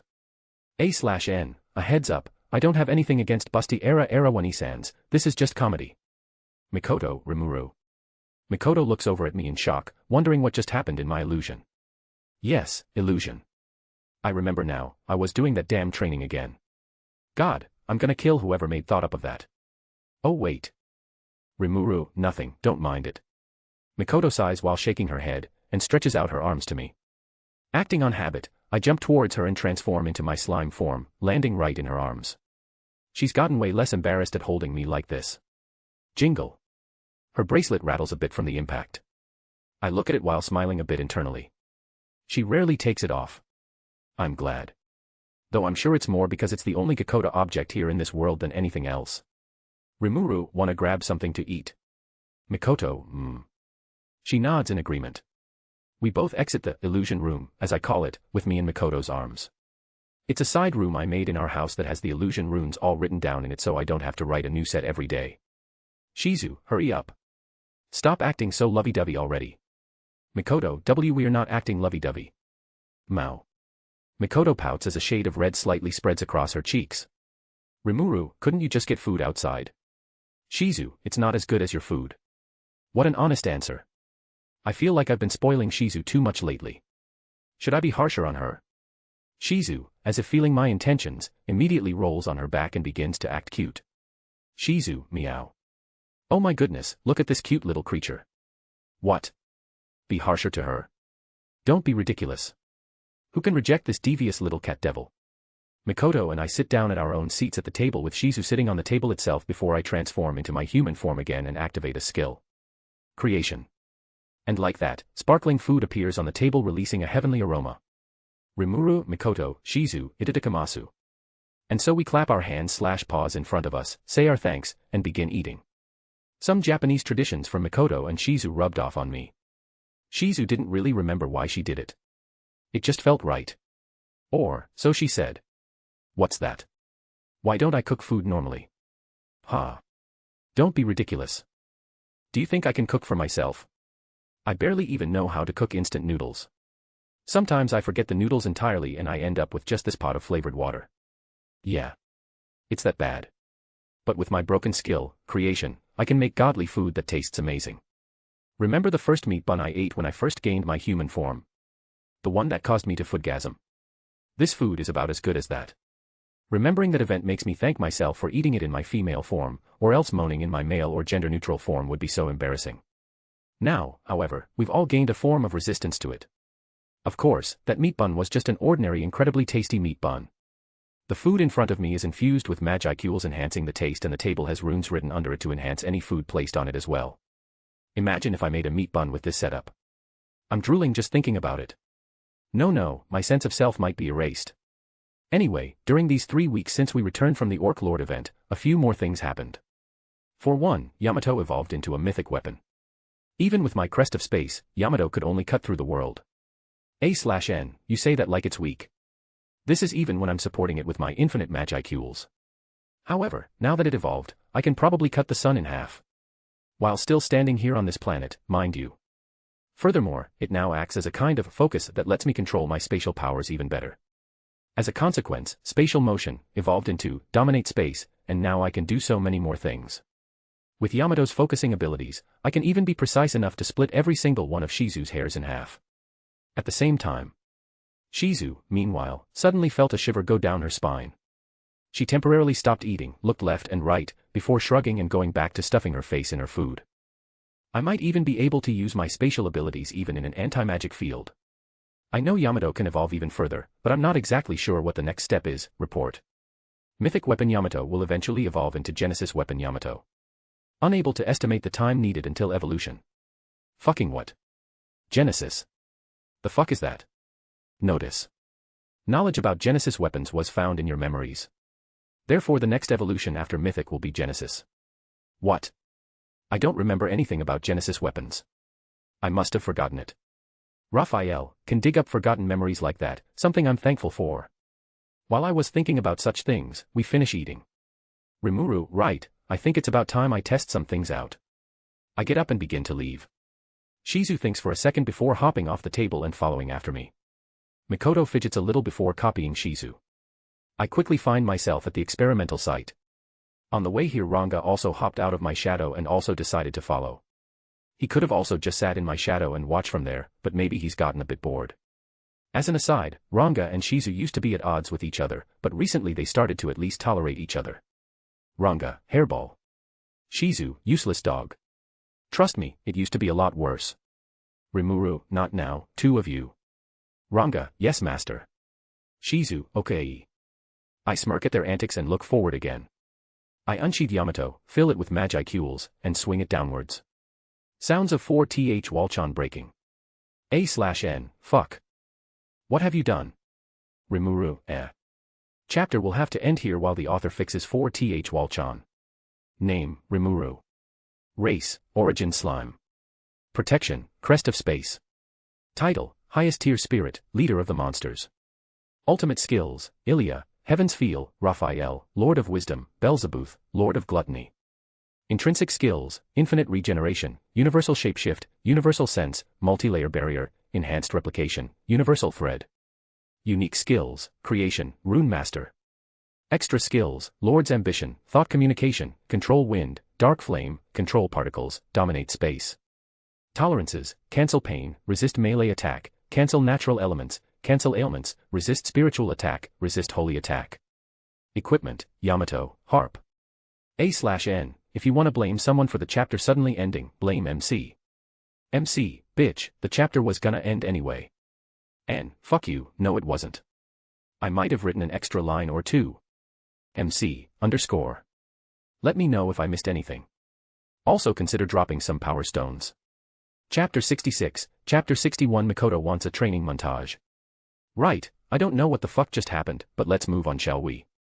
Ranga, Mikoto, and Shizu also don't seem to realize what just happened. Meh. Must have been my imagination. My skills gained a little addition. After I gained the gluttony skill, I received a bunch of other random skills from my subordinates. Gluttony lets me receive many skills that my subordinates have while also distributing skills to them if they have an affinity for it. Control Wind and Dark Flame fused with a bunch of other random skills gained through gluttony and evolved into Control Natural Elements, which lets me control the basic elements like lightning, fire, water, wind, earth, and so on. More advanced and complex elements like time, cosmic, void, and such other random elements I have no clue about or out of reach, but Rune Master can make up for that. As for the other miscellaneous skills that weren't fused into Control Natural Elements, they were fused with Creation and Rune Master, courtesy of Raphael. I swear both of you will evolve. One day. A/N, soon TM. Anyway, Control Natural Elements is a higher leveled skill, so my control over elements has also improved compared to the individual skills like Control Wind and things like that, so even without my runes, it's possible to fly and do a whole lot more things. Like for example, Rimuru, Death Storm. Winds howl around us, the sky darkens as near pitch black clouds cover the sun and a large portion of the sky. Black-colored destructive lightning can be seen flickering between the clouds and you can physically see and sense the wind storm going on up there. If an ordinary human were trapped there, their body would be riddled with cuts from just the wind alone and would die from blood loss. As for getting hit by the lightning itself, you'd better start praying. Yes, this is an AoE attack inspired by Ranga, or rather, OG Canon Ranga. He used an attack like this except much more destructive to take out large areas of orcs during the Orc Lord incident. Of course, mine is a bit inferior. For one, neither Ranga nor I have any storm crests due to the absence of Veldora. Therefore the storm is not very destructive in nature. But the biggest reason why it's not as strong, well, I'm just not trying much. I'm containing everything in the area above us to make sure it doesn't affect us down here on the ground. Ranga, as expected of Master. Ranga speaks out in awe as he looks to the skies above us in awe. I feel a bit bad since this was his original skill. And so, to make up for it, I walk up to him and pat and scratch him all over his body. Ranga is incredibly confused at the sudden pampering, but he discards his concerns almost immediately and just enjoys it as he gets scratched behind the ear. His white fur ended up getting messed up a bit though. I ended up putting my Control Natural Elements skill to good use and used the wind to blow it down. Mikoto, as expected of you, Rimuru. I turn to look at Mikoto, who is staring up into the sky staring at the black thundering clouds with a wry smile on her face. My eyebrows furrow a bit as I look at her expression. It seems I need to have a little talk with her. Finishing up playing around, we all head back home. As we walk through the front door, I turn to Mikoto. Rimuru, can we talk for a bit? Mikoto looks confused but accepts. Ranga, who shrunk his size, and Shizu look at each other and shrug. Then, they head to the living room. They're probably gonna play Smash Brothers. Their rivalry even extends to video games. How can a cat and a wolf use the controller? I don't know. One of the mysteries of the world, I guess. No, seriously. I was playing Smash Brothers right next to them, but when I tried looking at how their paws were using the controller, it was all censored. The fuck? Anyway, finding ourselves alone, I turn back to Mikoto and ask her a question. Rimuru, are you okay? Mikoto, growing even more confused, answers me. Mikoto, Of course, I am. Why wouldn't I be? Rimuru, well, you looked a little off. Like something was bothering you. Mikoto then reveals an expression of realization before she nervously laughs. Mikoto, that. I look at her expression a bit more before I walk forward and place my hand on her shoulder. Rimuru, hey, I know something's wrong. I don't want to push you or anything, but seeing you like this is making me uncomfortable. You can talk to me, you know. If not me, then Ranga or Shizu. Maybe even Shuna or Cheyenne. Hell, even Hakuru would work. He's got tons of life experience under his belt. Meanwhile, Hakuru suddenly sneezes while in the middle of training Gabuta and the other goblins. Hakuru, *sniff*, I feel like someone is asking for some special training. Oblivious to the absolute beatdown awaiting Rimuru, he continues to look into Mikoto's eyes. Mikoto, however, avoids his eyes and just looks down. Mikoto. I'm just a little frustrated. I don't say anything and just continue to listen. Mikoto, you keep getting stronger and stronger. I mean, I am too, but she's just not satisfied with her growth speed, huh? True, my growth speed could be called tremendous. Even now, I can make some of the older true demon lords wary of my presence, and I've barely been in this world for 4 months by now. A/N, I've lost track of how old MC is at this point, lol. Let's just say he's 4 months old. Even though Mikoto's growth rate is enough to make some prodigies cry, she still yearns to get even stronger. Seriously, I really love this woman.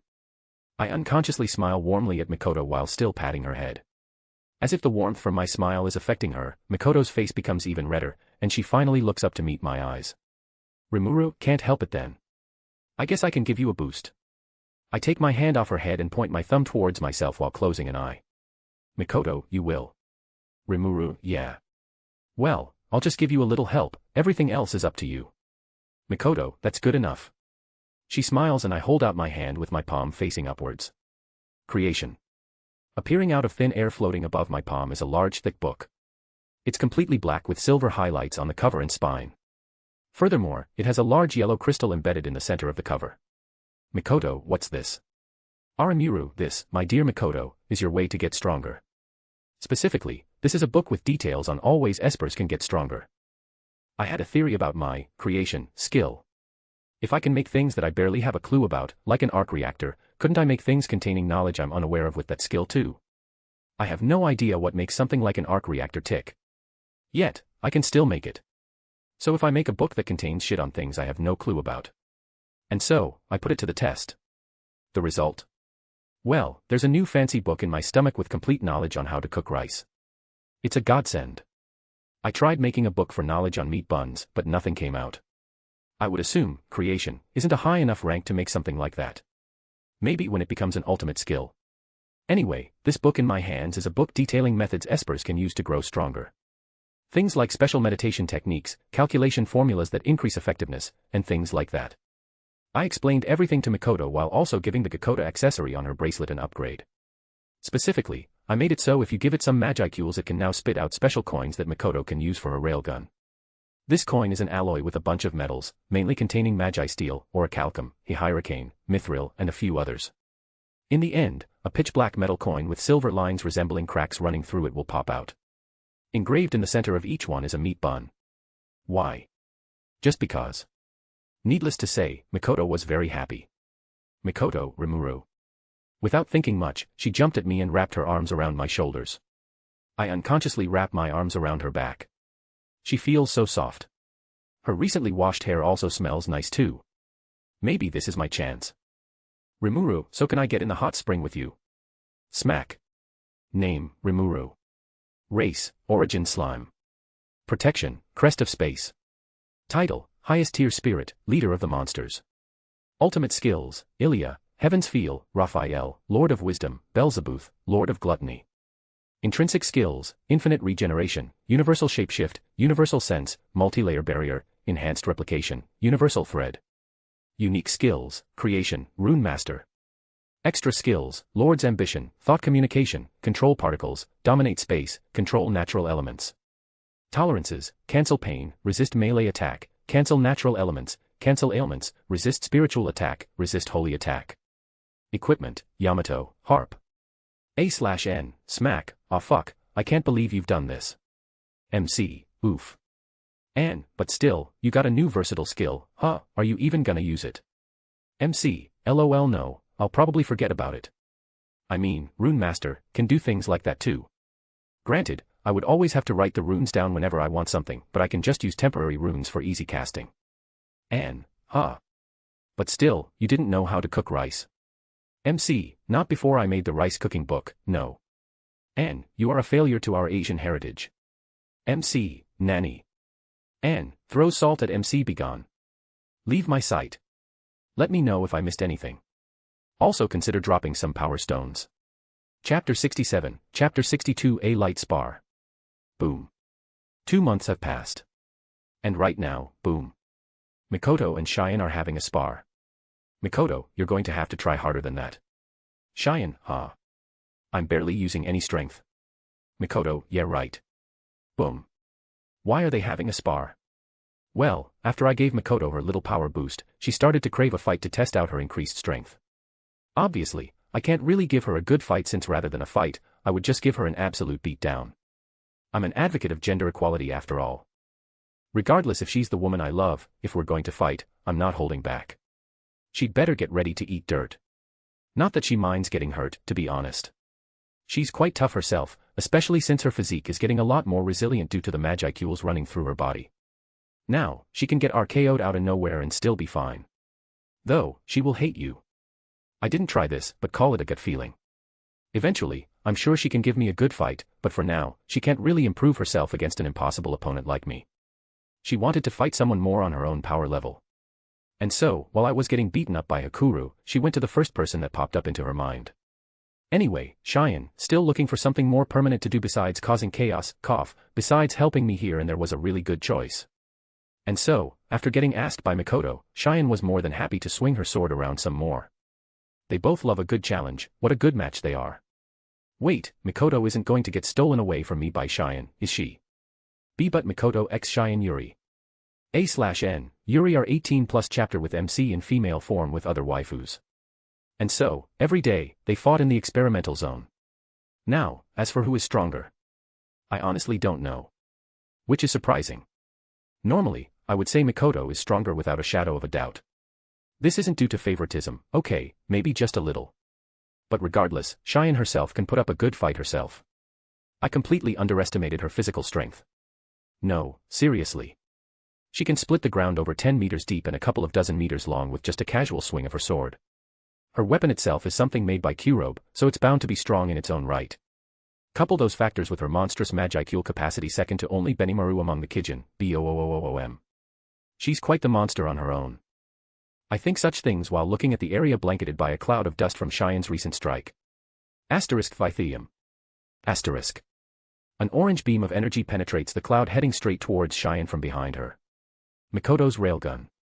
Acting on pure instinct, she tilts her body out of the way just in time as it flies over her before gripping her overly large sword tightly and swinging it over her shoulder in the direction from where the railgun came from. With just pure physical strength, a storm of wind cuts through the dust cloud, dispersing it from the area in front of her, revealing an empty area. Cheyenne, not here. From behind her, appearing from the still lingering dust cloud, a figure jumps out and reaches out her hand towards Cheyenne's unguarded back. Obviously, this is Mikoto. *ZZZZZTTT. An electric shock runs down her arm straight into Cheyenne's body, before making a small electrical explosion sending Cheyenne flying forward a few meters. Cheyenne, however, flawlessly turns around midair and lands on her feet like a cat, sliding to a halt. Mikoto, TCH.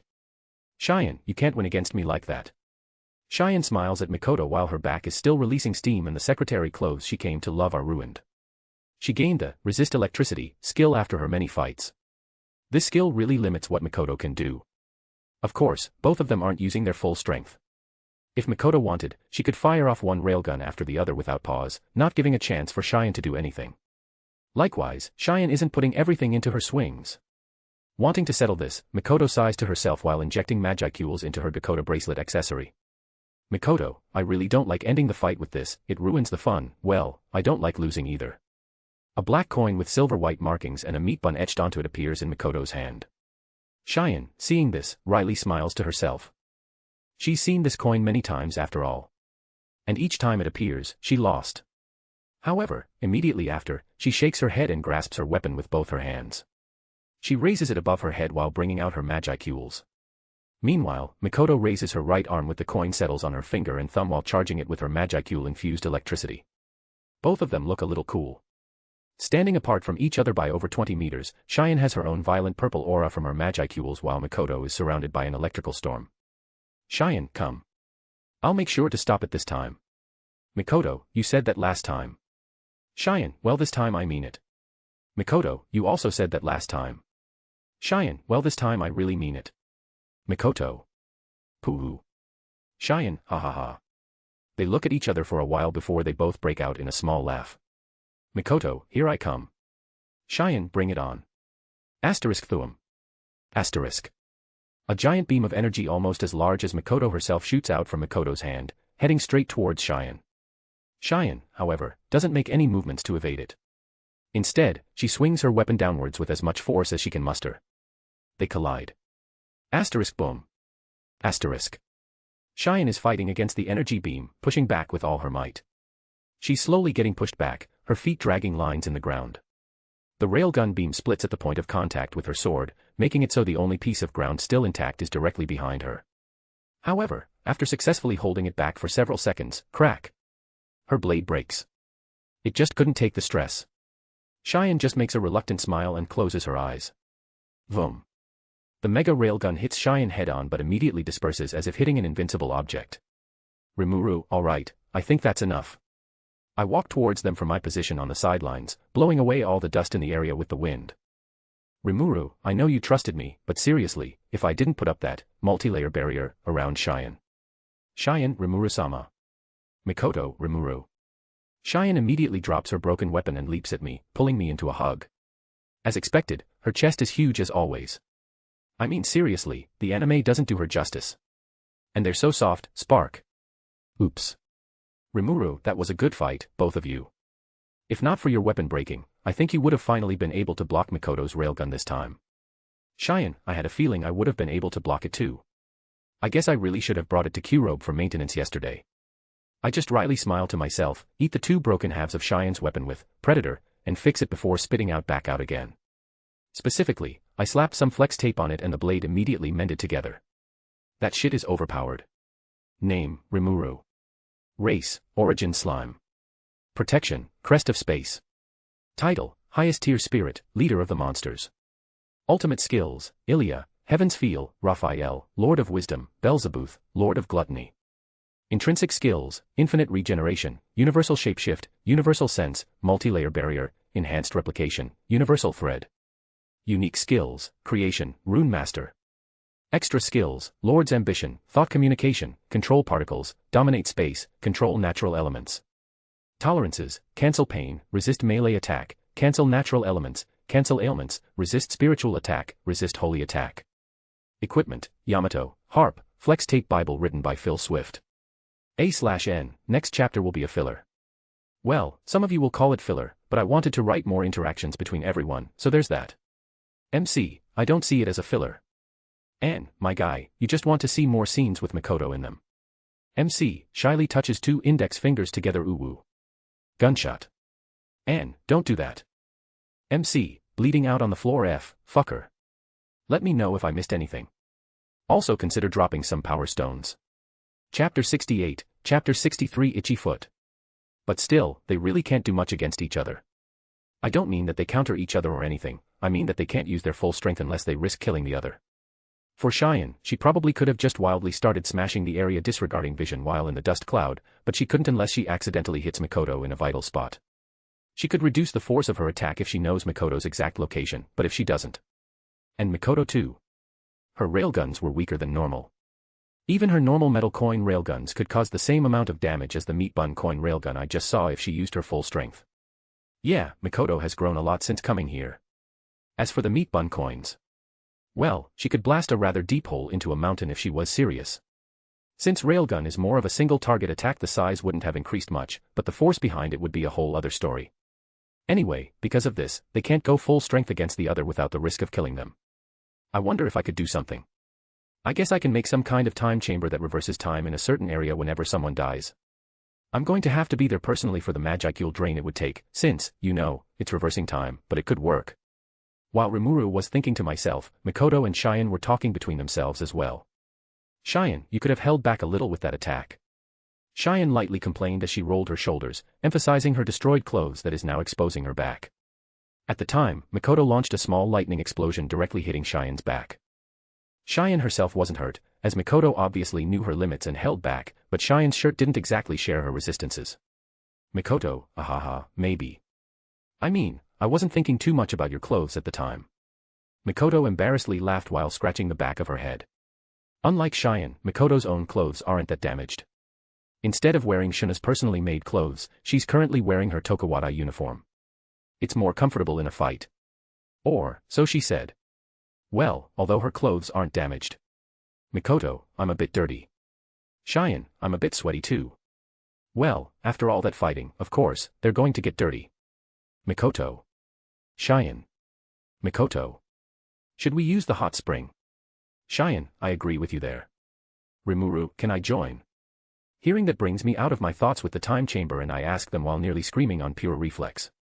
Mikoto/Cheyenne, no/yes. Mikoto and Cheyenne immediately respond to me with their answers, both of them with flushed cheeks. Though the reason why they're blushing is for entirely different reasons. A few minutes after that, while Mikoto and Cheyenne were arguing whether to let me join or not, Shuna arrived. Shuna, Cheyenne, Mikoto, Rimuru-sama, it's almost time to eat. Already. Report. It is approximately 11:55 a.m. Wow, already. Man, it sucks not having a sense of hunger. There were many times where I accidentally skipped eating food. My soul screams knowing I missed out on a chance to eat meat buns, until I just eat one anyway regardless of the time. Meanwhile, Shuna quickly noticed the mess and is now scolding the two of them. Shuna, you ruined your clothes again, Cheyenne. Cheyenne, no, there wasn't much I could do dash. Shuna, and Mikoto. Please stop wearing those biker shorts under your skirt. You're ruining your feminine charm. Mikoto, Mikoto released a girly squeak. I want to hear that again. Well, regardless of how Shuna acts, she cares for everyone very much. She kind of became the doting sister to all of us. She's the one always taking care of our daily needs, and it would get difficult without her. Furthermore, her cooking is getting better. With references from my food and cookbooks made from creation, I wouldn't be surprised if she reaches foodgasm level soon. Everyone is quite thankful to her. Shuna, here. I brought some underwear. Take off those shorts. Mikoto, why, hold on. Not here. Kia. Wipes bloody nose. I really appreciate Shuna. I unconsciously direct a thumbs up to both Mikoto and Shuna. Nice view. Mikoto, who? Ha-iya. Mikoto notices my actions and ended up running away with steam rising from her head. Cheyenne, wait. You're not getting a head start to the hot spring without me. Shuna, Mikoto. Cheyenne and Shuna also quickly ran after Mikoto. I smile fondly at their retreating figures. They really became quite close, huh? Rimuru. What's up? I speak out into the air. Whoosh. Immediately after, a shadow appears kneeling next to me. Holy Jesus, someone appeared. Taking a closer look, it's So-I. I was just fucking around. Raphael, you have to tell me things like this. Yeah, I love you too. So-I was still detected. It seems I am still in need of training. My apologies. Rimuru, and no, you're skilled enough already. Training is good, but you don't need to push yourself. I end up playing it off like I knew he was there all along. If Mikoto were here, my little white lie would get discovered already, but she ran away, so it's fine. Rimuru, so, what happened? So-I, yes sir. Gabble and his men are at the entrance of the town. What should we do with them? They're here. It sure took them a while. Did they get lost on the way or something? Yeah, if it's Gabble I shouldn't be surprised at them getting lost. Rimuru, Lead the way. So-I, understood. We eventually find ourselves at the entrance of the town. There's a large barrier over the town courtesy of my runes that I laid down. By myself. What? My replication clones are from my skill, so technically I did all the work. Anyway, there is a large barrier dome over the whole town, and where the barrier ends is where we designated the entrance/exit of the town. And lo and behold, Gabble and his men await us. My foot, it's itching. Meanwhile, Gabble shivers and closes his legs while looking around uncomfortably. Name, Rimuru. Race, Origin Slime. Protection, Crest of Space. Title, Highest Tier Spirit, Leader of the Monsters. Ultimate Skills, Ilya, Heaven's Feel, Raphael, Lord of Wisdom, Beelzebub, Lord of Gluttony. Intrinsic Skills, Infinite Regeneration, Universal Shapeshift, Universal Sense, Multi-Layer Barrier, Enhanced Replication, Universal Thread. Unique Skills, Creation, Rune Master. Extra Skills, Lord's Ambition, Thought Communication, Control Particles, Dominate Space, Control Natural Elements. Tolerances, Cancel Pain, Resist Melee Attack, Cancel Natural Elements, Cancel Ailments, Resist Spiritual Attack, Resist Holy Attack. Equipment, Yamato, Harp. A/N, and there you go, filler chapter. Although I realize this, I'm too lazy to rewrite it. Oh, also Gabble gets kicked in the nuts next chapter. MC, oh real. N, okay, chapter is ending here. Bye. MC, why, my appearance scene. And, fuck your appearance scene. Let me know if I missed anything. Also consider dropping some power stones. Chapter 69, Chapter 64 Gabble got hired. Gabble and his men finally arrived. All 100 of them. I'm not sure if that's a good thing and I'm starting to have second thoughts on accepting him as a subordinate, but I'm sure he will prove his worth. Maybe. I also see Sauka there as well, so it's not all bad. Rigard and Benimaru are already here.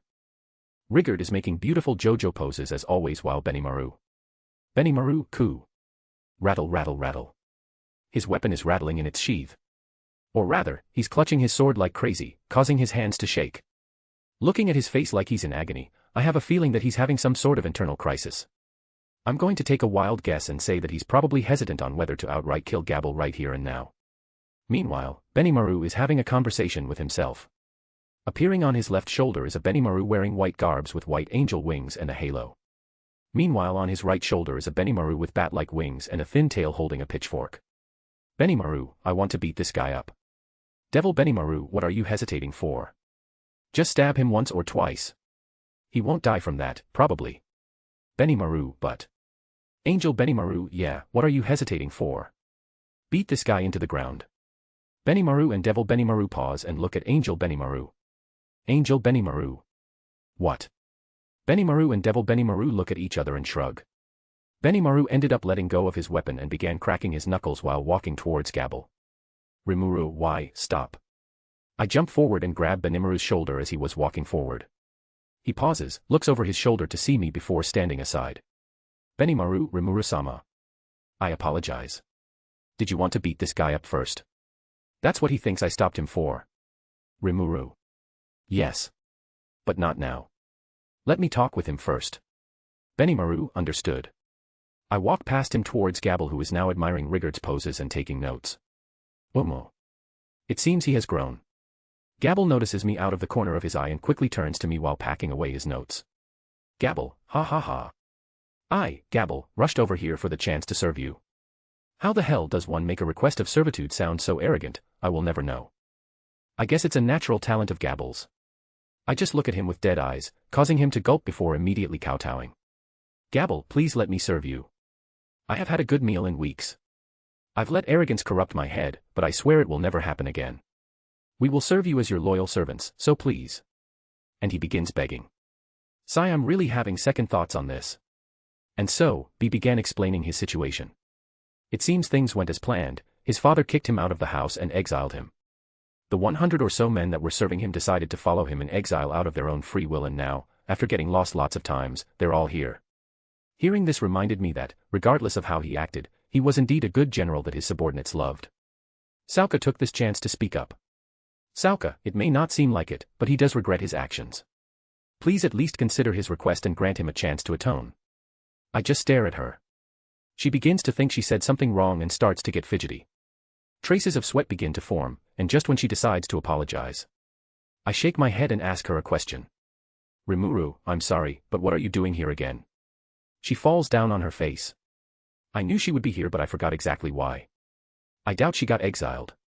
Raphael could tell me why, but I felt like I just had to ask. Sauka breathed a quiet sigh of relief before answering me. Sauka, unlike my brother here, I have not been exiled. I am here of my own free will. My father Abil sent me out to serve under you and learn more about the world.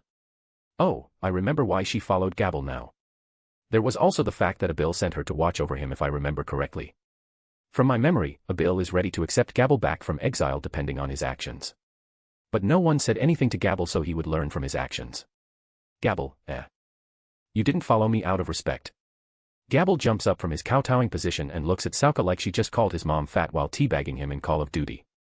Sauka, I do respect you, brother. But I'm more attracted to Soidano. If possible, Rimuru-sama, please give me the chance to serve him. It seems it's not just her, but a few other lizardmen are here of their own free will looking to serve under Soi as well. During the battle with the orcs, I sent him to rescue Abil and it seems he killed quite a few orcs on the way, saving many other lizardmen. I look over my shoulder to our resident quiet Bishaunen. Rimuru, what do you think? He looks at them before turning back to me. Soi, can I use them however I wish? Rimuru, Go ahead. Soi, then I gratefully accept. He walks up, grabs Sauka by the neck, and dragged her away with a few other lizardmen trailing behind him. Meanwhile, Sauka once again is looking up at Soai with stars in her eyes. They should be fine. I turn my attention back to Gabble. Rimuru, I'll let you and everyone else serve under me on one condition. Gabble, I will do anything. Rimuru, great. Then, stand straight with your legs apart.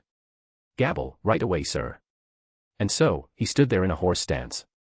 Gabble, by the way, why do I need to do this? Boi. I walk towards him with a menacing face. His few smart subordinates realize what is going to happen and begin to pray for his soul. Rigard and Benimaru, who also realize what is going to happen next, also clap their hands together in prayer. My right foot rears back. Rimuru, behold. My ultimate move. No more descendants kick. Crack. On that day, many civilians throughout town swore they heard the wails of a dying banshee. Meanwhile, a cold breeze swept between all the males' legs, causing them to shiver and cover their family treasures. During that ordeal, they also felt the urge to pay respects to a fallen soldier, and wish him peace in the afterlife. So yeah. Gabble got hired. F. Name, Rimuru. Race, Origin Slime. Protection, Crest of Space. Title, Highest Tier Spirit, Leader of the Monsters, the Nutcracker. Ultimate Skills, Ilya, Heaven's Feel, Raphael, Lord of Wisdom, Belzebuth, Lord of Gluttony, No More Descendants Kick. Intrinsic Skills, Infinite Regeneration, Universal Shapeshift, Universal Sense, Multi-Layer Barrier, Enhanced Replication, Universal Thread.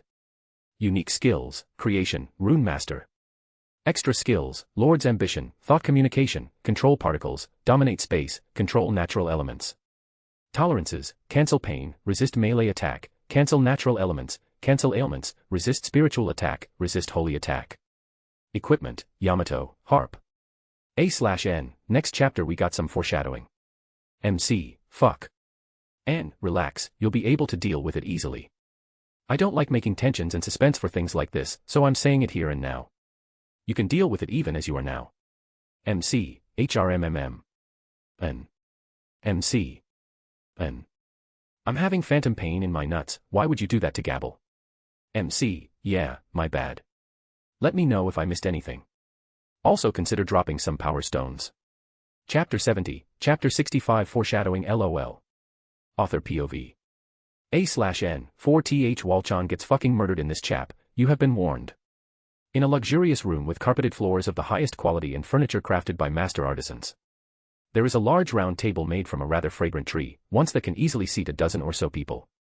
However, even so, only 3 comfortable-looking chairs are placed around it. Seated in one of those chairs is a man with gray-white hair and a calculating look in his eyes. He has pointed ears and is wearing white formal clothes. Unlike Gelmud, whose similar-looking clothes look more comedic than anything else, this man was able to pull off this look with majesty. This man is Clayman. I mean, it was kinda obvious. Yo, Clayman. How's Gelmud doing for you? Suddenly appearing in one of those seats is another man. Although he may seem like a wild man with his short blonde hair and large build, he's not a musclehead. He's also a demon lord. This man is Carrion. Clayman, Carrion. You're early. That's not like you. Well, no matter. I'm holding this meeting to discuss that topic. Shall we wait for the last one? Carrion just shrugs his shoulders and lifts his feet up onto the table. Slam. A few moments later, the door was thrown off its hinges. The culprit is a rather young woman. Like, really young. Or at least, she looks young. A better term for you degenerates would be legal lowly. She has platinum pink hair tied in a twin-tail fashion and sparkling blue eyes. She's also wearing rather skimpy clothing, just a piece of cloth covering her sacred garden and a piece of armor for her rather modest breasts. If anything, her arms are more clothed than the rest of her body. Like, what the fuck? Whether these clothes were worn for ease of movement or to emphasize her rather lacking body, no one would ever know. Melim suddenly looks up and stares into space, directly at the author. Melim, huh? Oh, sure. Beep. We are experiencing technical difficulties, please stand by. Melim walked into the room like it was her own home and behind her is another figure. It's Fry. Fuck the description. I'm joking. She is a harpy, one with large silver eagle-like wings. Her hair is of the same colors as her feathers excluding the goldish-colored feathers at the ends of her wings. She also has bird feet characteristic of harpies and is also wearing a red leotard emphasizing her body much better than another certain demon lord. Looks at reinforced 4th Walchan to make sure it isn't breaking. Nods and sighs. Carrion, whoa, what are you doing here, Fry? Fry, I was dragged here by our lady, Melim here. Trust me, I didn't exactly want to be here. Melim, wahaha. Hey, can we get another chair? Clayman nods and snaps his fingers, causing another comfortable-looking chair to appear. And so, they sat down and began their talks. I won't bore you with the words spoken for this part. Basically, they just talked about Gelmud's failure and that the Orc Lord died. Carrion, that idiot Gelmud rushed things too fast. Just because Veldora disappeared, was there any need to push things forward? Irritation seeps into his voice. Melim, eh? Then what about making the Orc Lord into a Demon Lord? Clayman, we're going to have to go back to the drawing board for this one. Gelmud, the only one who could control the Orc Lord, is dead. Furthermore, I doubt the Orc Lord survived its encounter with them. Melim's ears perked up at this. Melim, hold on, who is of them? Melim asks Clayman with interest. Clayman smiles, he purposefully mentioned a mysterious third party to distract Melim's attention from Gelmud's failure. If Melim decided to throw a rampage because of that, his castle falling to ruins would be the least of his worries. Specifically, his hentai collection hidden under the castle would be his biggest worry. But luckily, his little bait worked. Clayman, well. I think it would be best to look at these. Saying this, he took out several crystal balls, a cunning glint in his eyes. Injecting magicules into them, different scenes begin to play as a projection within these crystal balls. Each of those crystal balls was connected to the eyes of either an Orc General, Gelmud, or the Orc Lord itself. A/N, in canon, a crystal ball wasn't connected to the Orc Lord, so when Gelmud died, Clayman lost all connections with the Orcs. However, I wanted them to see MC in action fighting the Orc Lord, so now there's a crystal ball connection to the Orc Lord. AU for the win. The Demon Lords watching this saw many scenes from different perspectives, each one showing the scene of either one of the Kijin, Ranga, or Mikoto before getting cut off. They were especially enthralled by Gelmud's and the Orc Lord's crystal ball. Well, for Gelmud, they were more entertained by his comedic acts before his death. For the Orc Lords it was more because of interest in the white-haired masked figure shown within it. A reminder that MC's hair is also white and was wearing a mask at the time. Nudge nudge wink wink. Melim makes a childish grin as her eyes sparkle, finding something fun to take away the boredom of her very long life, if only for a little bit. Carrion is also showing interest, along with Fry. Carrion, so what, you want one of us to go and check them out? Clayman, we do need to investigate, yes. Melim, is that so? Then I'm gonna go over and talk to those guys. See ya. Melim immediately left to meet with our resident MC, causing Carrion and Fry to leave as well to make their own preparations. Clayman, left alone in the room, speaks out again. This time, towards a rather suspicious corner. Clayman, and... what do you think? The shadow wavers and a rather young clear male voice speaks out from within. I think it's quite interesting. Those monsters, the Kijin, those wolves, especially the big white wolf who could control space to such a degree. They would make wonderful subordinates. Greed seeps into the voice, showing his desire to obtain those monsters. Of course, he wasn't done yet. And that white-haired one with the mask, that one is strong. If it's a female, I will take her as a wife. If it is a male, I would gladly make him serve under me. If they reject, well. Black-colored electricity sparks within the shadow. Clayman, You are greedy, aren't you? Ha ha ha. What do you expect? I'm the main character. Everything I want will automatically become mine. It will also do you good not to become too disrespectful to me. I'm only here because I want to be. Clayman, of course, I wouldn't dream of being disrespectful to you. Especially since you stole the powers of the great storm dragon Veldora himself. The voice chuckles to himself before his attention returns to the replaying projections of the crystal ball. Right now, the scene of a certain tea-color-haired woman surrounded by electricity defeating countless orcs is playing. And that woman. A wide grin like the Cheshire Cat breaks out from within the dark shadow. So fierce, and yet, fragile. So beautiful, and yet, powerful. Ah. I want her. I want to break her. I want her to become mine. And so, the owner of the voice continues to watch the crystal balls with an infatuated look. Of course, he has made a few mistakes.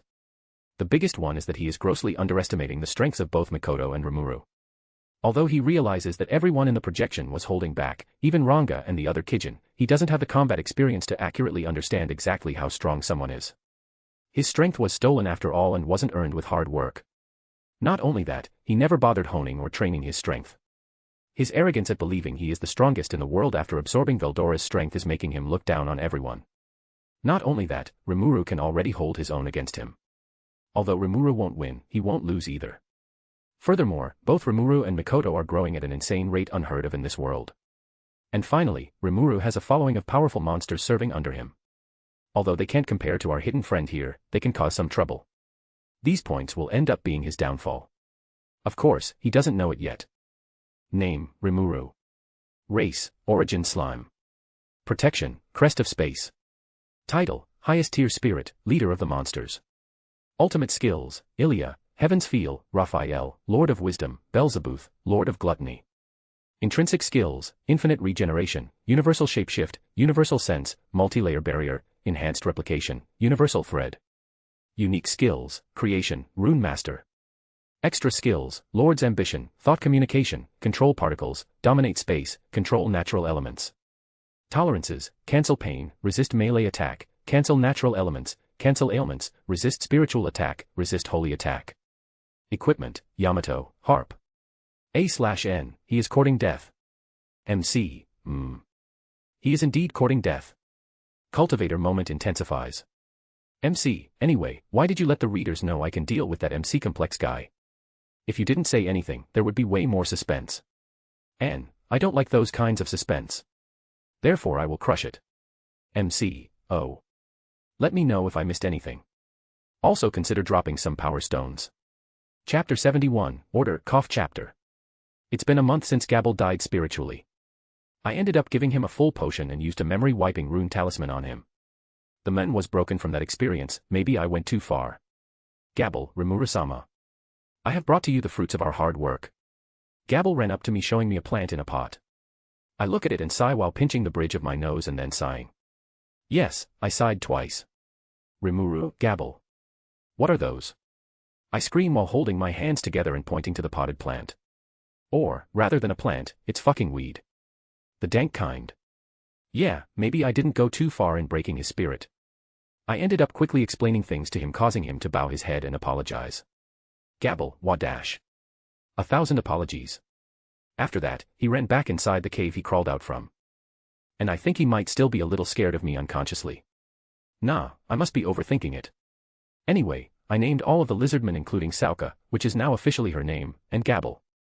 Although Gabble was already named by Gelmud, you can overwrite names. I forgot the exact conditions, but I'm sure it's something about the original namer being dead. As a result, all the lizardmen ended up evolving into Dragonutes. They look like lizardmen except now with horns and wings. Apparently, they're a demi-human with dragon blood in them. How a lizardman can evolve into a dragon-human hybrid, I have no fucking clue. Veldanava obviously was high as shit when making all the races. When I said that out loud, everyone was amazed that I knew something like that. I just laughed while sweating and averting my eyes from a certain electric Sundra who just so happened to be staring at me with narrowed eyes. Thank you, Raphael. Sauka and the females of the group all evolved with more human looks. Meaning aside from their tails, wings, and horns, they look exactly human. They look quite attractive too. On the level of supermodels from Earth. Of course, since this is an anime world, supermodels are only average among the pretty girl ranks. Correction. It is actually because of the magicools contained in every living being that enhances the physical appeal of Dash. I said it's because it's an anime world. Yeah. That's what I thought.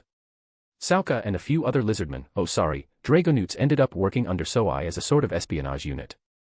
Gabble and his men were then sent into the sealed cave where I was born to grow and harvest hippocute herbs to manually make full potions like in canon.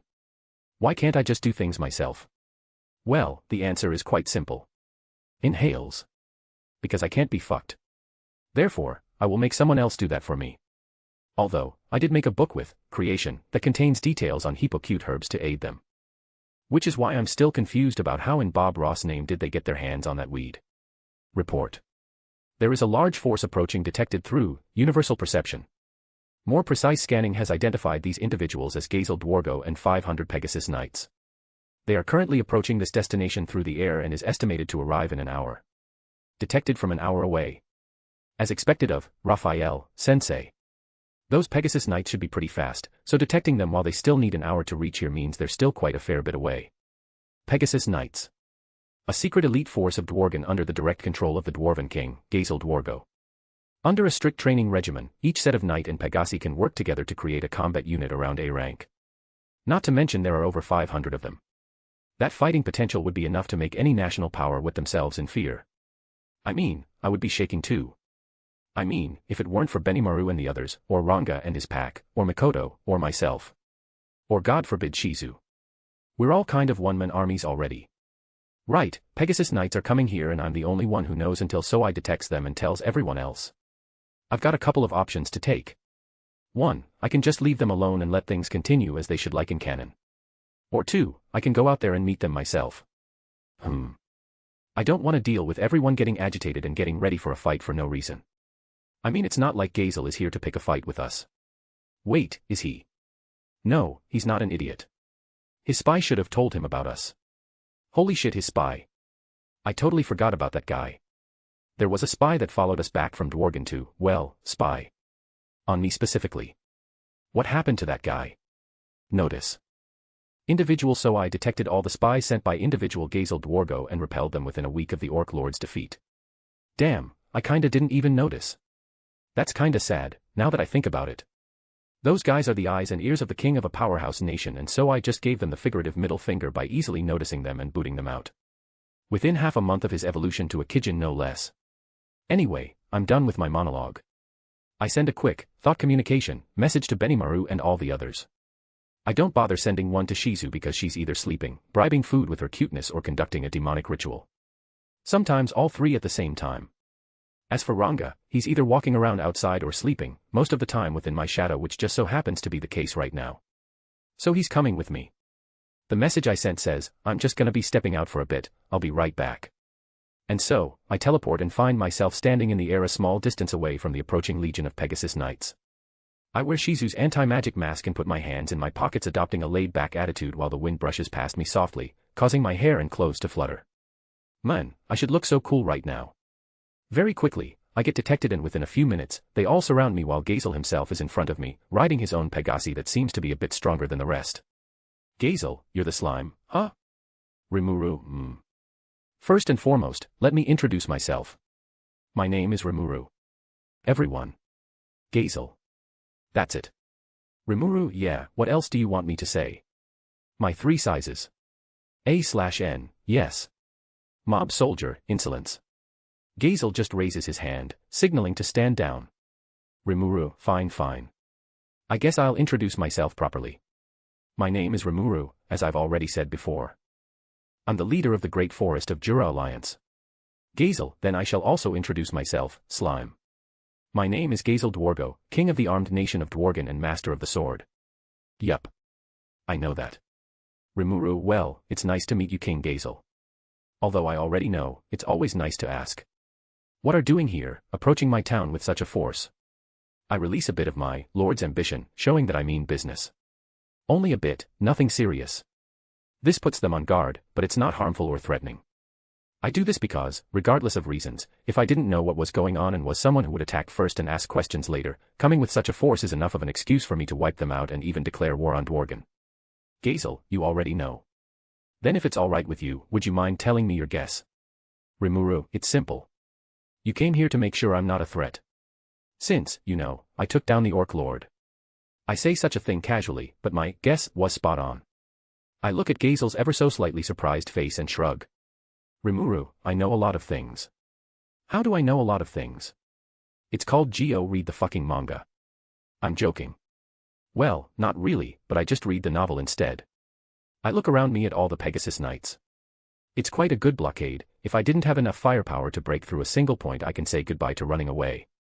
Although I have to ask why they think this can stop a guy who literally appeared in front of them out of thin air. Well, I did appear a fair bit away, so they might have thought they just didn't notice. Still, I know from looking at their eyes, they're looking down on me. It can't be helped. I just a slime. The so-called Great Forest of Jura Alliance also doesn't mean shit to them, seeing it as an over-elaborate name for a monster gathering. Furthermore, these guys are the elite core of a powerhouse nation like Dworgen. I am a little bit annoyed at their thoughts. Should I flex my muscles a bit? Name, Rimuru. Race, Origin Slime. Protection, Crest of Space. Title, Highest Tier Spirit, Leader of the Monsters. Ultimate Skills, Ilya, Heaven's Feel, Raphael, Lord of Wisdom, Beelzebuth, Lord of Gluttony. Intrinsic Skills, Infinite Regeneration, Universal Shapeshift, Universal Sense, Multi-Layer Barrier, Enhanced Replication, Universal Thread. Unique Skills, Creation, Rune Master. Extra skills, Lord's ambition, thought communication, control particles, dominate space, control natural elements. Tolerances, cancel pain, resist melee attack, cancel natural elements, cancel ailments, resist spiritual attack, resist holy attack. Equipment, Yamato, harp. A/N, this chapter is a bit longer than usual. MC, we. More reading. N, we also have a small fight scene next chapter too. Just a small one. MC, why don't you make it a big one? N, because fuck you. MC, well fuck you too. Let me know if I missed anything. Also consider dropping some power stones. Chapter 72, Chapter 67 I won, but at what cost? Right now, I'm standing on the ground. In front of me is the king of Dworgen, Gazel Dworgo himself in all his majesty. Behind him are all his Pegasus knights. Rimuru, so, how are we going to do this? Whoever makes the first strike wins. Gazel, fine by me. But are you sure about this? Asking me, the master of the sword, for a spar. Gazel asks me while readying his weapon. As you might have guessed, Gazel and I are about to have a little spar. Rimuru, ahaha. You can't fool me, you would have brought it up regardless. I just skipped straight to the subject. Gazel just smiles without answering. I'm right after all. I know from reading the novel and watching the anime. Gazel believes someone's true self will reveal itself in a clash of swords. Since I'm powerful enough to take down an orc lord, I can be a threat to Dworgen. Gazel wants to know if I'm an enemy or someone that can be reasoned with, hence the spar. I quickly brought up the subject of a spar knowing Gazel would accept, and now we're here on the ground preparing ourselves. Gazel unsheathes his sword while I took out Yamato from my gluttony stomach and moved Shizu's anti-magic mask to the side of my head. It might seem a bit overkill for just a spar, but I don't plan on unsheathing Yamato from its scabbard. Instead, I tie the seijo of the scabbard around the guard of the blade, ensuring it doesn't just fly off and casually murder someone. A/N, a seijo is a string connected to the scabbard used to tie the scabbard to your obi/belt. Gazel, a good sword. Very much cared for. Gazel looks at my sword and mutters under his breath. Anyway, we quickly finish our preparations and Gazel asks me a question that brought to my attention a glaring issue. Gazel, so. Who should officiate this spar? That's right. We don't have a fucking referee. Of course, being the genius that I am, A/N, cough, I already have a solution. I could ask Ranga to do so, or Gazel could just nominate one of his men, but having a neutral third party would be best. Furthermore, the person I have in mind could also get rid of the little prejudice Gazel and his men have against me. Also so, I speak out loud into the wind. Rimuru, could you help us out a little, trainee? At first, everyone watching me was confused. Did I suddenly go crazy? What kind of mushrooms am I eating? But then a breeze of wind brushes past us, and after some visual effects with leaves, vines and branches, a certain dryad reveals herself. Trainee, gladly, Sir Rimuru. My name is Trainee, a dryad and caretaker of the forest. At the request of Sir Rimuru, I shall officiate this spar. As expected of Trainee, she quickly noticed my intentions and acted like she's only doing this because I asked her to. Well, I know she's also having her own little fun. But in the end, this achieves the goal I was aiming for. A dryad. Why is one appearing now? Does the dryad have some connection to that slime? Murmurings break out in the nights behind Gazel. Gazel himself is also surprised at this turn of events, looking at me and Trainee. Gazel, silence. This slim, Rimuru and I are speaking. I will evaluate him myself, and I would appreciate it if you would not create a racket. This is the first time Gazel called me by my name. As expected, showing my connections to a dryad made him realize that I have real backing aside from my strength. Rimuru, then let's get started, shall we? Gazel, indeed. We both raise our weapons and ready our stances. Trainee, ready. Begin. Rimuru, surprise meat bun attack. I take out a meat bun and throw it at Gazel. It hits him square in the chest, denting his armor and sending him flying back with his limbs flailing helplessly. Trainee, what? Kakyoin. He was suddenly blown away. Impossible. I see Trainee enjoys the holy texts I gave her. Well, that meat bun was mostly harmless, only denting Gazel's armor and sending him flying away with the knockback enchantment I added on it. He took no damage, so he quickly corrected his position in the air and landed back on his feet, dragging lines in the dirt as the laws of inertia work their magic. However, within that time, I quickly ran up to him, and by the time he noticed, I'm already in front of him swinging my wooden sword down at his head. He quickly lifts his sword above his head, parrying it and swinging his sword at me from the side. I lean back as it flies over my chest and I flip back using my hand as a spring. This time Gazel takes the initiative. Without any pause, he jumps forward swinging his sword at me from my left, to which I block. All this happened in just a couple of seconds. Our attacks are mere blurs to the knights watching, each strike creating a small shockwave. We continue this stalemate for a minute or so with no one gaining the upper hand. One person attacks while the other either dodges, parries, or outright blocks it. Neither of us ever landed a solid hit. Of course, I'm restraining myself. My physical strength on par with a true dragon has been reduced to Gazel's level with Raphael's help, and I'm not using any other skill in this fight except universal perception to help me track his movements. I'm fighting Gazel with my raw skill right now. I know I said, flex my muscles, but it's not like I can just beat this guy into the ground. There will be a whole lot of problems that will occur if I absolutely floor the guy, after all. And I don't want to deal with them. Well, Gazel is also going easy on me. He has trained in the sword for centuries, my meager month or so of training can't compare, even with my comprehension rune. Although if this was a serious fight with none of us holding back, I would win. I feel a little smug knowing that. Of course, fate feels like fucking me over at this point, and I just so happen to not notice a little rock behind me which I just so happened to trip over, while Gazel just so happened to be making an attack which I just so happened to be able to block if I didn't trip. Man, fuck my life. And so, I find myself on the floor with Gazel's sword pointed at my neck. Trainee, King Gazel wins.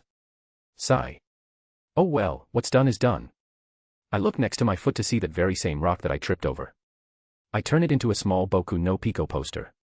I'm not salty. Gazel, that was a good fight. Gazel sheathes his sword and extends his hand to me, to which I grab and he pulls me up.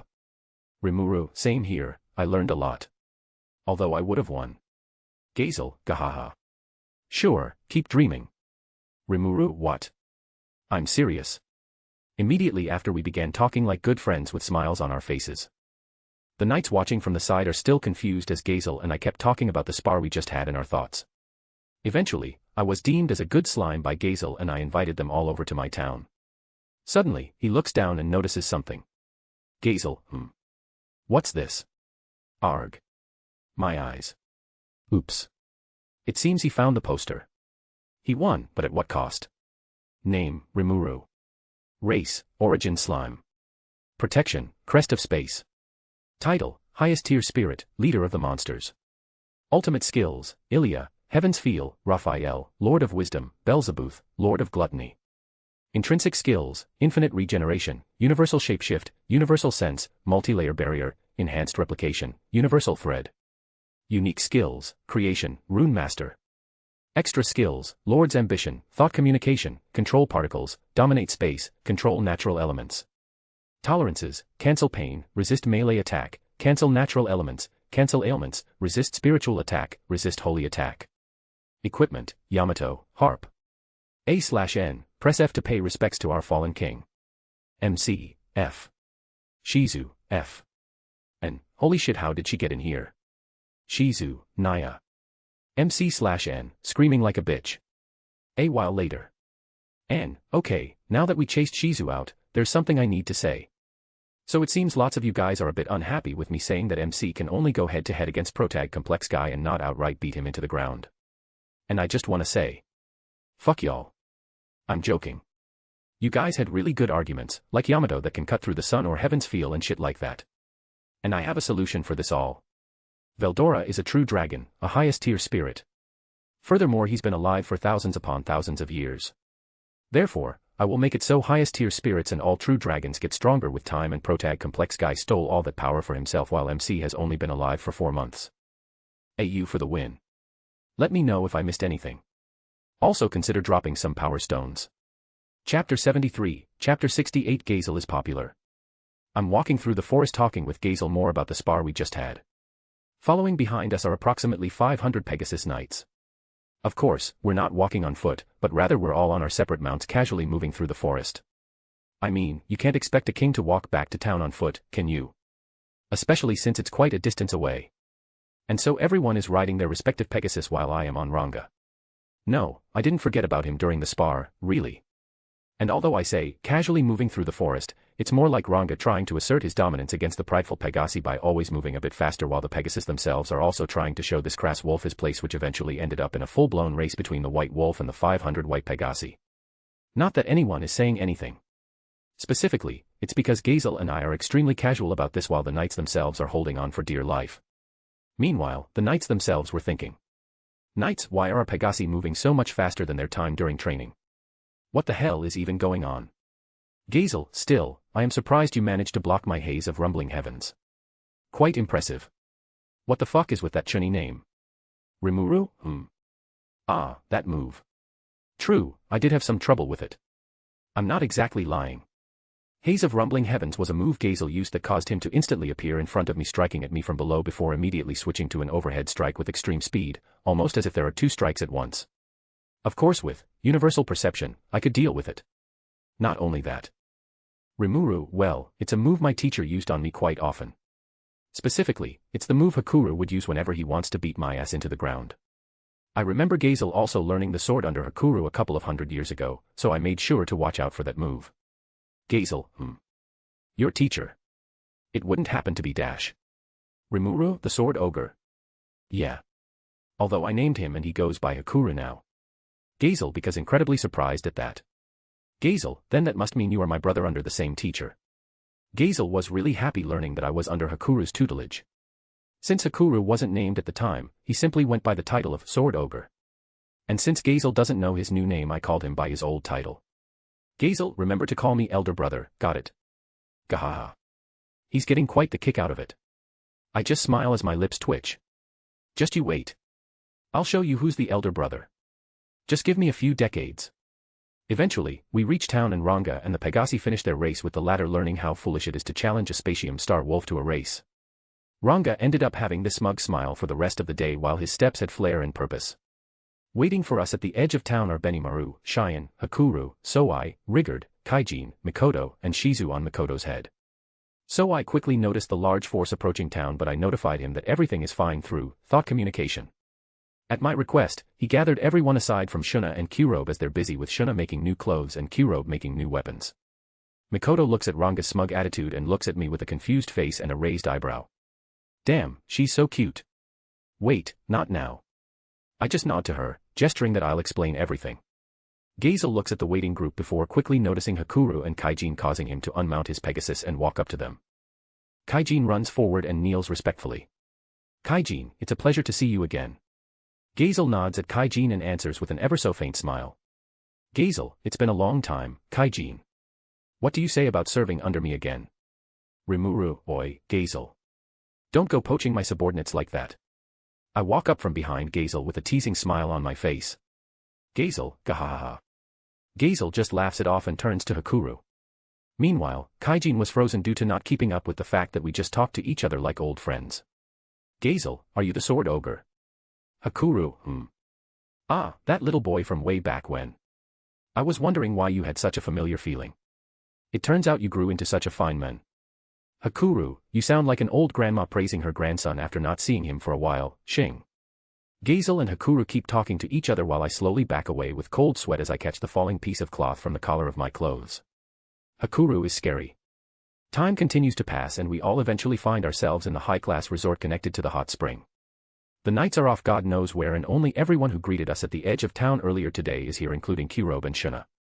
We all had a nice relaxing bath and now we're unwinding with food and drinks courtesy of Shuna in an open-aired room wearing hot spring yukatas, also courtesy of Shuna. No, I didn't go in with the women. Sad face. Gazel officially explained the reason for his meeting, letting everyone know the reason for his visit, while I then explained what happened after I gave everyone that gonna go for a walk thought communication message and teleported in front of Gazel. Mikoto, Rimuru, you are an idiot. What would have happened if they were hostile? Mikoto plainly stated while looking at me. I just smile warmly at her. Mikoto, what? Arimiru, nothing. I just feel happy knowing that you worry for me. That causes Mikoto to immediately break out in a shade of red. Mikoto, who's worried about you? Classic Tsundere reply. I love teasing this woman. Furthermore, she looks beautiful in her hot spring yukata. Gazel just rubs his chin while looking at the two of us with a glint in his eye. After Mikoto ran off as a stuttering mess with steam rising from her head after my teasing, Gazel walked up to me and whispered. Gazel, you know, I was also pretty popular with women back in the day. If you need advice. He pats my back with a knowing look while I just smile at him with twitching lips. Popular, my ass. This guy just wants to hear updates on the situation. Name, Rimuru. Race, Origin Slime. Protection, Crest of Space. Title, Highest Tier Spirit, Leader of the Monsters. Ultimate skills, Ilya, Heaven's Feel, Raphael, Lord of Wisdom, Beelzebub, Lord of Gluttony. Intrinsic skills, Infinite Regeneration, Universal Shapeshift, Universal Sense, Multi-Layer Barrier, Enhanced Replication, Universal Thread. Unique skills, Creation, Rune Master. Extra skills, Lord's Ambition, Thought Communication, Control Particles, Dominate Space, Control Natural Elements. Tolerances, Cancel Pain, Resist Melee Attack, Cancel Natural Elements, Cancel Ailments, Resist Spiritual Attack, Resist Holy Attack. Equipment, Yamato, Harp. A/N, it's chapter 69 next chapter, so it's gonna be in our 18+ chapter. Furthermore, it's double the length of the chapters one usually write, so praise me. MC, nice. Meat Bun ROB, nice. Goblin Jeff, my name Jeff, nice. Dio, WRYYYY. Let me know if I missed anything. Also consider dropping some power stones. Chapter 74, Chapter 69 Hot Spring, our 18+. A/N, this is chapter 69, therefore I have to write in our 18+ chapter. This is a non-canon chapter. By that, I mean that this didn't happen. Think of it as a spin-off, if you will. This is what would have happened if MC joined in with the girls during their bath. Enjoy, you degenerates. Oh, and this is Yuri. MC will go female form for this. After all, Yuri is good for the soul. Although I did feel weird writing this since MC was originally a guy, oh well. Once again, enjoy. Hot Spring. Gazel and I just had our spa and now we're all unwinding for the day at the hot spring resort. After some thinking, I decided to sneak into the females' hot spring ahead of the girls. I also placed down various runes to isolate this place to prevent any peepers. Rimuru, this is the life. I say this while sinking deeper into the steaming waters. Although I have cancel natural elements, which also makes it so I can't feel temperature, I can lower my resistances a bit so now I can feel the warmth of the water. I am currently in my gender-neutral human form. As of right now, I am alone. But not for long, slam. Cheyenne, hot spring. Shuna, Cheyenne. Stop running, you might fall. Mikoto, Shuna's right. What if you break the floor? A trio of beautiful women opens the door separating the women's change rooms and hot spring, all covered with towels tied around their chests. Rimuru, you girls are quite loud, aren't you? I speak up with a small smile on my face. Shuna, Rimuru-sama. Cheyenne, Rimuru-sama, you're here. Shuna and Cheyenne turn their heads towards the voice to find me already neck-deep in the water. They smile as they respectfully greet me and Cheyenne calms down as they both walk towards the water. Mikoto, Rimuru. What are you doing here? Mikoto half screams as her entire face immediately turns a shade deeper before squatting down and attempting to cover as much of her exposed silky skin as she can. Rimuru, oi oi, at this rate you'll overheat before you even set foot in the hot spring, you know. Mikoto, b but dash. Arimuru, no buts, come on in. Cheyenne, Rimuru-sama is right, you know. Shuna, the water feels really relaxing. Cheyenne and Shuna are already in the hot spring, exposing their bodies without a hint of shame as the towels that used to cover them are discarded to the side. Rimuru, if you're that uncomfortable, here. How about now? I transformed into my female form. My chest and ass expanded while my waist shrunk slightly and my face and voice turned feminine. After a few more minutes of convincing from all three of us, Mikoto finally relented and sat in the hot spring as far away from me as she can. Her face is still in a heavy shade of red and her eyes are swirling a bit from dizziness. On the other hand, Shuna and Cheyenne are sitting directly next to me, just enjoying my company. In fact, they're currently leaning on me right now as my arms are resting around their shoulders. I look like a playboy, no, would it be playgirl now? But still, Cheyenne and Shuna are incredibly beautiful women. Cheyenne has a bombshell body and is the most developed out of all three women.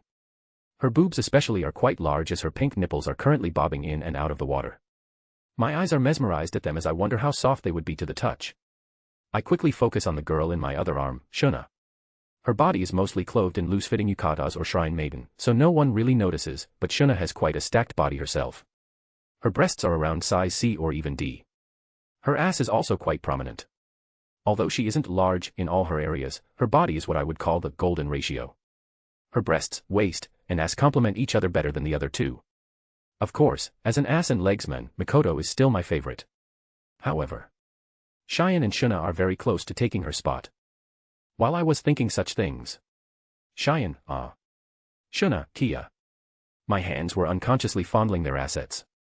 It wasn't until they couldn't take it anymore and released their own respective moans from my surprisingly dexterous hands that I realized what I was doing. Their bodies trembled as my hands pinched their nipples one last time before quickly letting go, and their bodies fell loosely into my arms. Did they come? Their breaths became quite rough, and before I could apologize, they opened their eyes. They looked towards me, and with pink and purple hearts replacing their pupils. Shuna and Cheyenne spoke to me. Shuna, Rimuru-sama. Cheyenne, more. They both grab one of my hands and place it on their breasts, and immediately, I started moving my fingers. Moan. Immediately after, they started breathing heavily and moaning again, not caring about keeping quiet this time. I do this for several more minutes, feeling them tremble several more times before I remove my hands from their breasts. Before they could protest, however, I immediately attacked their sacred gardens beneath the water. Cheyenne, ah. Shuna, Rimu, ha. Immediately after, their bodies shake and fall onto my chest. Doing this, I can confirm, they don't have hair down there. It's very soft and smooth. After a few more moments, they barely regain their sense of movement and look towards me with heated eyes. Shuna jumps forward and attacks my lips with her own. Without saying anything, our tongues intertwine into a messy sloppy kiss while Shuna wraps her arms around my neck. My hand that was fingering her garden snake around her back and attacks her pussy again, this time from the direction of her ass. Cheyenne, however, takes a different approach. She places her hand on my stomach, slowly sliding it down before reaching my own vagina and entering it. Rimuru, mmm. I moan into Shuna's mouth as electricity runs up my spine and pleasure hits my brain. Heck, I don't even have a brain. Cheyenne's mouth, however, lowers and starts playing with my nipple, running her tongue around it while biting it occasionally, constantly sending waves of stimulation to my head. Oh my fucking god, this feels amazing. Do all women feel this? Holy shit, I'm actually quite jealous. At this point, my eyes have already rolled to the back of my head, and I'm very sure I'm currently making an ahigo face. We continue pleasuring ourselves for nearly an hour, switching things up along the way. I even changed my age every now and again, from a loli to a mature MILF. My favorite was when I laid down under the water and Cheyenne sat on my face as I stimulated her pussy with my tongue. Meanwhile, Shuna unceasingly rubbed her own pussy against mine in a scissoring position with my leg hanging over her shoulder. Shuna, ah. Wah. Rimuru-sama. Cheyenne, ah. Rimuru-sama. Right there. All of us never stopped moaning as our constantly violent movements made splashes and minor waves in the hot spring waters. Honestly, this is the best way to utilize the fact that I don't need to breathe. This way, we don't even need to leave the hot spring. Our juices spread out into the waters, completely saturating the water and air with our smell. Heck, I drank some accidentally and it tasted something like honey or nectar. This is how you make fucking bathwater, Belle Delphine. We continue to pleasure ourselves in all kinds of positions. Meanwhile, a certain tea-color-haired railgun is sitting off to the side, masturbating. Third-person POV. At first, Mikoto was incredibly shocked at this turn of events. She wanted to say something, but she also didn't want to stop them. In the end, she chose to hide her presence and observe. Things quickly escalated, and now Cheyenne is sitting on Rimuru's face while Shuna is grinding her vagina against Rimuru's. Both of them are moaning like mad with hearts in their eyes, all three of them concentrating on nothing but pleasuring themselves and their partner. Mikoto's left hand is covering her mouth to muffle the moans she makes so as not to disturb the scene in front of her, while her right hand is furiously rubbing her sacred gardens. Drool sometimes leaks from the gaps in her fingers, but even so, her eyes never left the scene in front of her. Unknown to herself, however, is that she unconsciously shifted closer and closer to get a better view. Eventually, she found herself quite close to the entanglement of bodies. However, she only reached this point as things were coming to a close. As monstrous as Cheyenne and Shuna were, they still had a sense of stamina.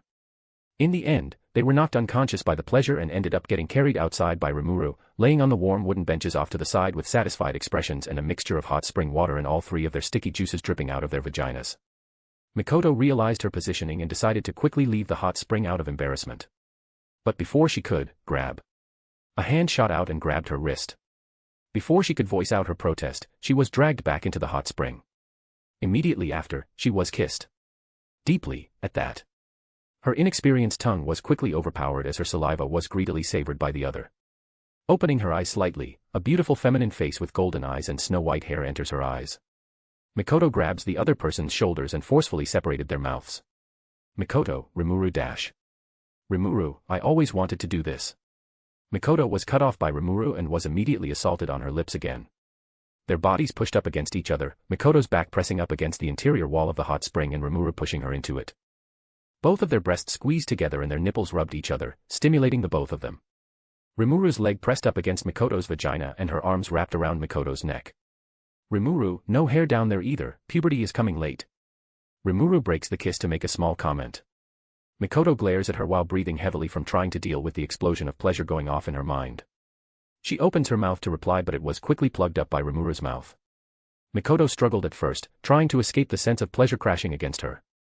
However, after not accomplishing her wish, she slowly began to lose that desire and also began reciprocating her kiss while her arms unconsciously found their way hugging Rimuru's back. After doing so for a while, they finally broke their kiss with a string of saliva connecting the two mouths, and Mikoto took a deep breath. Not from a lack of air, but from the amazing experience she just went through. Of course, Mikoto had no time to rest as she was immediately flipped around with Rimuru's body pressing up against her back. MC POV. My breasts push into Mikoto back. I can feel Mikoto's developing ass press into my hips. Mikoto, Rimu, ah. She begins to ask what am I doing, but I quickly answer her by rubbing her clitoris with my right hand fingers while kneading her developing breasts and pinching her nipple with my left. I also started licking and kissing her neck and ears while occasionally biting it, leaving a mark. Mikoto.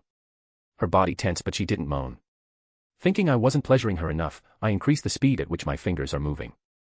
Still, she didn't once speak out. I once again increase my speed and her body squirms. Her legs tremble and I feel her holding her breath. It was at this moment I realized what exactly was going on. It's not that I was lacking in my technique honed by the two beautiful Kijin. Nor was it that Mikoto wasn't sensitive enough. It's that Mikoto's body is too sensitive. So much pleasure is assaulting her mind that even her natural responses shut down. Her body froze up and she didn't moan, not because she didn't want to, but because she couldn't. After speeding up, her body even forgot to breathe. That is how much pleasure her mind is dealing with due to her overly sexually sensitive body. You also have to take into consideration that Mikoto is an Esper. Her mental capabilities are several thousand to several 100,000 times higher than the average human. God, that's so fucking hot. Getting aroused, I stick my middle and ring fingers into Mikoto's vagina and press on the roof of her pussy. Schlick. Immediately after, like a puppet with cut strings, her legs give out and her body falls. I catch her body and turn her around to look at her expression. Painted on her face is nothing but pleasure. Her eyes are rolled backwards and her mouth in a warped smile with clenched teeth with drool leaking out. She was knocked unconscious from the pleasure. At this point, Cheyenne and Shuna woke up again and we both continued our entanglement of pleasure. Mikoto woke up halfway through our second run and was also pulled into it. In the end, we continued this for hours upon hours, doing nothing but pleasuring the other sexually while getting knocked out before waking up and doing it all over again, with me being the only person who stayed awake throughout the whole thing. And then I woke up. A/N, yes, I can hear my entire family walk into my room as I'm writing this. I will also write an official MC X Mikoto R18+ chapter later down the line. Oh, and MC. I have a question. MC, what's up? Ann, do you have hair down there? MC, Roundhouse Kicks author. Let me know if I missed anything. Also consider dropping some power stones. Chapter 75, Chapter 70 Name of Our Nation. Everyone is unwinding over food and drinks in the recently constructed resort right after getting out of the hot spring. This resort was quickly built at my request by the High Orcs and High Ogres. As an aside, the High Ogres decided to join the High Orcs in construction around town, so now things are really speeding up. Anyway, I was having a drink with Gazel when he suddenly looks at me with sharp eyes. Seeing this, I put down my drink and sit up properly. We're about to have a serious talk. If before Gazel was enjoying himself as my elder brother, now he is currently looking at me as the king of Dworgen. Gazel, Rimuru. There are a couple of important things I must talk to you about. I don't say anything and just nod, signaling him to continue. I already have an idea of what he wants to talk about. This happened in the series after all. The alliance between my nation and Dworgen. Gazel, first off, the most important one. I would like a supply of these meat buns shipped to Dworgen every week. Rimuru, deal. Gazel, good. Now on to the less important subject. Rimuru, would you like to form a covenant with me? I ask you not as a fellow student of Hakuru, but as the king of my nation. You, the leader of the forest, are in an equal position with me. Are Rimuru, so, an alliance? Are you sure about this? It's basically saying that we're a proper fully fledged nation. I'm simply asking for formalities at this point. As expected, Gazel didn't hesitate to nod his head. We fleshed out the details of the alliance. This was done quickly due to both of us knowing what we wanted and not really having any intention to trick the other into something dubious. Benimaru, Rigard, and surprisingly Shuna also gave a few pieces of advice. In the end, the alliance turned out pretty much like how it did in the series. A non-aggression treaty, assistance whenever the other nation is endangered, a road leading from my town to Dworgen, guaranteed safety for our citizens while in the other country, and technology sharing. Of course, I added something of my own as well. Rimuru, I would also like for Dworgen to support us financially. That is my personal condition. I know the general events of the future, and so I know that my town will eventually become a center for trade throughout most of the world. However, as of right now, we have no money. And Dworgen is a rather rich nation, so... Gazel, but isn't it a bit unfair towards us? Rimuru, haha. Gazel, I said this before, but you can't fool me. I'm the one footing the bill for the road construction. It might be easy to make a road leading to Dworgen for us monsters, but I know that it would be a much harder challenge for you. Think of it like you're just paying us for the job. Gazel stares at me, but I don't shy away and stare right back at him with a small smile on my face and a completely relaxed posture. Gazel finally ended up breaking a smile of his own before chuckling. Gazel, gahaha. Rimuru, you really are an interesting slime. Very well, I accept. However, there is a limit to how much we can supply. I hope you understand that. Rimuru, don't worry, we don't need the money right now. Later on, we just need to borrow a small amount to get us off the ground when we start dealing with humans. After that, well, it shouldn't be too straining on your coffers. I reassure Gazel while shaking hands with him, thus establishing the alliance. Gazel, by the way. What's the name of your nation? I already have a name in mind, so I opened my mouth to answer. But before I could. Cheyenne, let's name it Rimuru. Let's not do that, thank you. I immediately shot Cheyenne down, so she ended up feeling pretty bummed out. I felt a little bad, so I turned into my slime form and jumped into her arms. Needless to say, she completely forgot about what just happened and enjoyed cuddling me. Now, back to the name of the nation. I've already had this name in mind for a long time. I open my mouth and speak. Rimuru, the Meat Bun Kingdom. A/N, this is a joke, ignore this. It's not actually going to be called the Meat Bun Kingdom. Time rewinds a bit. Rimuru, the name of my nation will be Jujumu Goko no Surakair Kaijari Suijo no Suijomatsu Unraimatsu Furaimatsu Kuneru Tokoro and Isumu Tokoro Yabirakoji no Birakoji Pipo no Shuringen no Girindai no Pampakopi no Pampakona no Chukumi no Chasuk. Everyone stops talking and looks at me. Did I say something wrong? Gazel, oh. Jujumu Goko no Surakair Kaijari Suijo no Suijomatsu Unraimatsu Furaimatsu Kuneru Tokoro and Isumu Tokoro Yabirakoji no Birakoji Pipo no Shuringen no Girindai no Pampakopi no Pampakona no Chukumi no Chasuk. Huh? A good name. It rolls of the tongue quite well. Gazel says while stroking his beard. Shuna, as expected of Rimuru-sama. To come up with Jujumu Goko no Surakair Kaijari Suijo no Suijomatsu Unraimatsu Furaimatsu Kuneru Tokoro and Isumu Tokoro Yabirakoji no Birakoji Pipo no Shuringen no Girindai no Pampakopi no Pampakona no Chukumi no Chasuk, he really is our lord. Benimaru, indeed. Jujumu Goko no Surakair Kaijari Suijo no Suijomatsu Unraimatsu Furaimatsu Kuneru Tokoro and Isumu Tokoro Yabirakoji no Birakoji Pipo no Shuringen no Girindai no Pampakopi no Pampakona no Chukumi no Chasuk is quite a catching name as well. I'm sure many people will remember this name. So I just nods off to the side. He really doesn't talk, huh? Hakuru, to come up with a name such as Jujumu Goko no Surakair Kaijari Suijo no Suijomatsu Unraimatsu Furaimatsu Kuneru Tokoro and Isumu Tokoro Yamumge no Birakoji Pipo no Shuringen no Girindai no Pampakopi no Pampakona no Chukumi no Chasuk, the young really do surpass the old. Everyone is muttering about how such a good name it is. I knew I made the right decision. Mikoto. Mikoto is dumbfounded. She's just looking around at everyone as they get on the Jujuma train, confused as to why everyone is accepting it. Of course, it's not like she thinks it's a bad name or anything, but... Mikoto, isn't it? I don't know, a bit long. As expected of my voice of reason. True, it is quite long. Of course, I already have a solution. Aramuru, well, I'm only planning to have this one single town anyways, so we can just call it by the town name instead of the nation itself. Mikoto, oh, that's why. So... what's going to be the name of our town? I grin, mentally at least, I'm in slime form right now, and answer proudly. Rimuru, Avalon. Name, Rimuru. Race, Origin Slime.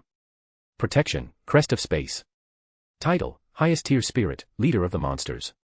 Ultimate Skills, Ilya, Heaven's Feel, Raphael, Lord of Wisdom, Beelzebub, Lord of Gluttony. Intrinsic Skills, Infinite Regeneration, Universal Shapeshift, Universal Sense, Multi-Layer Barrier, Enhanced Replication, Universal Thread. Unique Skills, Creation, Rune Master. Extra skills, Lord's ambition, thought communication, control particles, dominate space, control natural elements. Tolerances, cancel pain, resist melee attack, cancel natural elements, cancel ailments, resist spiritual attack, resist holy attack. Equipment, Yamato, harp.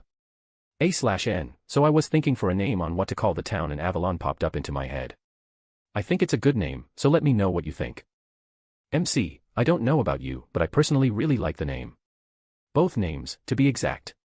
And, indeed, Jujumu Goko no Surikair Kaijari Suijo no Suijomatsu Unraimatsu Furaimatsu Kuneru Tokoro and Isumu Tokoro Yamamgai no Birakoji Pipo no Shuringen no Girindai no Ponpakopi no Ponpakona no Chukumi no Chasuk took a lot of brain power to come up with.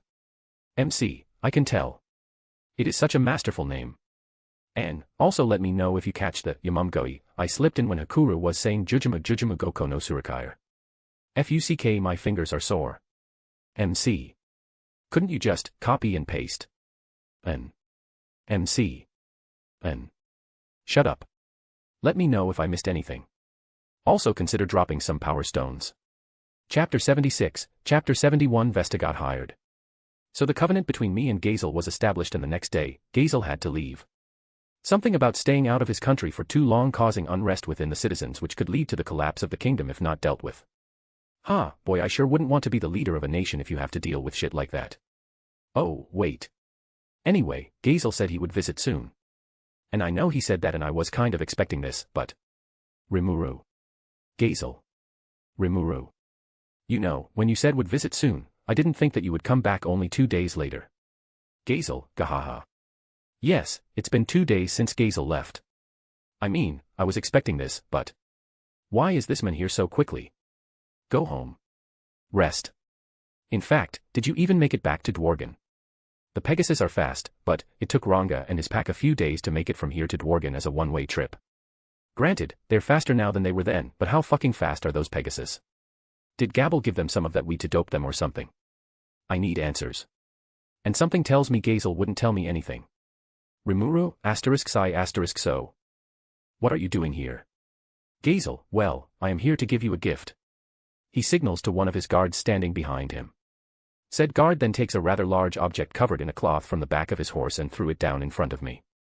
There's obviously a body inside it. I look towards Gazel. Rimuru, so you want me to help you with a murder?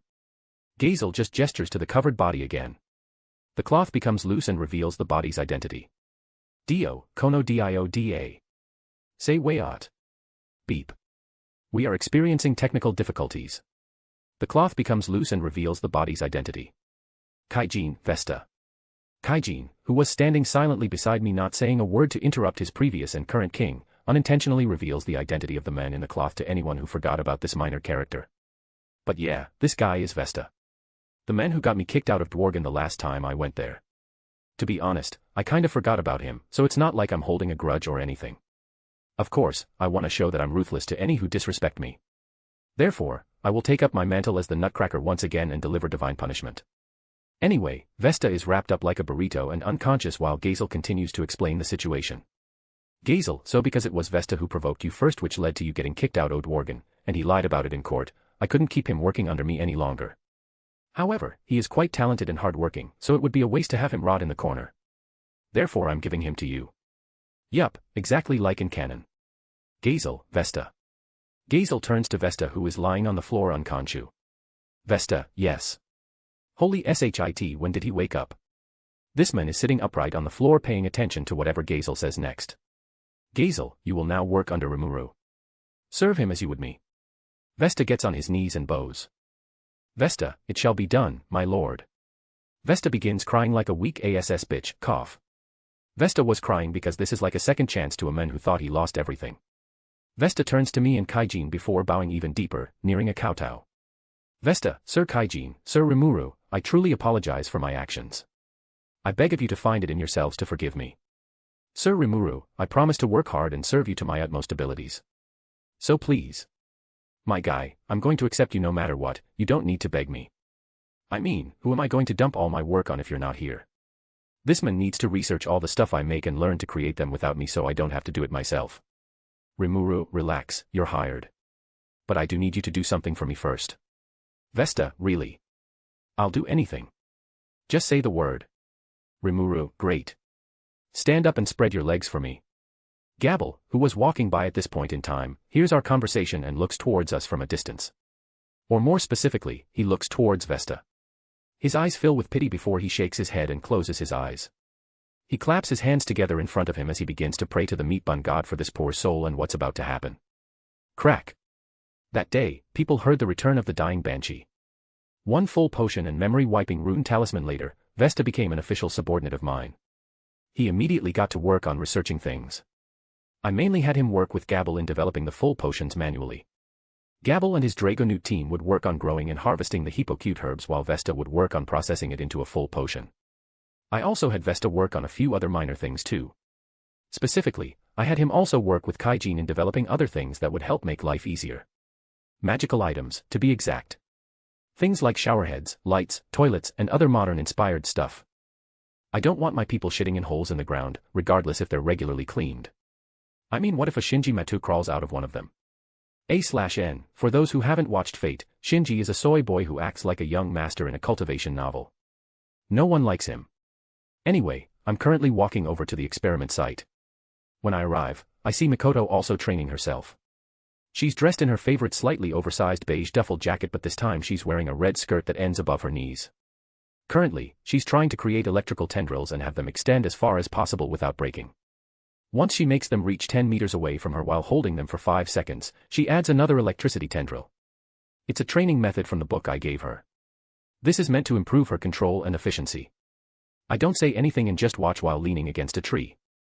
She's standing there with eyes closed and her right arm outstretched, unmoving. However, all around her, arcs of electricity surround her. Each arc is slow-moving, different from electricity and lightning's nature of speed.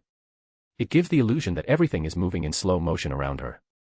Her hair and clothes are slightly floating and waving around from the change in magnetism around her.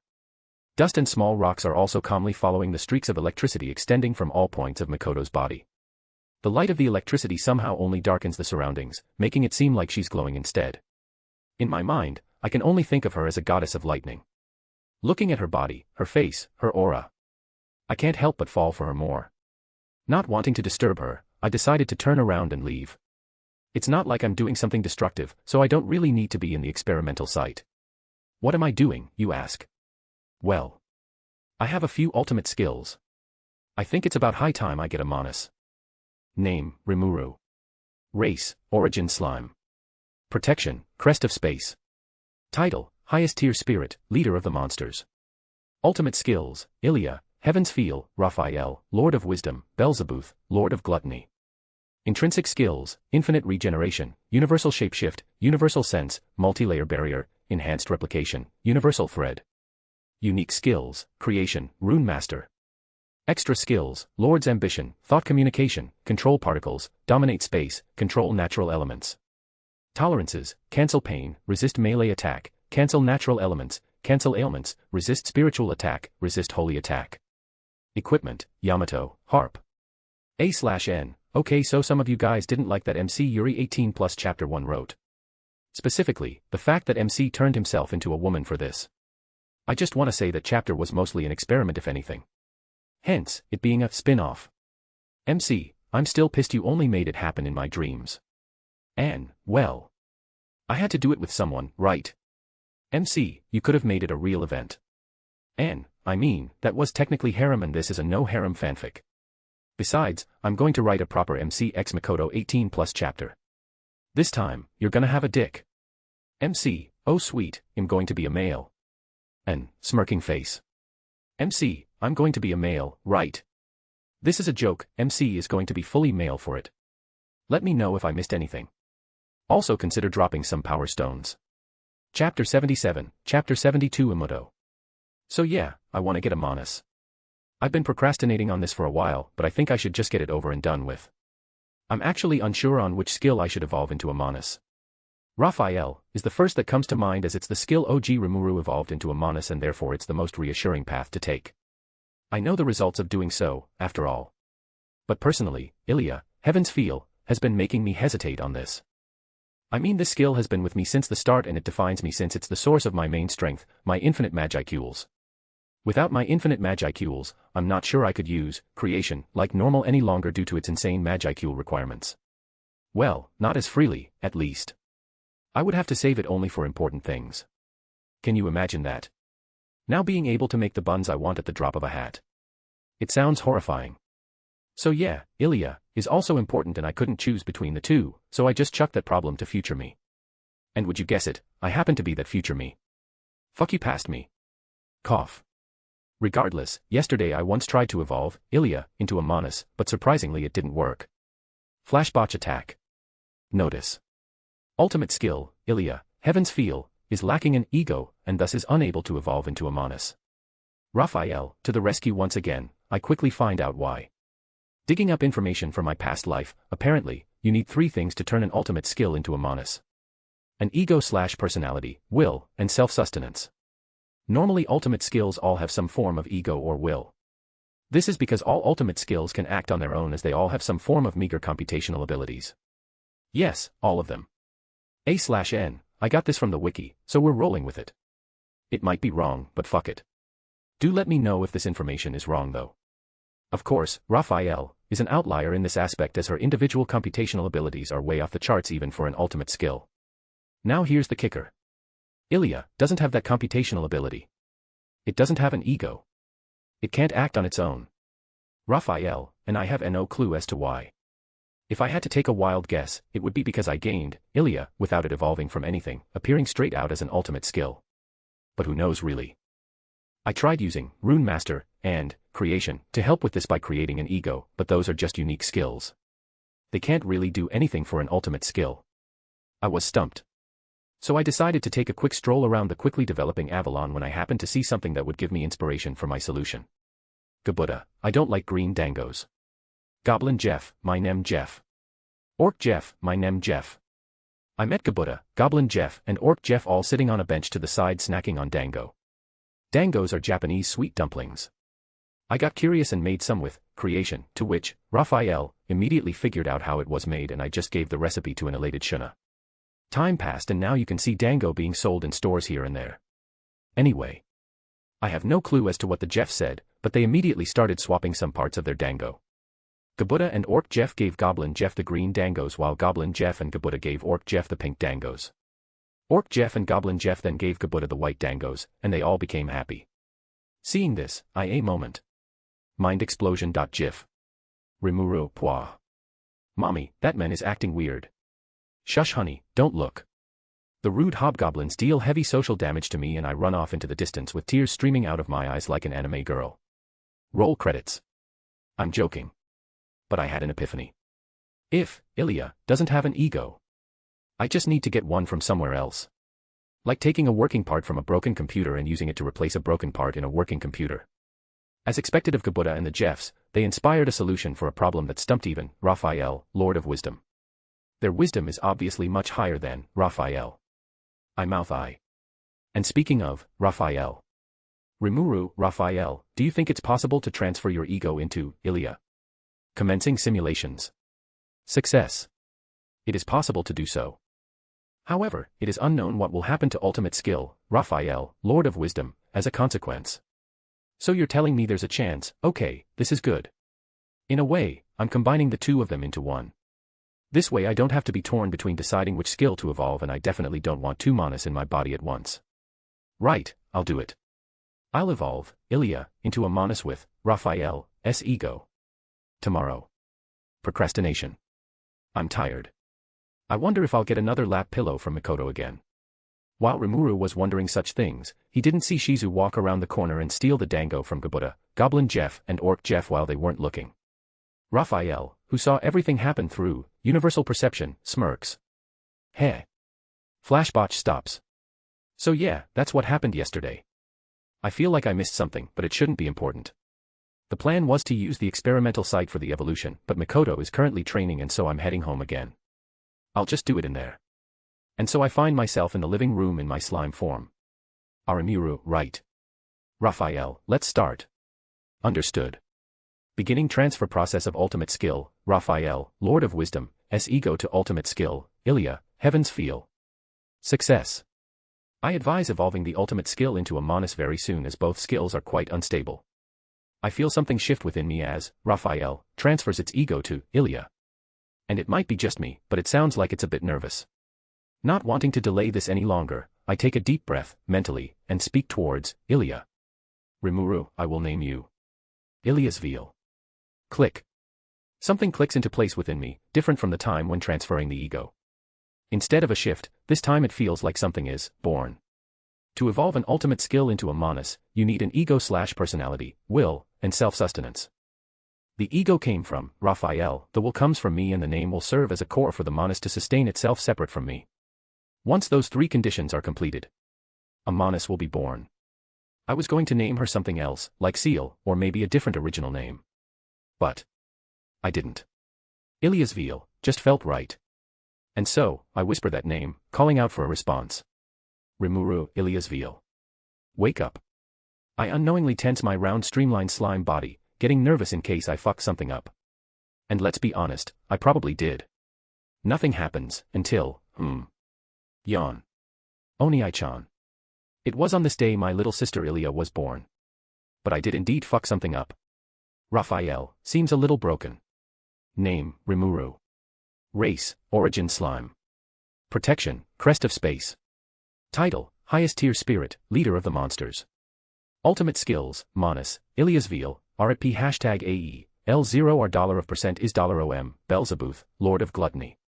Intrinsic Skills, Infinite Regeneration, Universal Shapeshift, Universal Sense, Multi-Layer Barrier, Enhanced Replication, Universal Thread. Unique Skills, Creation, Rune Master. Extra Skills, Lord's Ambition, Thought Communication, Control Particles, Dominate Space, Control Natural Elements. Tolerances, Cancel Pain, Resist Melee Attack, Cancel Natural Elements, Cancel Ailments, Resist Spiritual Attack, Resist Holy Attack. Equipment, Yamato, Harp. A/N, I cut my fingers and now it's a bit hard to type. MC, LMAO. And /mute at Rimuru. MC, Y. N, alright. Now, I'm absolutely certain some of you won't like what happened in the chapter. You might not like the name. You might have wanted to name Raphael instead, or both. You might not like how things played out. You also might not like it that Ilya is gonna be a Muto. All those things are acceptable arguments except the last one, so let me know what you think. Let me know if I missed anything. Also consider dropping some power stones. Chapter 78, Chapter 73 can't think of title rip. Yawn. Oni-chan. Ilya's Veal responds to me exactly like Raphael would, so she sounds exactly the same. However, I can feel much more emotion from those words than I normally would. Or rather, she sounds a little tired. Rimuru, Ilya's Veal. Is everything alright? I think so. Quick scans show that everything is okay. Deep scans are showing up green as well. I think it worked. Did it work? Ilya's Veal replies to my question with a worried tone. Rimuru, I don't know, you tell me. I mean, you sound different. It's not your voice as it sounds the same as Raphael, but you sound more alive. I guess. She doesn't say anything for a few seconds, but then I suddenly hear a sniffle. Sniff. Rimuru, Ilya's Veal. I feel so happy. I can finally truly think for myself. I can finally feel all these different emotions. Ilya's Veal continues to cry tears of happiness while I just listen. She wasn't bawling her eyes out or anything. She was just silently crying to herself. I wanted to say something, but I couldn't think of anything to say, except one thing. Rimuru. I'm sorry. I'm sorry for putting it off for so long. I'm sorry I couldn't come up with a solution for your ego problem for so long. I'm sorry that you had to stay like an emotionless machine until I gave you a name. There were many things I feel sorry for, most of them stemming from my inherent laziness. So I just said, I'm sorry. And Ilya's Veal understood everything I was trying to say. No. It's not all your fault. You were the one that gave me the solution I needed. You were the one that named me. Without you, nothing would have happened. And for that, thank you, Oni-chan. She tries to stop me from blaming myself. She didn't mean to blame anyone when she said that she could finally think for herself, after all. And at the end, she called me Oni-chan. Inhales. My life is now complete. Ilya's Veal took a little bit longer to calm down completely from her evolution into a Monas. Thinking it's time, I asked her the big question. Rimuru, so? What happened? From the records, apparently things went like this. And so, Iliasville began her explanation. First off, the ego was successfully taken from Raphael, Lord of Wisdom, and integrated into Ilia, Heaven's Feel. Unfortunately, as a result, Raphael became broken. Or rather, it can't be used. Ultimate skills are the skills at the very top of the list. They control the laws of the world itself. And who would have guessed, you can't control the laws of the world unless you have a mind that can comprehend that shit in the first place. Whoa. Therefore, Veldanava created ultimate skills with meager computational abilities as support for the user to control the skills properly. And since I took Raphael's ego. Rest in peace, Raphael. You have served me well. Specifically, you saved me from looking like a fucking dumbass many times. Well, the good news is that Manas, Iliasville, has completely inherited the properties of both Raphael and Ilia. Meaning Iliasville is a fusion of both ultimate skills in their entirety. Thank God. In fact, none of this would have been possible if Ilia, Heaven's Feel, wasn't an ultimate skill specializing in the soul, since skills are also extensions of the soul in a way. I'm also thinking that I was only able to use Ilia, Heaven's Feel, in its entirety without any ego supporting it because it's a gift from the meat bun Rob himself. There's also the fact that I'm quite literally the fusion of two souls, so maybe that helped as well. And also my soul itself ascended because of the effect of Ilia, Heaven's Feel. Who knows really? A/N, little did he know that the only reason he could do that was because of his daily consumption of meat buns LOLJK. Oni-chan, I think I can do something with Raphael. But I'm not entirely sure, so dash. Rimuru, sure, go ahead. Iliasville asks me for permission to do something with Raphael, but without bothering to hear her out, I accept and let her do whatever she wants. Why did I do that? Well, half the reason is that she called me Oni-chan. I'm joking. It's actually 3/4 of the reason. But ignore that. B, but it might get erased, and... Rimuru, well, you said that you're the fusion of both skills, right? Then it shouldn't affect me even if we lose Raphael. Besides, you're like my daughter-sister hybrid. Why wouldn't I trust you? Oh, Oni-chan. You can't say things like that so suddenly. I can imagine Iliasville fidgeting around in her seat with a blush on her face. God damn, this is nearing Mikoto levels of cuteness. Imagine what it would be like if I could see her. Rimuru, now that I think about it, I kinda wanna see you. Really, Oni-chan? Rimuru, Of course, I do. Having a doting cute little sister is every weeb's dream. I mean, unless you already have a sister in real life. Then they're just annoying. But every man dreams of a cute brocon sister. And then when they get into an awkward situation, accidents happen and they might just end up naked and ho-ho-ho. Oni-chan. No. Bad Rimuru. You must never lewd the lowly. Rimuru, nothing. If you say so.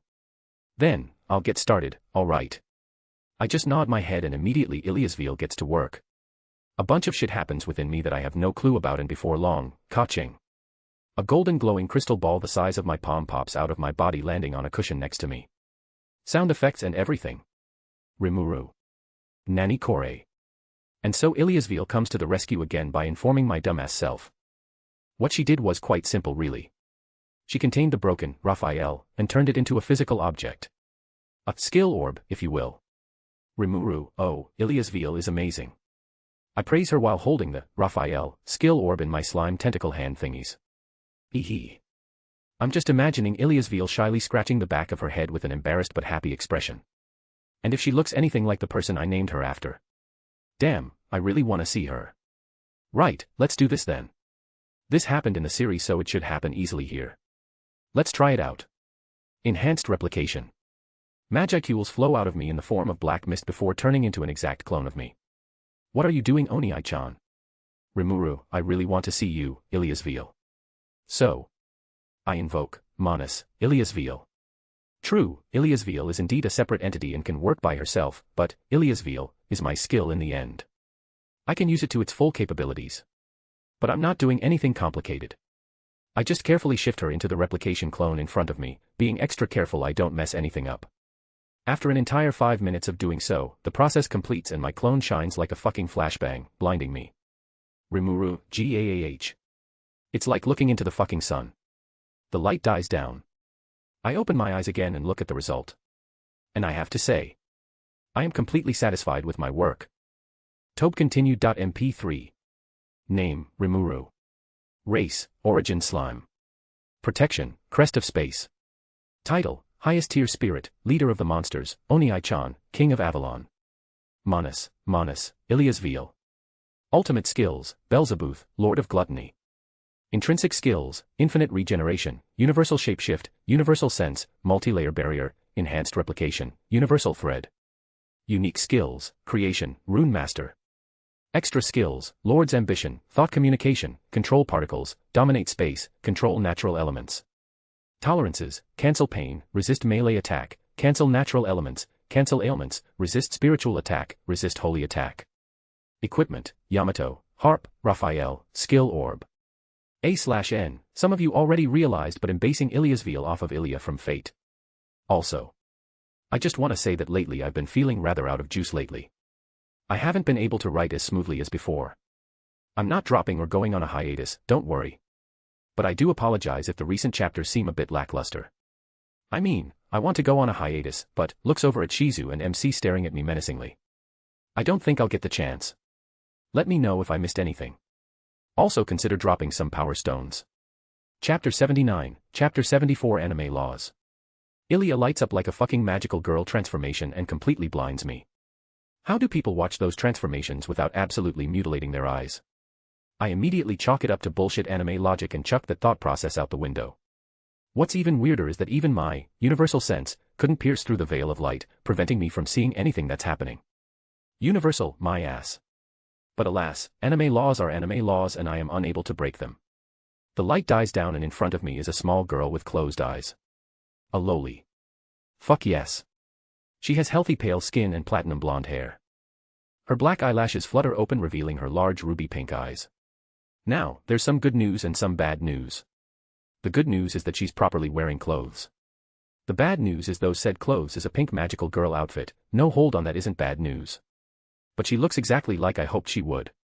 She stares at me for a moment before she slowly looks down at her hands and then moving to the rest of her body. She begins lightly touching various parts like her arms, waist, legs, skirt and so on. Her expression didn't change at all. But the moment she looked up again back at me, her eyes shine and a smile grace her small lips. Ilia's Veil, Oniichaan. She leaps forward and tackles my slime form with open arms. I quickly increase the size of my body and easily catch her. Rimuru, Ilia. Ilia's Veil, Fufu, Oni-chan, you're so soft. She continues to squeeze the ever-living hell out of me while rubbing her cheeks against me. After trying to separate her from my body and failing, I just sigh in relief, I just sigh in defeat and accept her actions.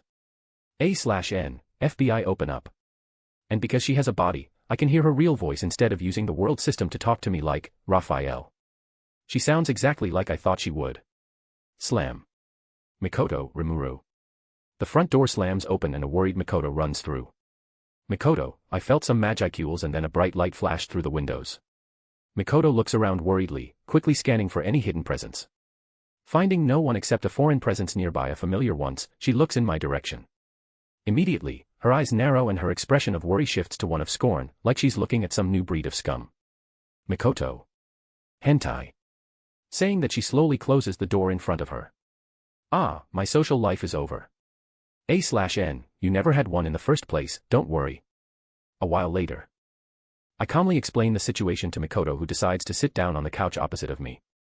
I am now in human form. She's no longer looking at me like I'm some shit, but she still has a little suspicion in her eyes.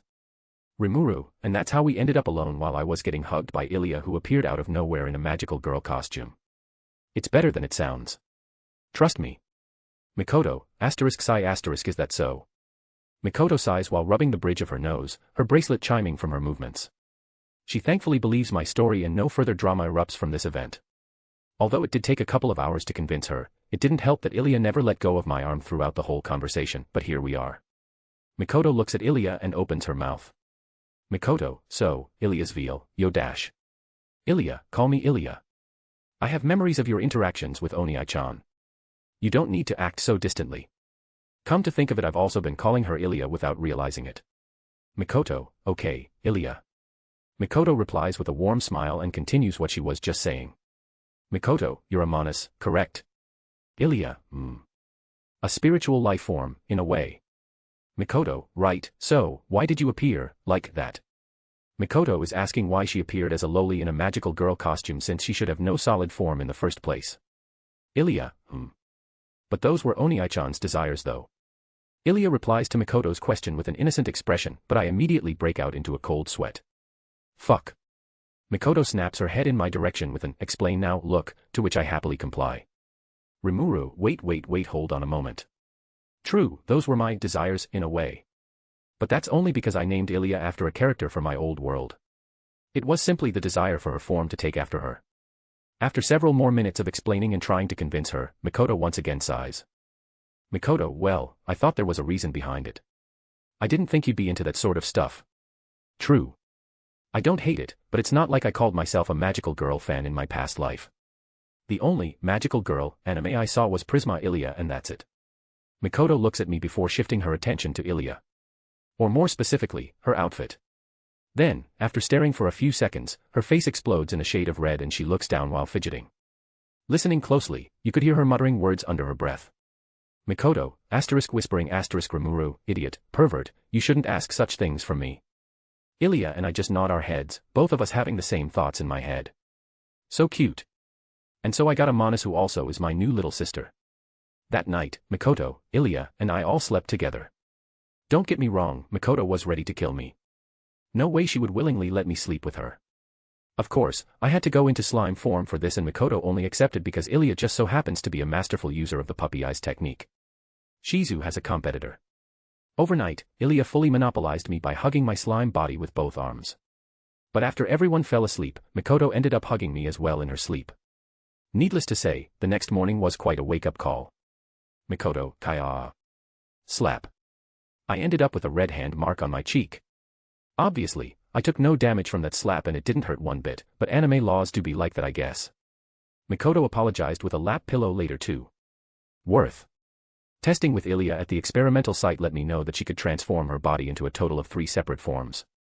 One is her normal Ilya form, the second is her magical girl Ilya form and the third is her dress of heaven form, each one letting her use more of her power than the last. She spends most of the time in her normal Ilya form. It's the only form that lets her choose what clothes to wear, after all. Ilya, my other forms are for special occasions, got that? She said that while pouting after I asked her why she doesn't spend her time in her other forms. She also doesn't have access to any of my personal skills except for her own as, Manas, Ilya's veil, besides some passive ones like, Universal Sense, and my resistances. Fortunately, I still have access to, Manas, Ilya's veil, although to a lesser degree. Well, if she temporarily fuses back with me, we can fight to our full potential. Another weird thing is that her personality is a bit different from the Ilya I named her after, both her Kaliad Liner and Stay Night versions. Only a bit. Probably a side effect of her fusion with Raphael. Well, this is good. This means she's her own person than just someone from an anime. Anyway, the day after her birth and her testing session with Mikoto and I, we decided to reveal her to everyone in Avalon in a big announcement. Rimuru, so yeah, she's my little sister. Treat her well. I say so while standing on a big stage patting Ilya's head next to me. Everyone erupted in roars of cheers and happiness. Ilya was embarrassed at the whole ordeal though. Shuna quickly kidnapped her afterwards and I only saw her again later with dead eyes and a bunch of clothes surrounding her. Rimuru. What? Ilya, Oni-chan. She jumped at me with teary eyes and clung to my body like a koala.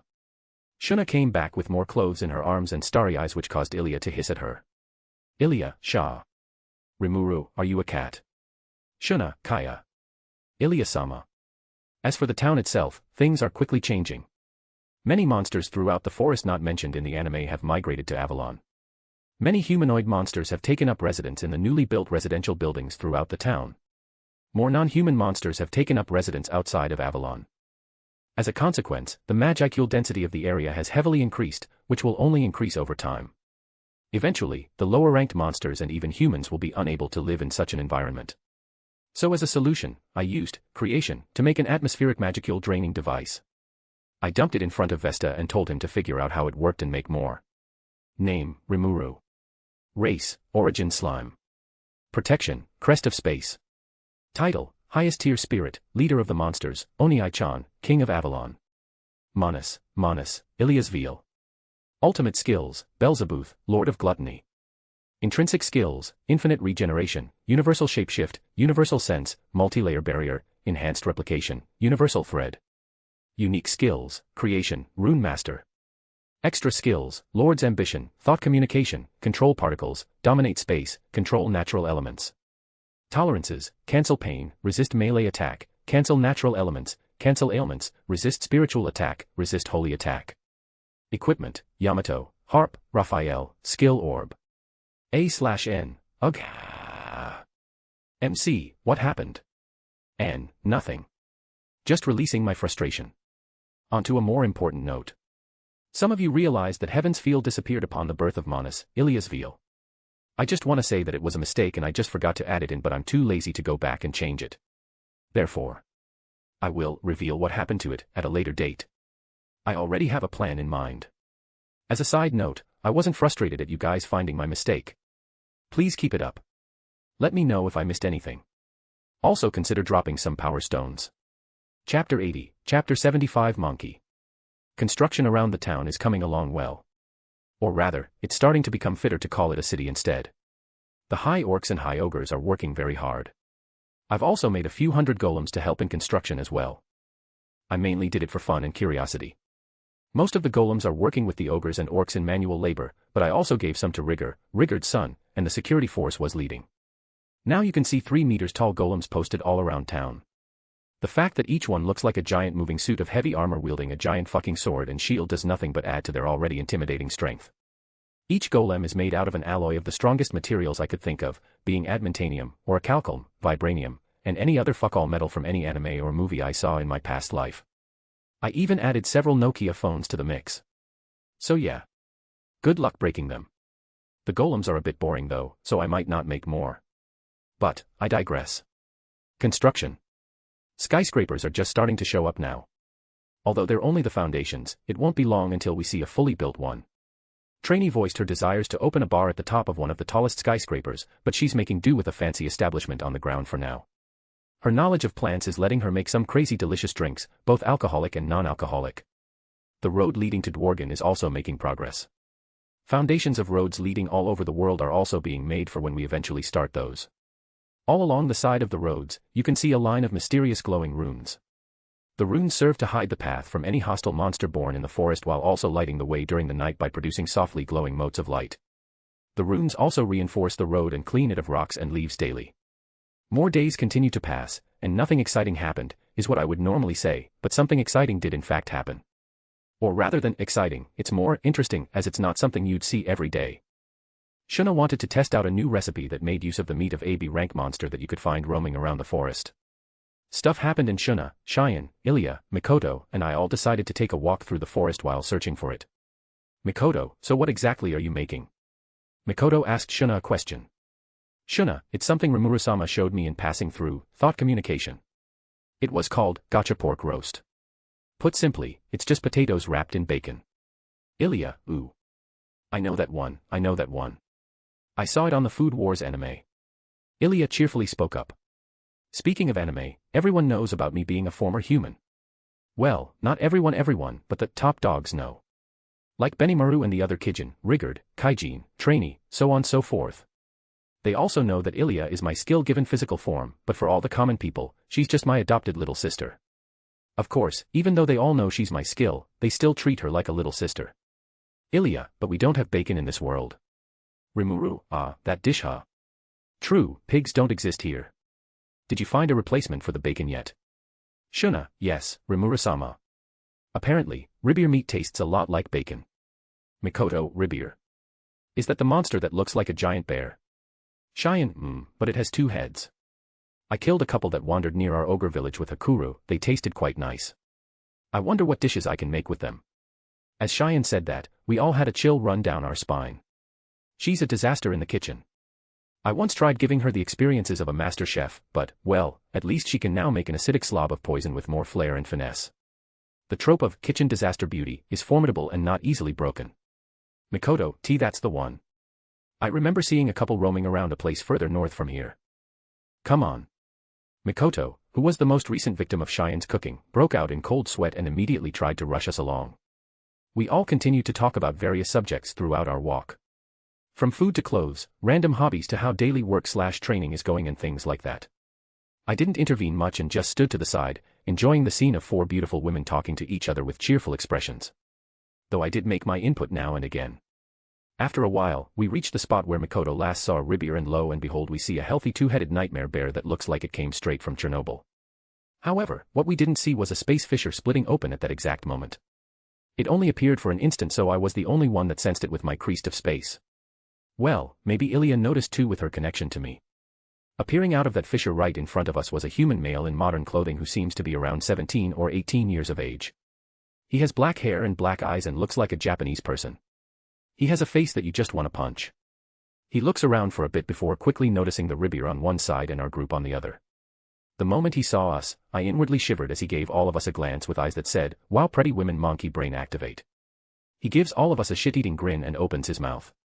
"Monkey brain man, hey beautiful girls, is this monster bothering you? Don't worry, I got this. Watch me." He then proceeds to turn around, raise his hand into the air and create a giant fireball above his open palm the size of a small house. He lowers his hand and the giant fireball slowly descends onto the poor monster. The fireball explodes and completely burns the Ribier. Well, there goes our dinner. Monkey Brain Man turns back to us. "Monkey Brain Man, chantless magic, pretty cool huh? If you want, I don't mind accepting you girls into my harem." He talks like he's some kind of big shot. Of course, we all know the real situation. The Ribier wasn't any threat to any of us. Even Ilya could kill that monster with just her aura alone. Infinite magicules, remember? Furthermore, we all can use chantless magic. And his magic was shit.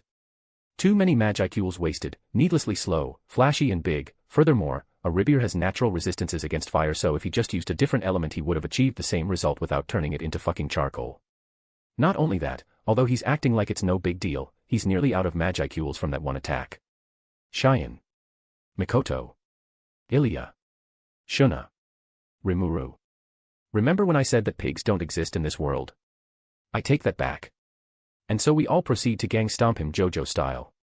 I made sure to use some temporary runes to transfer any damage we did to him to his soul. This way his physical body was unharmed and we didn't get any monkey blood on our shoes. But before he could die, I stopped everyone and healed him with runes. Monkey Brain Man, you saved me. Why? Rimuru, monkey. And then we killed him. We didn't find a Ribier after that, I just ended up using creation. I could have done in the first place, but we all wanted an excuse to skip work. Procrastination. The next day, I was hanging out in Trainee's bar lazying around and avoiding work like always. Trainee knows this but chooses not to say anything. She's a good woman. Suddenly, Universal Perception picks up a mass of magicules quickly heading towards Avalon. Ilya, Oni-chan. Ilya contacts me through thought communication. Rimuru, I know. She's not even bothering to hide her aura, I can easily sense it. Now, how will I deal with this lowly demon lord? Name, Rimuru. Race, Origin Slime. Protection, Crest of Space. Title, Highest Tier Spirit, Leader of the Monsters, Oni-chan, King of Avalon. Manus, Ilya's Veil. Ultimate Skills, Beelzebub, Lord of Gluttony. Intrinsic Skills, Infinite Regeneration, Universal Shapeshift, Universal Sense, Multi-Layer Barrier, Enhanced Replication, Universal Thread. Unique Skills, Creation, Rune Master. Extra Skills, Lord's Ambition, Thought Communication, Control Particles, Dominate Space, Control Natural Elements. Tolerances, Cancel Pain, Resist Melee Attack, Cancel Natural Elements, Cancel Ailments, Resist Spiritual Attack, Resist Holy Attack. Equipment, Yamato, Harp, Raphael, Skill Orb. MC, Screaming. N. MC. N. Shut up. Also we hit 69 reviews. MC, Nick. Gunshot. Ann, no. I wanted to say it. Ahem. Nice. MC, bleeding out on the floor. Alright, weekly shows a thumbs up. Let me know if I missed anything. Also consider dropping some power stones. Chapter 81, Chapter 76 Malim is here. Ilya quickly contacts me about the approaching magicule signature. Although we have the same sensory range with universal perception, hers is much more precise than mine. After all, I don't want to be continuously bombarded with unimportant information. However, Ilya, having the computational abilities of Raphael, doesn't have this problem and can easily process the movement of every blade of grass within several kilometers as easy as breathing. And although sensing a single individual rapidly approaching Avalon isn't enough to draw my attention until they're closer, it will be enough if said individual is not bothering to contain their aura a single bit, especially if they have such a large magicule pool. It's like running down the main street of a large city with your fly open. Trust me, I would know. Trainee, something wrong, Sir Rimuru. Trainee, who is standing behind the bar in all her greenness, asks me a question. Rimuru, nothing. Just that there's a large mass of magicules quickly approaching Avalon. Slam. As soon as I said that, Trainee slams her hands into the wooden bar top as menacing characters appear out of nowhere behind her. Seeing this, I immediately know where this is going. Trainee, this must be the work of an enemy stand. She makes a beautiful pose emphasizing the menacing characters. From behind her, a ghostly figure of Rigard appears like a stand in another one of his godly JoJo poses. Dear Meat Bun Lord above, I thank thee for this beautiful sight. I shall never regret showing her JoJo. A/N, Trainee is a very close contender for best girl. A while later. I'm standing on the hill with the tree and the beautiful sunset view. I'm wearing Shizu's mask with my hands behind my back, unmoving as I stare at the memorial I made in her honor. Although there isn't a sunset as it's currently in the middle of the day, the view is still breathtaking. The hill is quite high after all, and it has a nice view over the entire city. Thankfully people rarely come here, and those that do are only those close to me. There was some terraforming done in this area as well. With Shizu's memorial at the very top of the hill as the center, excluding the west where the sun sets, many wisteria trees have been planted, turning the area into a beautiful and peaceful place. Currently, this place is sealed off entirely with my dominate space skill.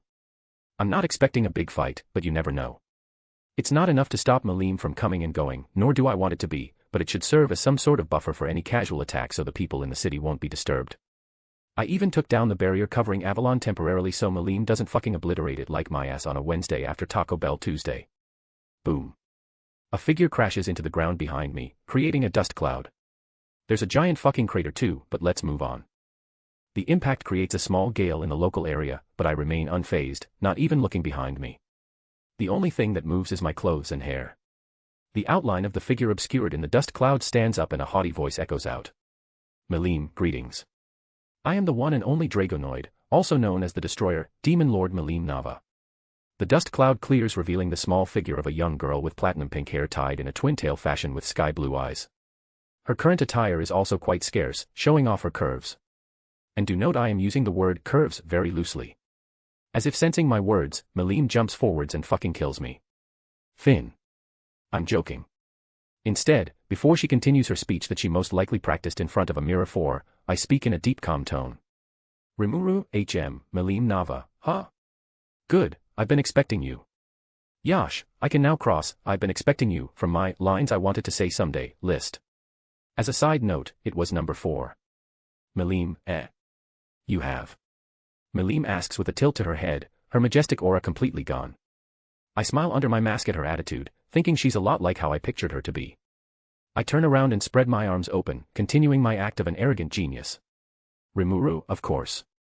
I'm making such a racket in this forest, defeating the Orc Lord, killing an officer of a demon lord and making a city of monsters. I was thinking one of the masterminds behind the Orc Lord incident would eventually step up, and you, Malim Nava, who seeks entertainment the most out of all the demon lords.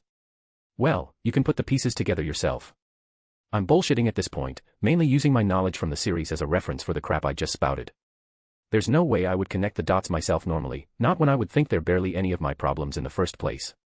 I mean, Ilya could, she's a genius after all.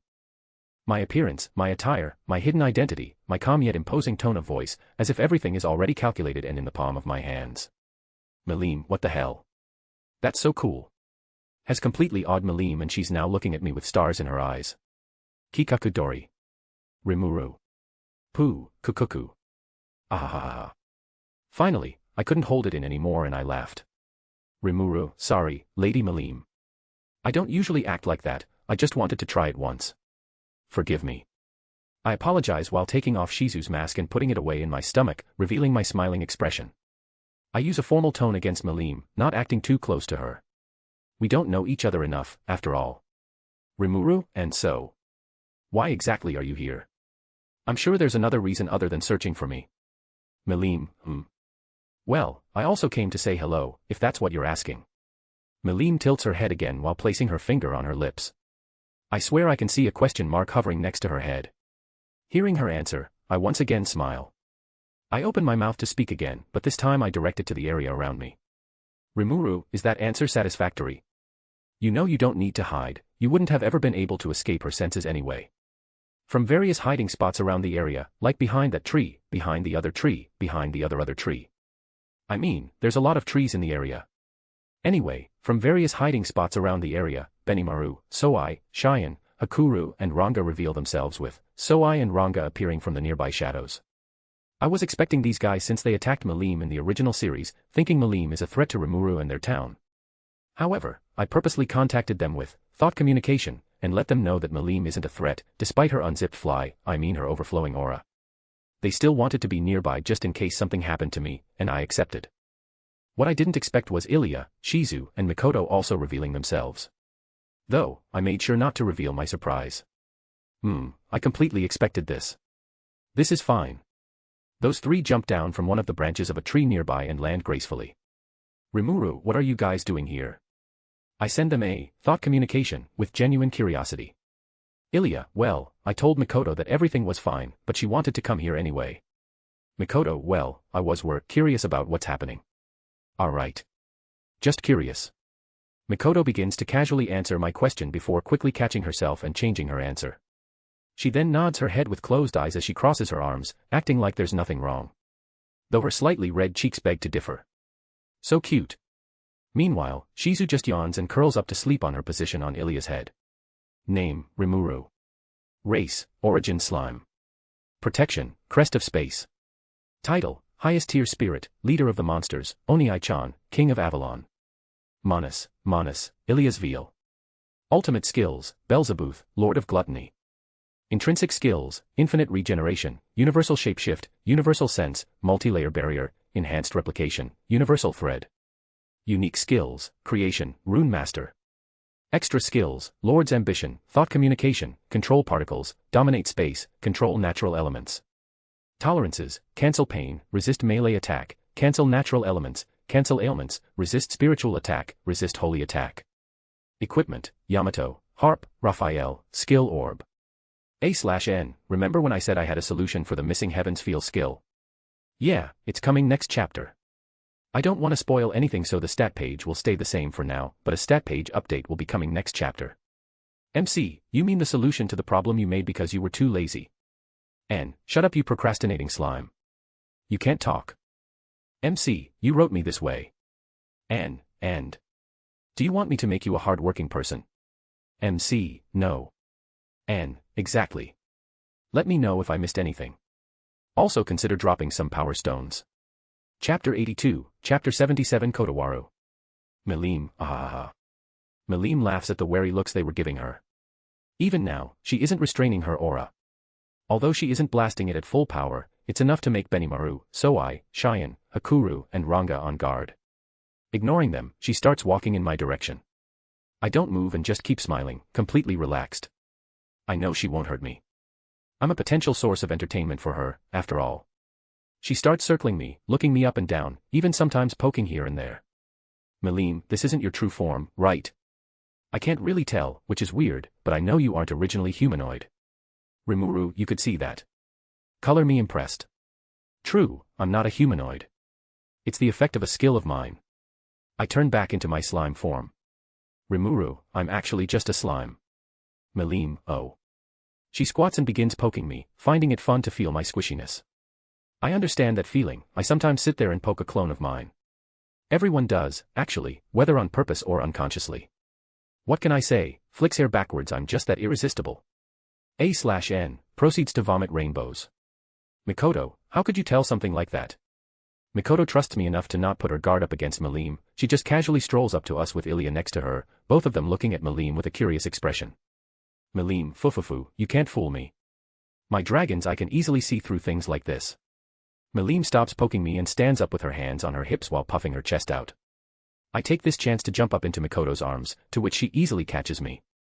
Rimuru, anyway, I don't think I've introduced myself. My name is Rimuru, I'm the leader of Avalon, the city you see here. Mikoto, I'm Mikoto Misaka. Ilya, my name is Ilya's Veal, but you can call me Ilya. Ilya jumps forwards and grabs Malim's hands as she introduces herself.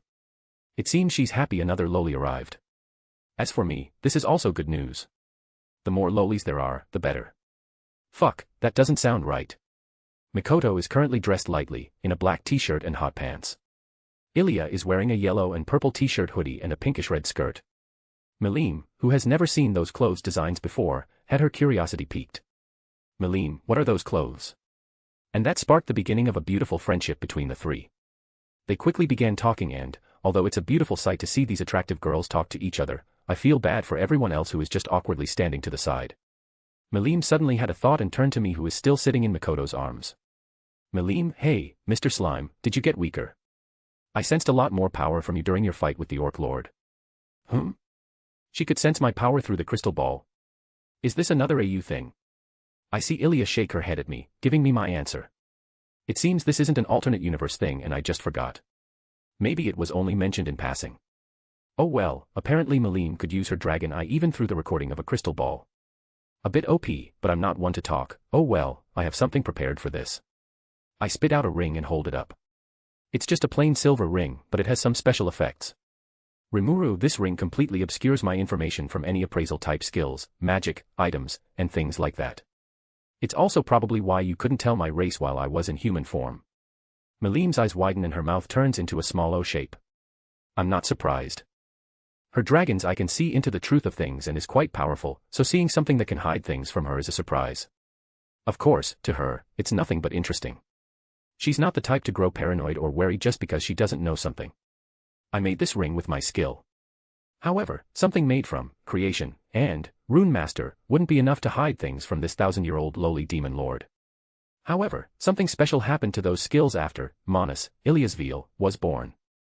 I was way too concerned with everything else that it completely flew over my mind, but Ilya reminded me of it the next day while we were testing out her capabilities. Long story short, I got 2 new skills. Ahura Mazda, Lord of Creation, and Scathatch, Lord of Runes, 2 new ultimate skills were added to my collection. A/N, I take suggestions to alternate names. If I like it, I'll replace it. I would have written Odin, Lord of Runes, but I'm saving that one for later. When a skill becomes a Manus, the ultimate skill it was based on doesn't disappear. Rather, it simply stays there, watching, as you completely abandon it, staring. Or it would have happened, but that didn't happen to Ilya, Heaven's Feel. Rather it was broken down and assimilated into my unique skills, Creation, and Rune Master. Since it was an ultimate skill and those unique skills were already close to evolving, both unique skills were able to evolve successfully. Now I can make shit without using materials and just using my Magicools.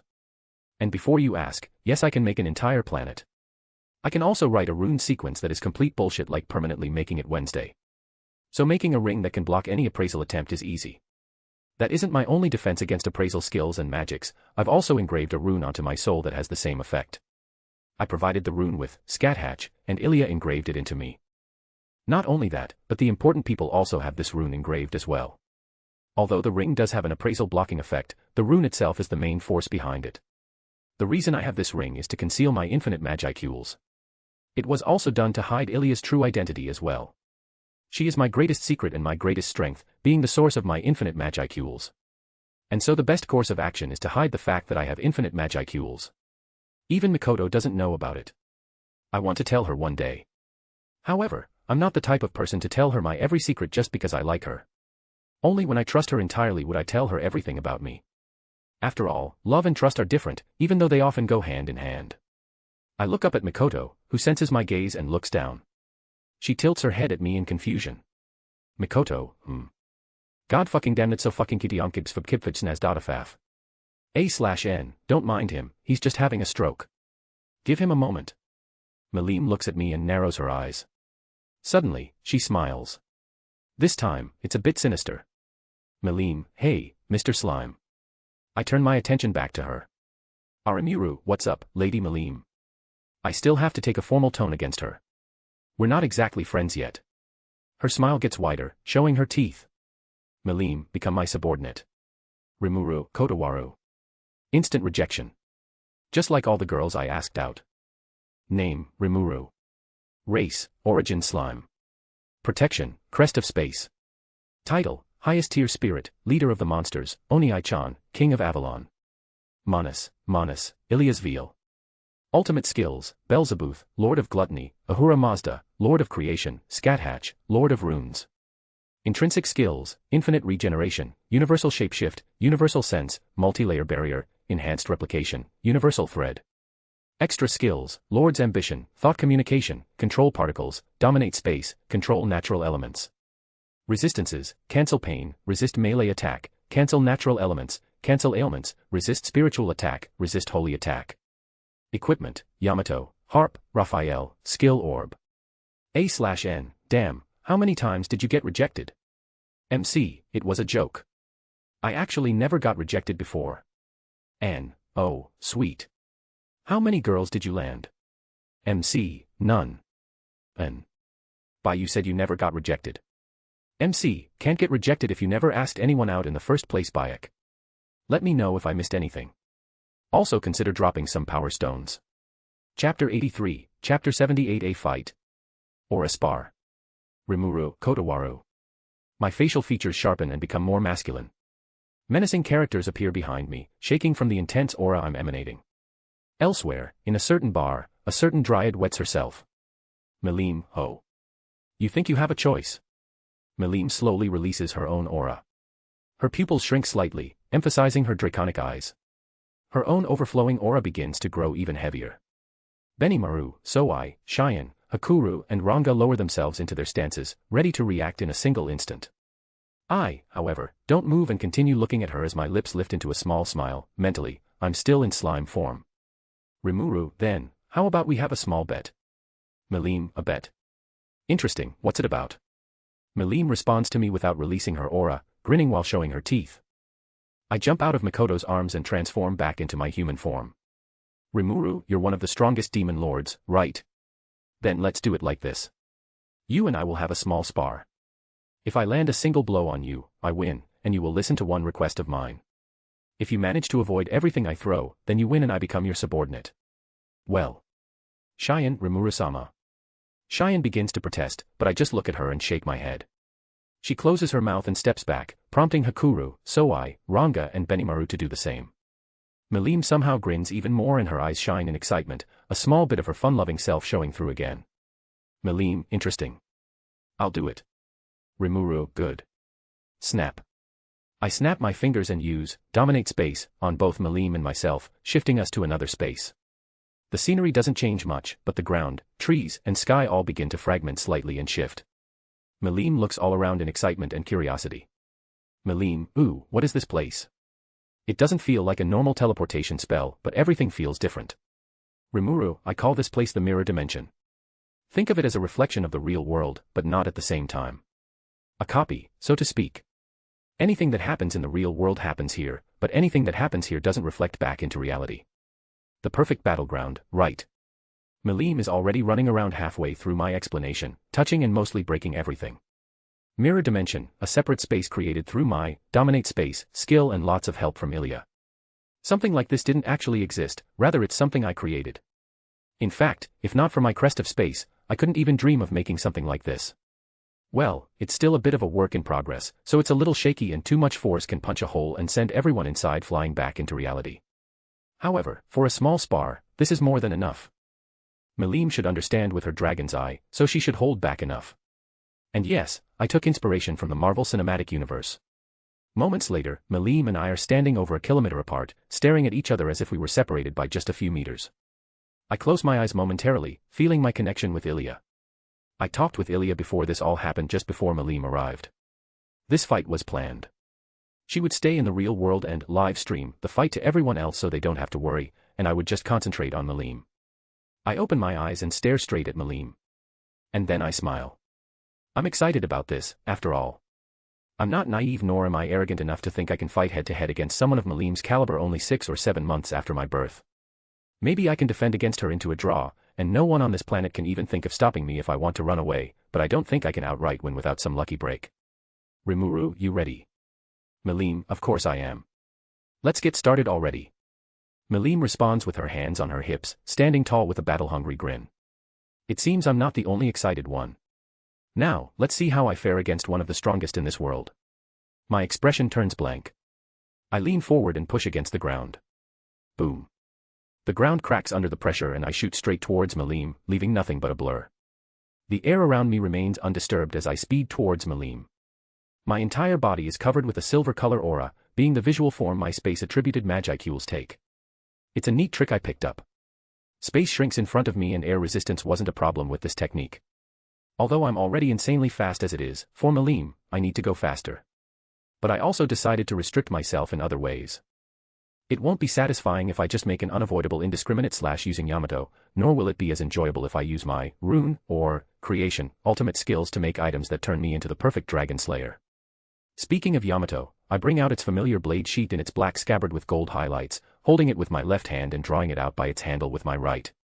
I immediately find myself standing in front of Malim and draw out the rest of the blade at her. The edge creeps closer to Malim's neck and time seems to slow down. When it's mere inches from her neck, she smiles.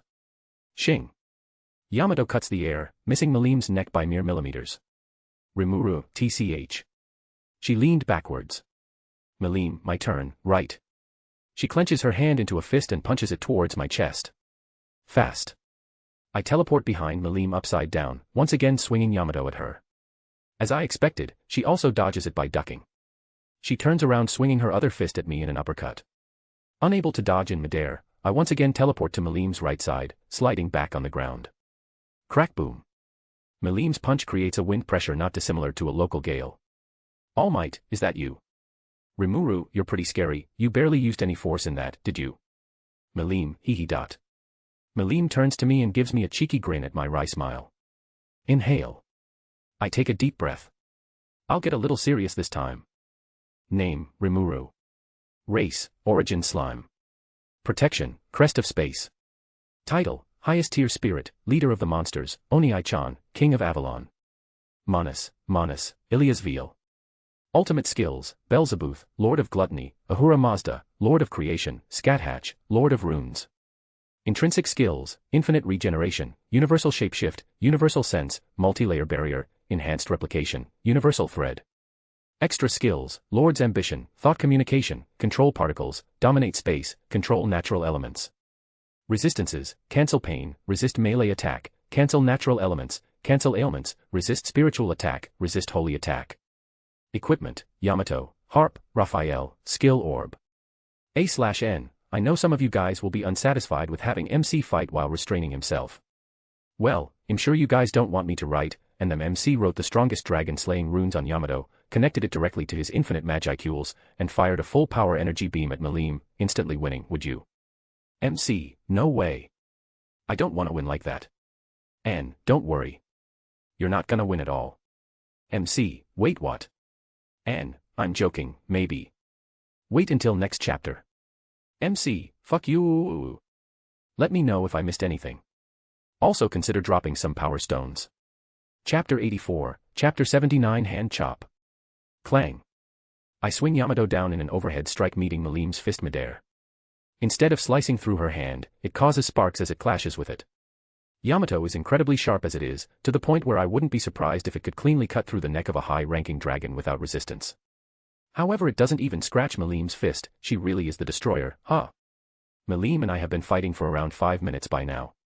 I've slowly been increasing the level at which I was fighting, increasing my speed and power, making my attacks sharper, becoming more trickier, and things like this. Malim, however, hasn't once discarded her smile, completely enjoying this. I jump back, holding Yamato in front of me. I don't move, and Malim doesn't chase after me. Malim, what? Is that everything? Rimuru, nowhere close. I'm barely getting started. I finally start letting my magicules flow through Yamato's blade. Yamato glows with a silver light, dispersing like mist as I move its blade through the air. Black cracks run through the air behind it before immediately mending. Malim's eyes shine as she looks at Yamato, finally taking a more serious stance. She can't block Yamato like she used to anymore. Malim, that sword can even cut space, huh? You really are full of interesting things, Mr. Slime. She takes the initiative this time, jumping forward herself, easily surpassing my previous speed. Though I'm still sure I can still go faster than her. Heh. I swing Yamato at the approaching Malim diagonally from the bottom. She leans towards the side, Yamato flying above her chest without obstruction and rears her fist back. Rimuru, I guess flat chests really do help in combat. She doesn't block it this time. A good choice. I'm not sure if anything could block Yamato in this state.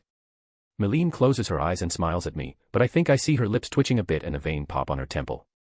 Her fist begins to glow in a pink light as she pumps her fist full of Magicools. It was at this moment that I knew. I fucked up. Boom. A large fucking energy beam the size of my house obliterates the ground where I was standing and everything behind it. The mirror dimension shakes from the pressure of Melim's attack as I, who teleported away because my life depended on it, am shaking in a cold sweat. Melim turns her head to look at me with that same smile on her face and the top half of her face is covered in a shadow. Melim, did you say something? And so I do the only thing I could do in this situation. I furiously shake my head. Thankfully I don't have a snitching sibling in this life. A/N, I'm talking about you little bro. Meanwhile, outside of the mirror dimension, Mikoto whispers to Ilya who is projecting a screen of the fight from Rimuru's perspective. Mikoto, remind me to have a small talk with Rimuru when he gets out. Mikoto's eyes were dangerously narrowed and a spark of electricity dances off her hair. Ilya just closes her eyes. Ilya, I'm sorry, Oni-chan, but I'm on Mikoto's side with this. A tear escapes her eye as she thinks about her lacking chest. Meanwhile, I sprint towards Melim before breaking left, running around her in a large radius. My speed increases and using control natural elements, I create a tornado around her, with Melim standing in the eye. Melim just stands there, ready to react at a moment's notice. Without warning, she ducks. A shadow flies over her crouching figure, a silver flash flying millimeters above her, to which she punches without hesitation. FOOM. Her fist penetrates the chest of the shadow, and it disappears. Rimuru wa, no hesitation. What if that was my real body? My voice echoes out from all around Melim, to which she knocks her hand on her head and sticks out her tongue. Melim, tee-hee. Sigh whatever. Enhanced replication. Several more shadows from out from the wall of wind right towards Melim from many different angles. Each shadow looks exactly like me and is holding an imitation of Yamato. Obviously, the shadows are weaker than me, and I don't expect them to deal much damage to Melim in the first place. However, my win condition is to make a solid hit against Melim. Just a single one. It doesn't even have to make a single mark on her skin and the fight would be over instantly. Sure, I was able to make some hits against Melim before, but she was blocking them completely, therefore she nor I considered it viable. Hundreds of shadows have come out but she was able to defend against them all, at the consequence of several large craters in the ground, but I digress.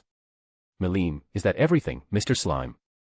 I stop running and slide to a halt, creating a trail behind me as my feet dig into the ground. The wind from the tornado continues to blow for a small while longer before it disperses. Rimuru, no, I've got one more ace up my sleeve. However, should we change the bet a bit? Melim, Melim tilts her head.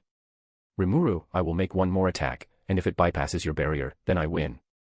You can do whatever you can to block or dodge, but you can't move from that spot. Melim, Then I'll get a little serious, okay. Her aura flares and a pink Super Saiyan visual effect forms around her. I just smile, like everything is under control, and then I immediately point to a completely random spot in the sky behind her, an expression of pure shock adorning my face. Rimuru, what's that? Melim, Nanny. She immediately turns in the direction I pointed, her seriousness and aura completely disappearing. Ahura Mazda, Lord of Creation. A steaming meat bun pops into existence in my hand. Now I just need to shove it into her mouth and, CK you thought. I rear my hand holding the meat bun back, and I proceed to throw it directly at Melim. Rimuru, surprise meat bun attack. Pat. Melim, what's this? Melim's hand catches it on pure instinct and she turns back around to look at it, not even realizing I threw it. But that's enough. Teleports behind you. Rimuru, nothing personal. And I chop my hand at the back of Melim's neck. Although I wanted to say, nothing personal kid, but calling her a kid would be absolute foolishness. I don't want to choose death. Her other hand raises up again to block my attack, probably a natural response after living for so long. But my hand simply phases through hers. It's a neat technique I like to call kamui. Chop. I make contact and her eyes roll up and her body drops like a puppet with cut strings. Before she falls face first into the dirt, I catch her in my arms and smile. Rimuru, I win. As expected, the hand chop to the neck is the ultimate technique to knock someone out in an anime world. Name, Rimuru. Race, Origin Slime. Protection, Crest of Space. Title, Highest Tier Spirit, Leader of the Monsters, Oni-chan, King of Avalon. Manus, Ilias Veal. Ultimate Skills, Beelzebub, Lord of Gluttony, Ahura Mazda, Lord of Creation, Scathatch, Lord of Runes, Hand Chop. Intrinsic skills, infinite regeneration, universal shapeshift, universal sense, multi-layer barrier, enhanced replication, universal thread. Extra skills, Lord's ambition, thought communication, control particles, dominate space, control natural elements. Resistances, cancel pain, resist melee attack, cancel natural elements, cancel ailments, resist spiritual attack, resist holy attack. Equipment, Yamato, Harp, Raphael, Skill Orb. A/N, please note that MC and Malim were barely serious in this fight. MC, true. If I wanted an immediate win, I would just use unlimited meat bun works. N, I don't think that would work. I mean, wouldn't she just eat them all? MC. N. MC, damn you're right. Let me know if I missed anything. Also consider dropping some power stones. Chapter 85, Chapter 80 after the fight. I return to reality with Malim in my arms. By that, I mean I'm carrying her like a sack of potatoes. Although I would have carried her in a princess carry, she sneakily ate the meat bun I threw at her just before she fell unconscious. Therefore I'm carrying her over my shoulder. Gender equality. And no, I'm not salty. Cheyenne, Rimuru-sama. Cheyenne leaps at me with open arms, to which I sidestep and catch her by the collar of her clothes before she faceplants into the ground. She looks over her shoulder with a pout. I'm sorry, Cheyenne, but I'm carrying someone right now. Ranga, are you hurt, Rimuru-sama?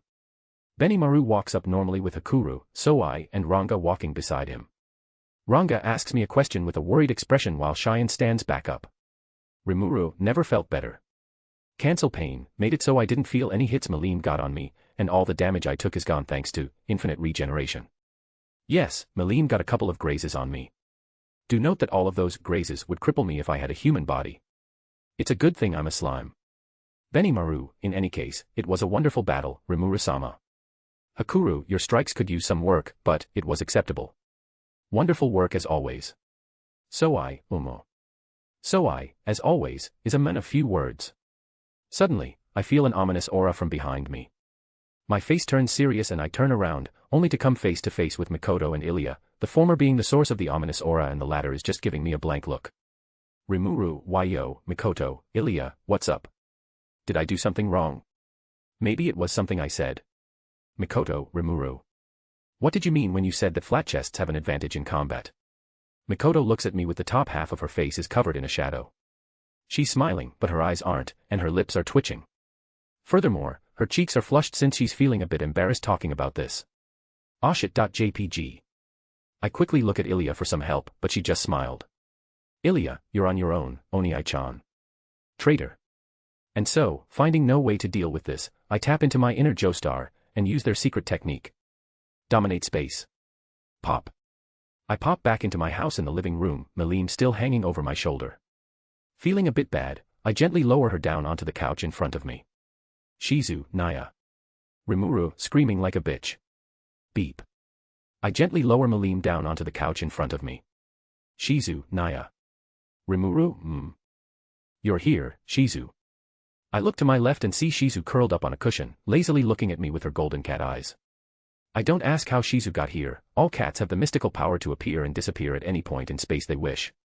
It's a passive skill that even Veldanava had no control over. Shizu, you caused some trouble with the other two again. Rimuru, Mikoto and Ilya. Yeah. Though Mikoto seems to be a bit more affected by what I said than Ilya. Shizu, Shizu closes her eyes and goes back to sleep. She really likes sleeping. Normally I would be annoyed at her doing nothing but do what she wants. But whenever I think that she might only be doing this because she couldn't while she was human. That she was reborn as a cat because of those feelings. But who knows, really? It's just a theory that has no ground to stand on. It's more of a random thought than anything. I walk forward, sit down next to her, and just start petting Shizu. I scratch behind her ears and play around with her flaming tails, all while she's purring. I do this for a minute or so before I stop, stand up, and walk towards Malim. Rimuru, you ready to wake up yet? Or are you gonna keep pretending? Malim's face breaks out into a smile and her eyes flutter open, revealing her sky blue eyes. She sits up and crosses her legs, taking a sitting position on the couch. A/N, hey, you're finally awake. Malim, You knew. Rimuru, You're one of the strongest beings in this world. There's no way you would get knocked out for long even if your body were cut in half. I sensed you waking up less than 5 seconds after I knocked you out, and you just played dead. Melim, well, I couldn't help it. I wanted to see if you had any bad intentions, so I pretended like I was still unconscious. Arimuru, oh, I see. And what's the real reason? Melim, I wanted to see if you had any more of those delicious fluffy white things. Melim looks down while touching her fingers together, before looking up at me. Rimuru. Melim. Rimuru. Heh. I see you're a woman of culture as well. Clink. After saying that, I place down a plate of steaming meat buns on the coffee table in front of her. Her eyes shine and she immediately digs in. Melim, what the hell, this is so delicious. Her pupils became replaced with stars as she processes the raw cough deliciousness of a meat bun. Halfway through the plate, with meat buns in both her hands and a full mouth, she asks me a question. Melim, hey, gulp, how did you knock me unconscious anyways? Nom, my barriers didn't even break. Rimuru, don't talk with your mouth full. As for your question, you didn't know. Every humanoid being in the world has a weak spot at the back of its neck. Gently chopping it will knock them unconscious. I mean, it happens all the time in anime. It's common knowledge stuff. Shizu, sneeze *. Shizu just sneezes before nibbling on the meat bun she pulled from God knows where. Name, Rimuru. Race, origin slime. Protection, crest of space. Title, highest tier spirit, leader of the monsters, Oni-chan, king of Avalon. Manus, Ilias Veal. Ultimate skills, Beelzebub, lord of gluttony, Ahura Mazda, lord of creation, Scathatch, lord of runes. Intrinsic skills, infinite regeneration, universal shapeshift, universal sense, multi-layer barrier, enhanced replication, universal thread. Extra skills, lord's ambition, thought communication, control particles, dominate space, control natural elements. Resistances, cancel pain, resist melee attack, cancel natural elements, cancel ailments, resist spiritual attack, resist holy attack. Equipment, Yamato, harp, Raphael, skill orb. A/N, what to put in here, so I'll just say what I'm feeling right now. I'm hungry. MC, haha, sucks to be you, eats meat bun. N, takes away meat bun and eats it with my powers as author. MC, you dare oppose me, mortal. Let me know if I missed anything. Also consider dropping some power stones. Chapter 86, Chapter 81 Payback. Melim and I talked about several things while snacking on some meat buns.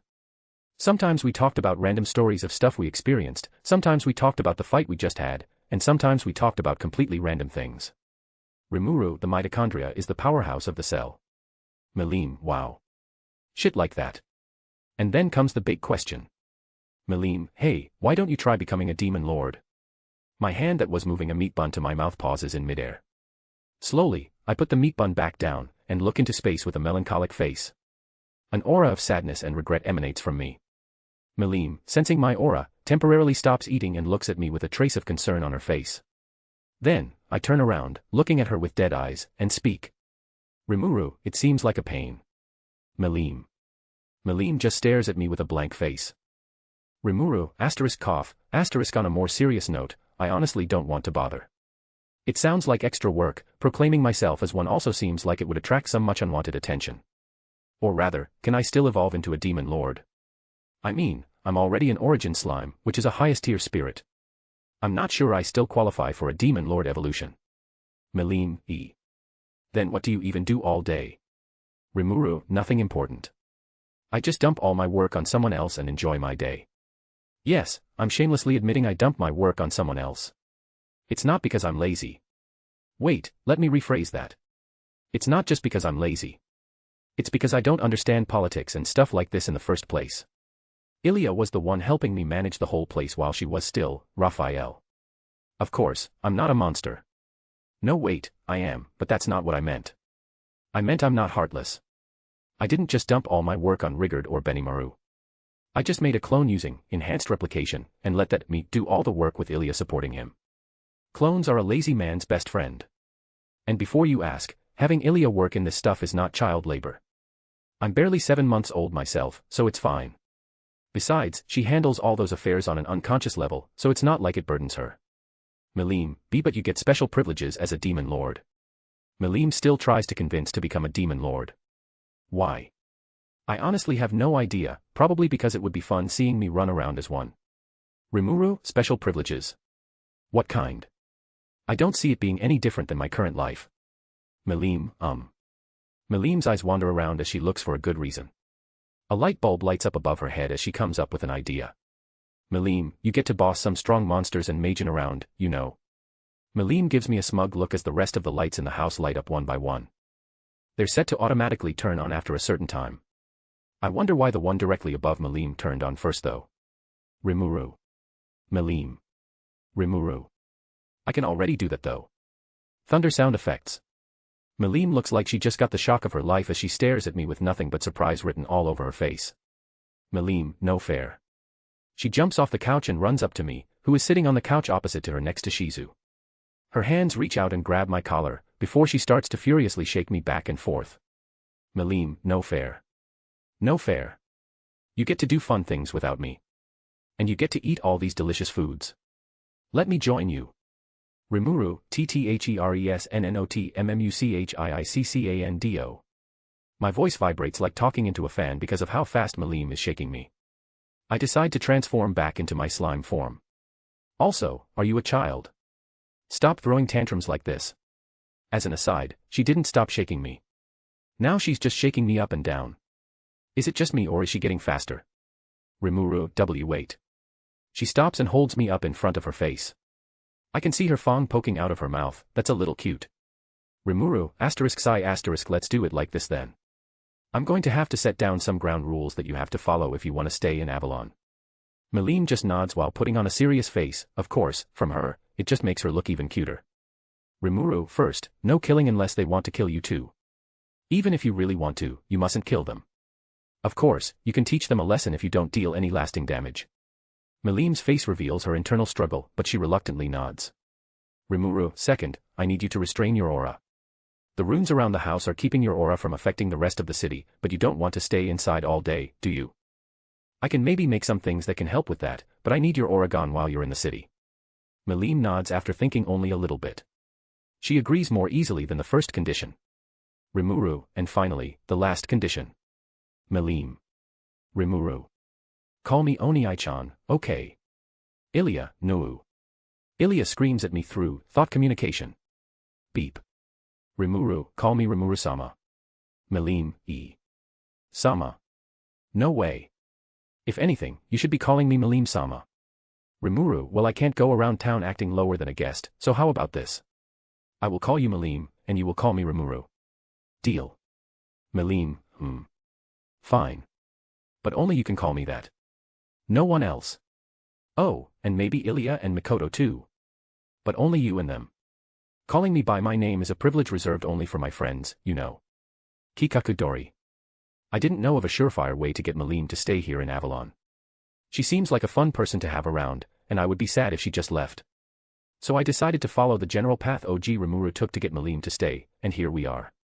We fought, talked about what we do in our free time and that I'm enjoying myself better than a demon lord, and now we're calling each other without formalities. I see this as an absolute win. Rimuru, then, I guess we're friends now. Once again, it's nice to meet you Maleem. Maleem, Uemo. It's nice to meet you too, Rimuru. Hee. Maleem acts all serious for my reintroduction, but she eventually broke out into a small smile while lightly laughing. Eventually, she sits back on the couch with me on her lap while humming a small tune. Suddenly the door opens. Mikoto, Rimuru? You're here, right? I was looking all over for you. Mikoto walks in and sees the scene. Ilya pokes her head out from behind her, looking at me sitting on Maleem's lap with accusing eyes. What is with this cliché moment? Mikoto, first Ilya, and now Maleem. Rimuru, I worry for your tastes. Mikoto just looks at me with a pitiful gaze. Rimuru, it's not like that. I run away to hide from their painful eyes, leaving Maleem, Mikoto, and Ilya alone. Meanwhile, after Rimuru left, Mikoto, Maleem, and Ilya all high-five each other with accomplished smiles on their faces. Name, Rimuru. Race, Origin Slime. Protection, Crest of Space. Title, Highest Tier Spirit, Leader of the Monsters, Oni-chan, King of Avalon. Manus, Ilya's Veal. Ultimate Skills, Beelzebub, Lord of Gluttony, Ahura Mazda, Lord of Creation, Scathatch, Lord of Runes. Intrinsic Skills, Infinite Regeneration, Universal Shapeshift, Universal Sense, Multi-Layer Barrier, Enhanced Replication, Universal Thread. Extra Skills, Lord's Ambition, Thought Communication, Control Particles, Dominate Space, Control Natural Elements. Resistances, Cancel Pain, Resist Melee Attack, Cancel Natural Elements, cancel ailments, resist spiritual attack, resist holy attack. Equipment, Yamato, Harp, Raphael, Skill Orb. A/N, they getting payback from your flat chest comment LOL. MC, Sniff, why did you make me say that? N, oh come on, it's a joke. Also, lots of you guys didn't like how the fight ended between MC and Malim. Yeah, I can see why. It's my fault, it was a serious, kind of, fight and I ended it with a joke. I won't be rewriting it because I can't be fucked, but yeah. That was my bad. Let me know if I missed anything. Also consider dropping some power stones. Chapter 87, Chapter 82 Hapwikapfukasanfksan. It's been a couple of hours since Malim and I became official friends. She wanted to stay the night and I decided to give her a small welcome. First things first, I gave her a necklace I made with Creation Lord and enhanced with Rune Lord that seals any aura she unconsciously emits. If she wants to consciously put pressure on someone with her aura, the necklace will deactivate and her aura will no longer be restrained. After that, Shuna cooked her a lot of food, much to her delight, and she also took a dip in the hot spring along with the other girls. Unfortunately, I didn't get to go in with them. Malim wanted to go with me, but, well. Malim, why can't I take a bath with my friend? Mikoto, BBB, but he's a boy. Malim, don't be silly, slimes have no gender. Ilya, Ooniai-chan does. Malim, Mikoto, and Ilya argued about it for a whole hour, the latter two while stuttering with heavily flushed cheeks. Shuna, Cheyenne, Trainee, and Shizu just sat to the side, watching Malim fighting a losing battle. They knew firsthand, after all, that Mikoto will never relent on this topic. And now that she has backup in the form of a cute platinum blonde-haired loli. Well, I can say goodbye to paradise. Malim, I really don't see the problem with this though. Sure, Rimuru might see your naked body, but what's wrong with that? Mikoto, SSS seeing my NN naked. Ilya, yeah. Oh, they're wavering. Malim, he'll also see my naked body too, along with everyone else coming along with us. Mikoto/Ilya, why, no. They shouted as loud as they could as blood rushed their faces, making everything from above their neck beat red. I sat in the corner drawing circles in the ground with my slime tentacle hand thingy. So yeah, I didn't get to go in with them. Next day. I am now standing on a stage in the middle of a large open area designated to become a park area in Avalon. Many citizens are crowding around the stage, wondering what kind of speech I'm going to make. Standing next to me is Malim, but many people don't register her as a fearsome demon lord or the destroyer. I mean, they would know of her, but they probably never saw her in person before. Many holographic screens are playing a live stream of the stage throughout Avalon, so people don't miss the message I'm about to make. Runes are so versatile. Thinking I've waited long enough, I walk forward and project my voice into the surroundings. Rimuru, hey. Loud cheering. Everyone immediately breaks out into a loud cheer like I just solved world peace with my introduction. My expression doesn't change and stays in an impassive state, but internally I'm wondering what the fuck did I do that made these guys cheer for my words this much. Kaya. Rimuru-sama. Rimuru-sama. Look this way. My name Jeff. You're breathtaking. Rimuru, no, you're breathtaking. Cheering becomes louder. Rimuru, you're all breathtaking. I love this, I should do this more often. A few minutes later, I manage to calm everyone down and continue talking. Rimuru, right, so we have a special guest here in Avalon and I want to introduce her. Some of you guys have noticed this young lady standing here beside me, and she is the guest I'm talking about. Malim steps forward with a smile as if she's used to this. Malim, I'm Malim Nava. I'll be living here from now on, I'll be in your care. Cheering. Everyone cheers for her, glad that there's someone new living here. Rimuru, oh, and she's the demon lord Malim Nava, just so you know. Pause. Even louder cheering. Oh, it seems they don't see this as a bad thing. That's good. What's your relationship with each other? A random citizen yells out from the crowd and somehow everyone quietens down at the same time to listen to this specific guy. Anime logic is so fucking weird. Rimuru, well, I'd say we're friends. I casually answer and everyone cheers again. They really love cheering. Malim, rather than friends. We're best friends. Malim shouts while raising her hands in the air. The cheering gets louder. Best friends, huh? A random promotion, but I'll take it. I look at Malim cheering with the crowd, a wide grin on her face and gleaming eyes. My mind inadvertently wanders back to the conversation I had with the boy last night. Flashbotch. Girls being girls, they spent way longer in the hot spring than the males, probably because they care for their skin far more than us. Anyway, the bois consisting myself, Benimaru, Hakuru, Soai, Kaijin, Gabble and Rigard, Vesta is busy researching and Q-Robe is also busy, already finished dipping in the water and we're now relaxing outside with a bottle of cold milk. I've always wanted to do this. Hand on your hip with your head tilted back, drinking the whole glass bottle of milk at once. Rimuru, gulp gulp ka. Benimaru, Rimuru-sama, what are you doing? Rimuru, tradition. Benimaru looks at the glass of milk in his hand, and copies my actions. Benimaru, gulp gulp cow. Soai, Benimaru, what are you doing? Benimaru and I look at each other before we both look back at Soai. Rimuru/Benimaru, tradition. A while later, after everyone has had their milk the traditional way, we all sit back and relax. Rigard, now, onto a more serious topic. What should we do with Melim-sama? Rigard opens up a conversation while making more beautiful JoJo poses. Kaijin, true, we can't just leave things be. Rimuru, About what? Benimaru, you must remember that Melim-sama is a demon lord, and one of the oldest and strongest at that. And then they all went on with a boring conversation that since Melim is a highly influential individual, proclaiming her as my friend will tip the power balance of the world and many people would not like that. Something about misunderstanding this as an alliance or something. Of course, I, who is allergic to politics, didn't catch any of this. Rimuru, okay, hold up. Let me just say my piece. They all stopped voicing their concerns and turned towards me.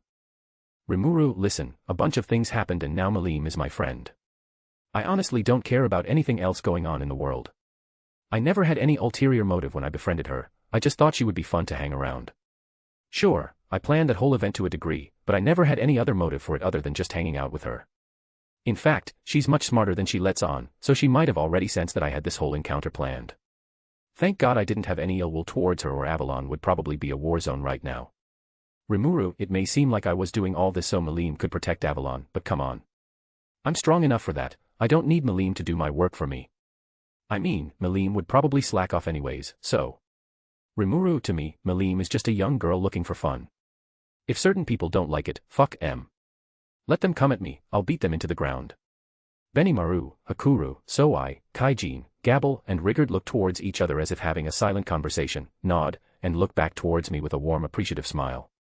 Hakuru, as expected, you never cared for other people's thoughts. Gabble, I admire you even more, Rimuru-sama. Rimuru, I don't need your compliments, those are just my honest thought. So just leave Melim to me, I'll make sure she doesn't cause trouble. Everyone, no objections. And thus the meeting was adjourned. Unknown to Rimuru, however, a certain twin-tailed demon lord soaking in the women's hot spring smiles to herself. Flashbotch end. I was brought out of my memory of last night with Melim looking at me with a wide cheeky grin. Seeing this a smile also spreads on my face. And that is how Melim Nava, a person almost as dangerous as Mort from Madagascar with North Korea's nuclear bomb launch codes, came to live here in Avalon. Name, Rimuru. Race, origin slime. Protection, crest of space. Title, highest tier spirit, leader of the monsters, Oni-chan, king of Avalon. Manus, Ilias Veal. Ultimate skills, Belzebuth, lord of gluttony, Ahura Mazda, lord of creation, Scathatch, lord of runes. Intrinsic skills, infinite regeneration, universal shapeshift, universal sense, multi-layer barrier, enhanced replication, universal thread. Extra skills, Lord's ambition, thought communication, control particles, dominate space, control natural elements. Resistances, cancel pain, resist melee attack, cancel natural elements, cancel ailments, resist spiritual attack, resist holy attack. Equipment, Yamato, Harp, Raphael, Skill Orb. A/N, you forgot that Melim's senses are way off the chart and she can hear you. MC, I knew that. N, Right. MC, anyway, what's up with the chapter title? N, I just couldn't think of a title for this chapter. MC. N. MC. N. You are mom gay. MC, dies. Let me know if I missed anything. Also consider dropping some power stones. Chapter 88, Chapter 83 Canned Coffee. A few days later. Melim has settled nicely into Avalon. She always wanders around the city, taking in the new sights and experiencing many new things. Looking at the many stalls and shops around Avalon, looking at the workshops and how people go around their craft, and things like that. She likes to drop by Kurobi and his blacksmith workshop to watch since he's the most skilled. Most of my time is also spent wandering around outside with her. I did take up the job of looking after Melim after all. I have to make sure she doesn't break things every 5 minutes while occasionally punching the face of a rando. Sometimes other people will join in too when they have free time, like Mikoto, Shuna, Cheyenne, Ilya, and others. She likes Gabble the best. Oh sorry, let me rephrase that. She likes messing around with Gabble the best. I think he might be a little bit scared of her now. But she doesn't wander around Avalon all day. She also spends a lot of her time at my house. She also sleeps here too. She almost became addicted to video games, but I was able to stop her, and now she only plays it now and again. I mean, if she's on the consoles 24/7, when am I gonna get a turn? Exactly. I'm joking. But she likes to hang out with Mikoto and Ilya the most. Most of the time it's all four of us hanging out. Sometimes Cheyenne, Shuna, Ranga, Shizu, Benimaru, Soai, Hakuru, Kurobi, and or whoever else also drops by to hang out. But she's the happiest with Mikoto and Ilya. If she's with them, sometimes I just let all of them go off on their own for a girls-only session. I trust Ilya enough to look after them. I would trust Mikoto too, but she's not exactly the most responsible person I know. I mean, if certain conditions are met, Mikoto might even join Malim in the chaos. I have no idea what they do when they're off alone, but I don't interfere. I mean, I once tried to find out what they do, but... Rimuru, hey girls. I wanted to ask you something. I opened the door to a conspicuous room in my house, wanting to ask the girls a question. However, the scene in front of me made me lose any words I had to say. In front of me was Shizu in the middle of a demonic ritual with Ilya, Mikoto, and Malim clapping to the side. Rimuru closes door slowly. Women are scary. Anyway, that was a while ago. I am currently sitting on the sofa, thinking about the spar I had with Malim. Specifically, I was thinking about a flaw that only became obvious during the fight. Mikoto, something on your mind? Mikoto walks up from behind me holding a couple of drink cans in each of her hands, offering one of them to me. I look up at her, smile, and accept the offered can. It's my favorite, meat bun flavored canned tea. I'm joking, it's just coffee. A/N, meat bun flavored coffee LMAOJK. Rimuru, I was thinking about some stuff. A weakness of mine, to be exact. Mikoto, *sip*, you have a weakness. Mikoto speaks with a raised eyebrow and a playful smile. She's just joking, poking fun at my OP-ness. Everyone has a weakness after all, whether it's something easy to exploit or not is a different story. Rimuru, yeah. I realized my defensive prowess isn't actually all that great. My multi-layer barrier skill is an intrinsic skill, but it isn't exactly on the level of a unique skill. It can't make full use of my massive Magicule pool. Sip. It's like having infinite electricity, but no matter how much you channel into your computer, it won't make your computer faster. You'll need better hardware for that. It's the same with me, I have infinite Magicules, but multi-layer barrier can only defend against so much before breaking. There's an upper limit. I realized this flaw of mine during my fight with Malim. That girl broke through my defense like it was paper. Thank God for infinite regeneration. I explain the general situation to Mikoto, who listens attentively next to me. I find simply voicing out my thoughts to someone can help make things clearer to myself.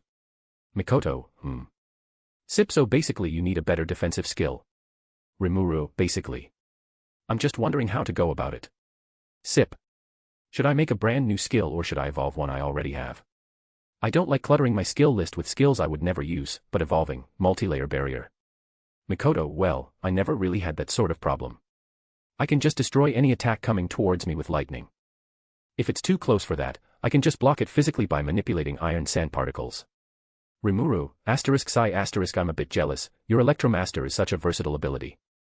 Mikoto, true, but isn't your space manipulation also pretty versatile? Rimuru, yeah, if only I could use it defensively. Mikoto looks at me with a smug expression as my eyes slowly widen in realization. Rimuru. I'm an idiot. Mikoto, yup. Rimuru, where's Ilya? I ask Mikoto a question while putting down my can of coffee on the coffee table in front of me. Mikoto, she's with Malim in the kitchen. They wanted to bake some cookies together and I'm just taking a break. Rimuru, alright. Thank you, Mikoto. You're the best. I stand up and run off to the kitchen while thanking the smug woman. Man, she's really smart, well, I'm also dumb as fuck. After Rimuru left, Mikoto closes her eyes and takes a sip from the can in her hand. Then, she cracks one of her eyes open, taking a peek at the can of coffee on the coffee table. She opens her eyes fully and takes a look around warily. Mikoto, well, it would be a waste if it's just left like that. Yup. It can't be helped. I'm just doing a small favor. This is completely normal. I mean, you shouldn't waste things like this. While muttering random excuses, her hand reaches out to the can of coffee and picks it up. She slowly brings it towards her mouth, and with flushed cheeks, she shyly takes a small sip. Mikoto. Bitter. She ended up drinking the rest of it anyway. Name, Rimuru. Race, Origin Slime. Protection, Crest of Space. Title, Highest Tier Spirit, Leader of the Monsters, Oni-chan, King of Avalon. Manus, Ilias Veil. Ultimate Skills, Belzebuth, Lord of Gluttony, Ahura Mazda, Lord of Creation, Scathatch, Lord of Runes. Intrinsic Skills, Infinite Regeneration, Universal Shapeshift, Universal Sense, Multi-Layer Barrier, Enhanced Replication, Universal Thread. Extra Skills, Lord's Ambition, Thought Communication, Control Particles, Dominate Space, Control Natural Elements. Resistances, Cancel Pain, Resist Melee Attack, Cancel Natural Elements, Cancel Ailments, Resist Spiritual Attack, Resist Holy Attack. Equipment, Yamato, Harp, Raphael, Skill Orb. A/N, LMAO MC doesn't even have body fluid, so it's not an indirect kiss. MC, well, she probably knew that, which is why she did it in the first place. And, true, that Sundara wouldn't have done it if there really was stuff there. Let me know if I missed anything. Also consider dropping some power stones. Chapter 89, Chapter 84 Cosplay. After talking with Mikoto, I run through the house directly towards the kitchen and burst through the door like the Kool-Aid man. Bang. Rimuru, Ilya. Ilya, eh. Oni-chan. Milim, oh, Rimuru, you're here. In front of me is a scene I would not like to forget anytime soon. Ilya is in her magical girl costume making various poses while Milim is taking photos like a madman on her new touchscreen phone. How did she even get her hands on that thing? Anyway, Ilya is currently holding the edges of her skirt up, looking at me with an embarrassed expression while Milim greets me without letting go of the capture button. Click click click click click click. Clap. I clap my hands in front of me while closing my eyes in prayer. Rimuru, thank you for the view. Ilya, no. I feel a tug on my collar from an invisible force. Before I completely register it, I end up flying out of the room and the door closes behind me. Did I just get fucking yeeted? And why is Ilya so embarrassed? I've seen it before, and she should have sensed me coming with universal perception. Furthermore, we're connected through the soul, we know each other's location at all moments of the day. Maybe it's something she needs mental preparation for. Like how most cosplayers wouldn't cosplay in public unless there's an event or something, or if their identity is hidden or something. Meh. Slam. The door opens again and Ilya runs out directly to me. Ilya, did you see it? Her cheeks are flushed and she looks like she's about to cry. Rimuru, see what? Your costume. Ilya, not that. Did you see it? My. She breaks eye contact and looks down, seemingly too embarrassed to continue her sentence. What is she so embarrassed about? She wasn't embarrassed about me seeing her in her magical girl costume. Was it something else? Rimuru, ah. Now that I remember it, she was lifting the edges of her skirt up, and her skirt is already kind of short. Rimuru. No, I didn't see your panties. Ilya looks back up at me, pouting furiously, shaking, blushing and glaring while holding back tears. I can't hold back anymore. She's way too cute. I raise my hand, drop it on her head, and start petting it. Insert scene of Rimuru doing lewd head pats and breathing heavily while Ilya just melts. Meanwhile, without Rimuru's knowledge, Milim is hiding around the corner still taking pictures. She stops, looks at the pictures of Rimuru petting Ilya, and smirks before turning around to find Mikoto. A while later. I am standing in the middle of the experimental site with Ilya standing next to me. She finally calmed down, which is good because I need her help. Ilya, so. What are we here for, Oni-chan? Rimuru, my defense needs work. Ilya, oh, yeah, I got it. Let's get started then. Ilya immediately understood what I'm trying to do. I mean, she's incredibly smart, figuring out my goals should be as simple as breathing. I'm sure she already had an idea of what I needed but only asked me to confirm. Ilya closes her eyes before her entire body begins to glow. Immediately after, she turned into motes of light. The motes of light flew around my body before sinking into my chest. Ilya, it's been a while since I've been here. It feels nostalgic, Oni-chan. Rimuru, so you want to stay here longer? Ilya, no way. Although I like spending time with you, I like spending time in my physical body more. Rimuru, yeah, I thought as much. Ilya is the manifestation of my skill, Manus, Ilya's Veil. I just gave her a physical body made through enhanced replication. She eventually made that body her own, but everything of hers originated from me. So, fusing back together is a matter of course. Although I have access to Manus, Ilya's veil, I can't make use of her abilities to their full potential by myself. In fact, using my own skills to their full potential is also a chore.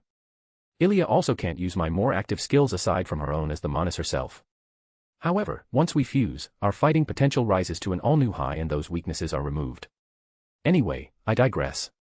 I fused back with Ilya so I can use her calculating prowess and precision to do what I need to do, or rather, I just let her handle everything. Ilya, I'm done, Oni-chan. Rimuru, really? I don't hear the voice of the world though. Ilya, just give it a second, the world system has a small delay. Extra skill, Dominate Space, has evolved into unique skill, Spatial Ruler.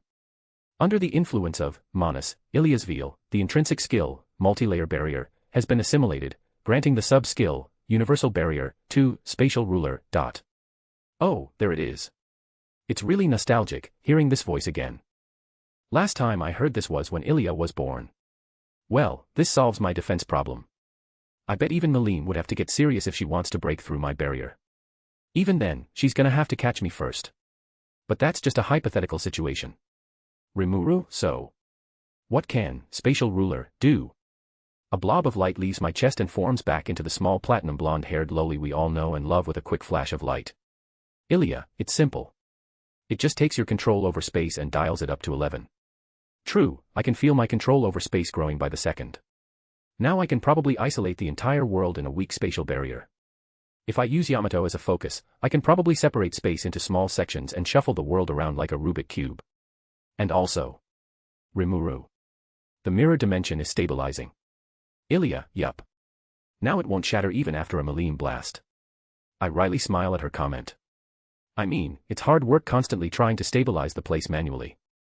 The only reason it could be created in the first place is because of my crest of space. Rimuru, right, I think it's time to leave now. Snap. I snap my fingers and I find myself instantly appearing in the living room with Ilya at my side. As soon as I appeared, I look around to find Mikoto standing in front of a mirror in the middle of the room.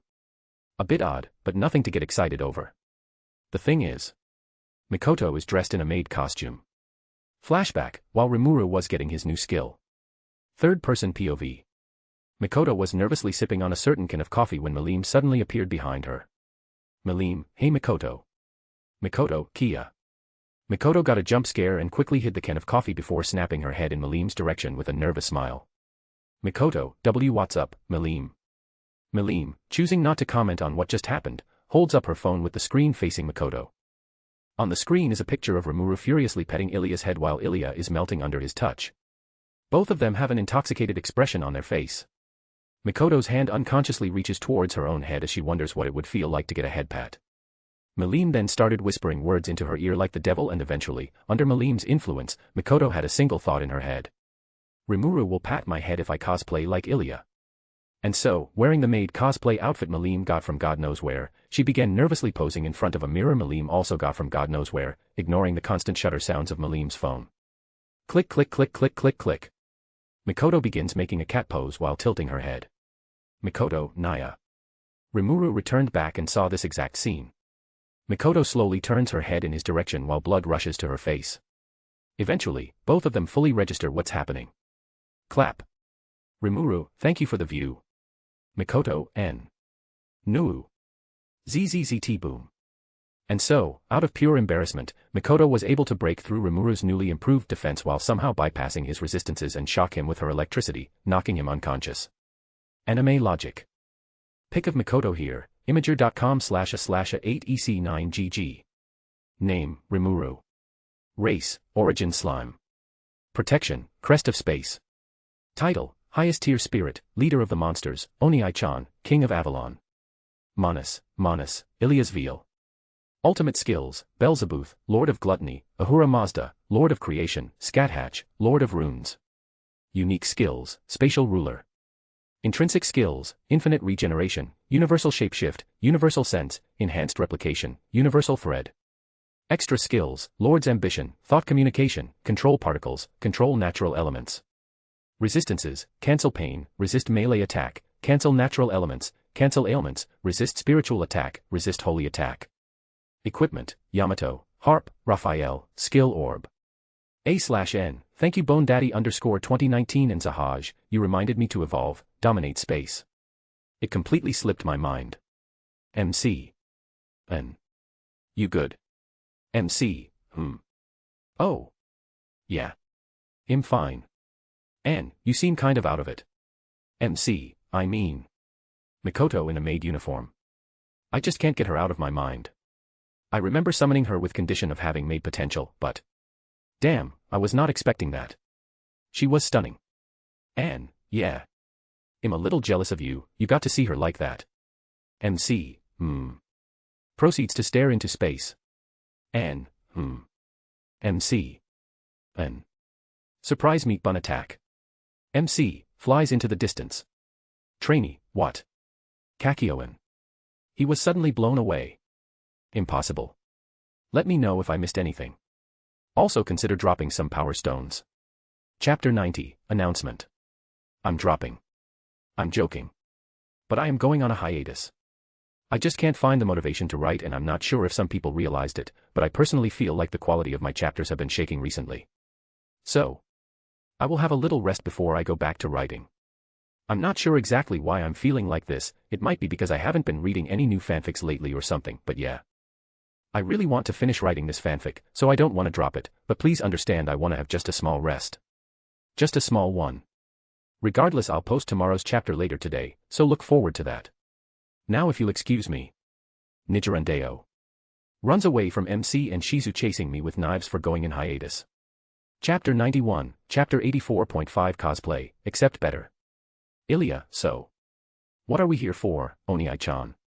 Rimuru, my defense needs work. Ilya, oh, yeah, I got it. Let's get started then. Ilya immediately understood what I'm trying to do. I mean, she's incredibly smart, figuring out my goals should be as simple as breathing. I'm sure she already had an idea of what I needed but only asked me to confirm. Ilya closes her eyes before her entire body begins to glow. Immediately after, she turned into motes of light. The motes of light flew around my body before sinking into my chest. Suddenly, my body shines, hiding behind a veil of bright rainbow light. Like a dance, my body moves automatically and my clothes disappear. From the veil of rainbow light covering me, fabric forms around my arms, legs, and then my torso.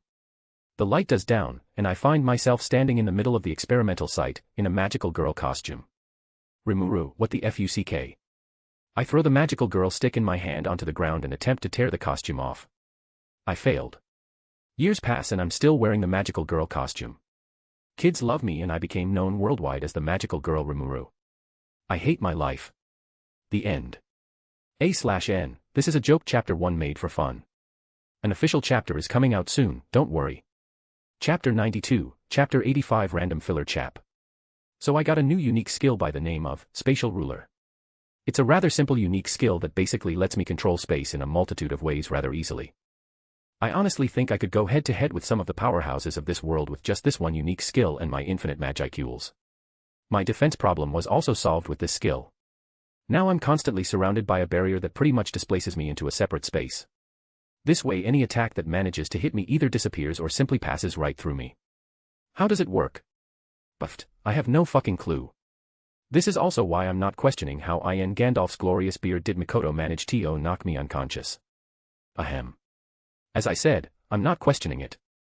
I'm also deeply contemplating the effectiveness of my resistances, but when I tested it by standing in the middle of a magically induced dark lightning storm, I didn't feel a tingle. And yes, my barrier was deactivated during the test. So yeah, another event chalked up to bullshit anime logic. But I did get a lap pillow out of it, so my grievances are reduced. Anyway. It's been a couple of days since that incident. Everything is going smoothly and nothing out of the ordinary is happening. Boom. Oh no. Cheyenne's cooking has gained sentience and is going on a rampage. Boom. Bad news. Milim killed it but took down several buildings with it. Boom. Trainee, asterisk in a JoJo voice asterisk OHNO. You just came in here to say that, didn't you? Go back. Sigh. As I said, nothing out of the ordinary is happening. I begin walking towards the screams of panic and I find myself standing in the middle of the street next to Milim and Cheyenne looking at the destruction they caused. In front of them are multiple ruins of buildings all destroyed and the corpse of some thing. Do you remember Jabba the Hutt? Yeah, it looks like a rounder version of him covered in lube. Regardless, I activate Beelzebub, Lord of Gluttony, and eat the thing. I write down some runes in the air with Scathatch, Lord of Runes, and they glow and disappear. Eventually, the buildings started rewinding and fixing themselves. Those runes didn't do much, they just fixed the damage Malim caused by reversing the state of the buildings. Luckily no one was hurt. Rimuru, Cheyenne, Malim. I speak out 2 names and the girls standing next to me freeze up. Rimuru, no meat buns for a week. They drop to their knees in grief. Regardless, ever since Malim started living here in Avalon, I've has a thought on my mind. Should I save her pet dragon? For context, a long time ago Malim was given a pet dragon by her father, Veldanava. Yes, Veldanava is the creator of this world and yes, Malim is his daughter. Moving on, Malim's parents died and the dragon ended up being the only family in this world that she had. Unfortunately, due to a country's scheming, that dragon was killed and Malim went on a rampage, eventually fulfilling the criteria for evolving into a demon lord by bringing the country to ruin. Yes, it's John Wick. I know. Unlike John Wick, however, due to Malim's evolution, her pet dragon was able to be revived. But its spirit was heavily damaged, and thus it revived as a chaos dragon, completely devoid of consciousness and craving nothing but destruction. Malim reluctantly sealed it and that's the end of that. However, OG Rimuru was able to repair its spirit and revive it in the series.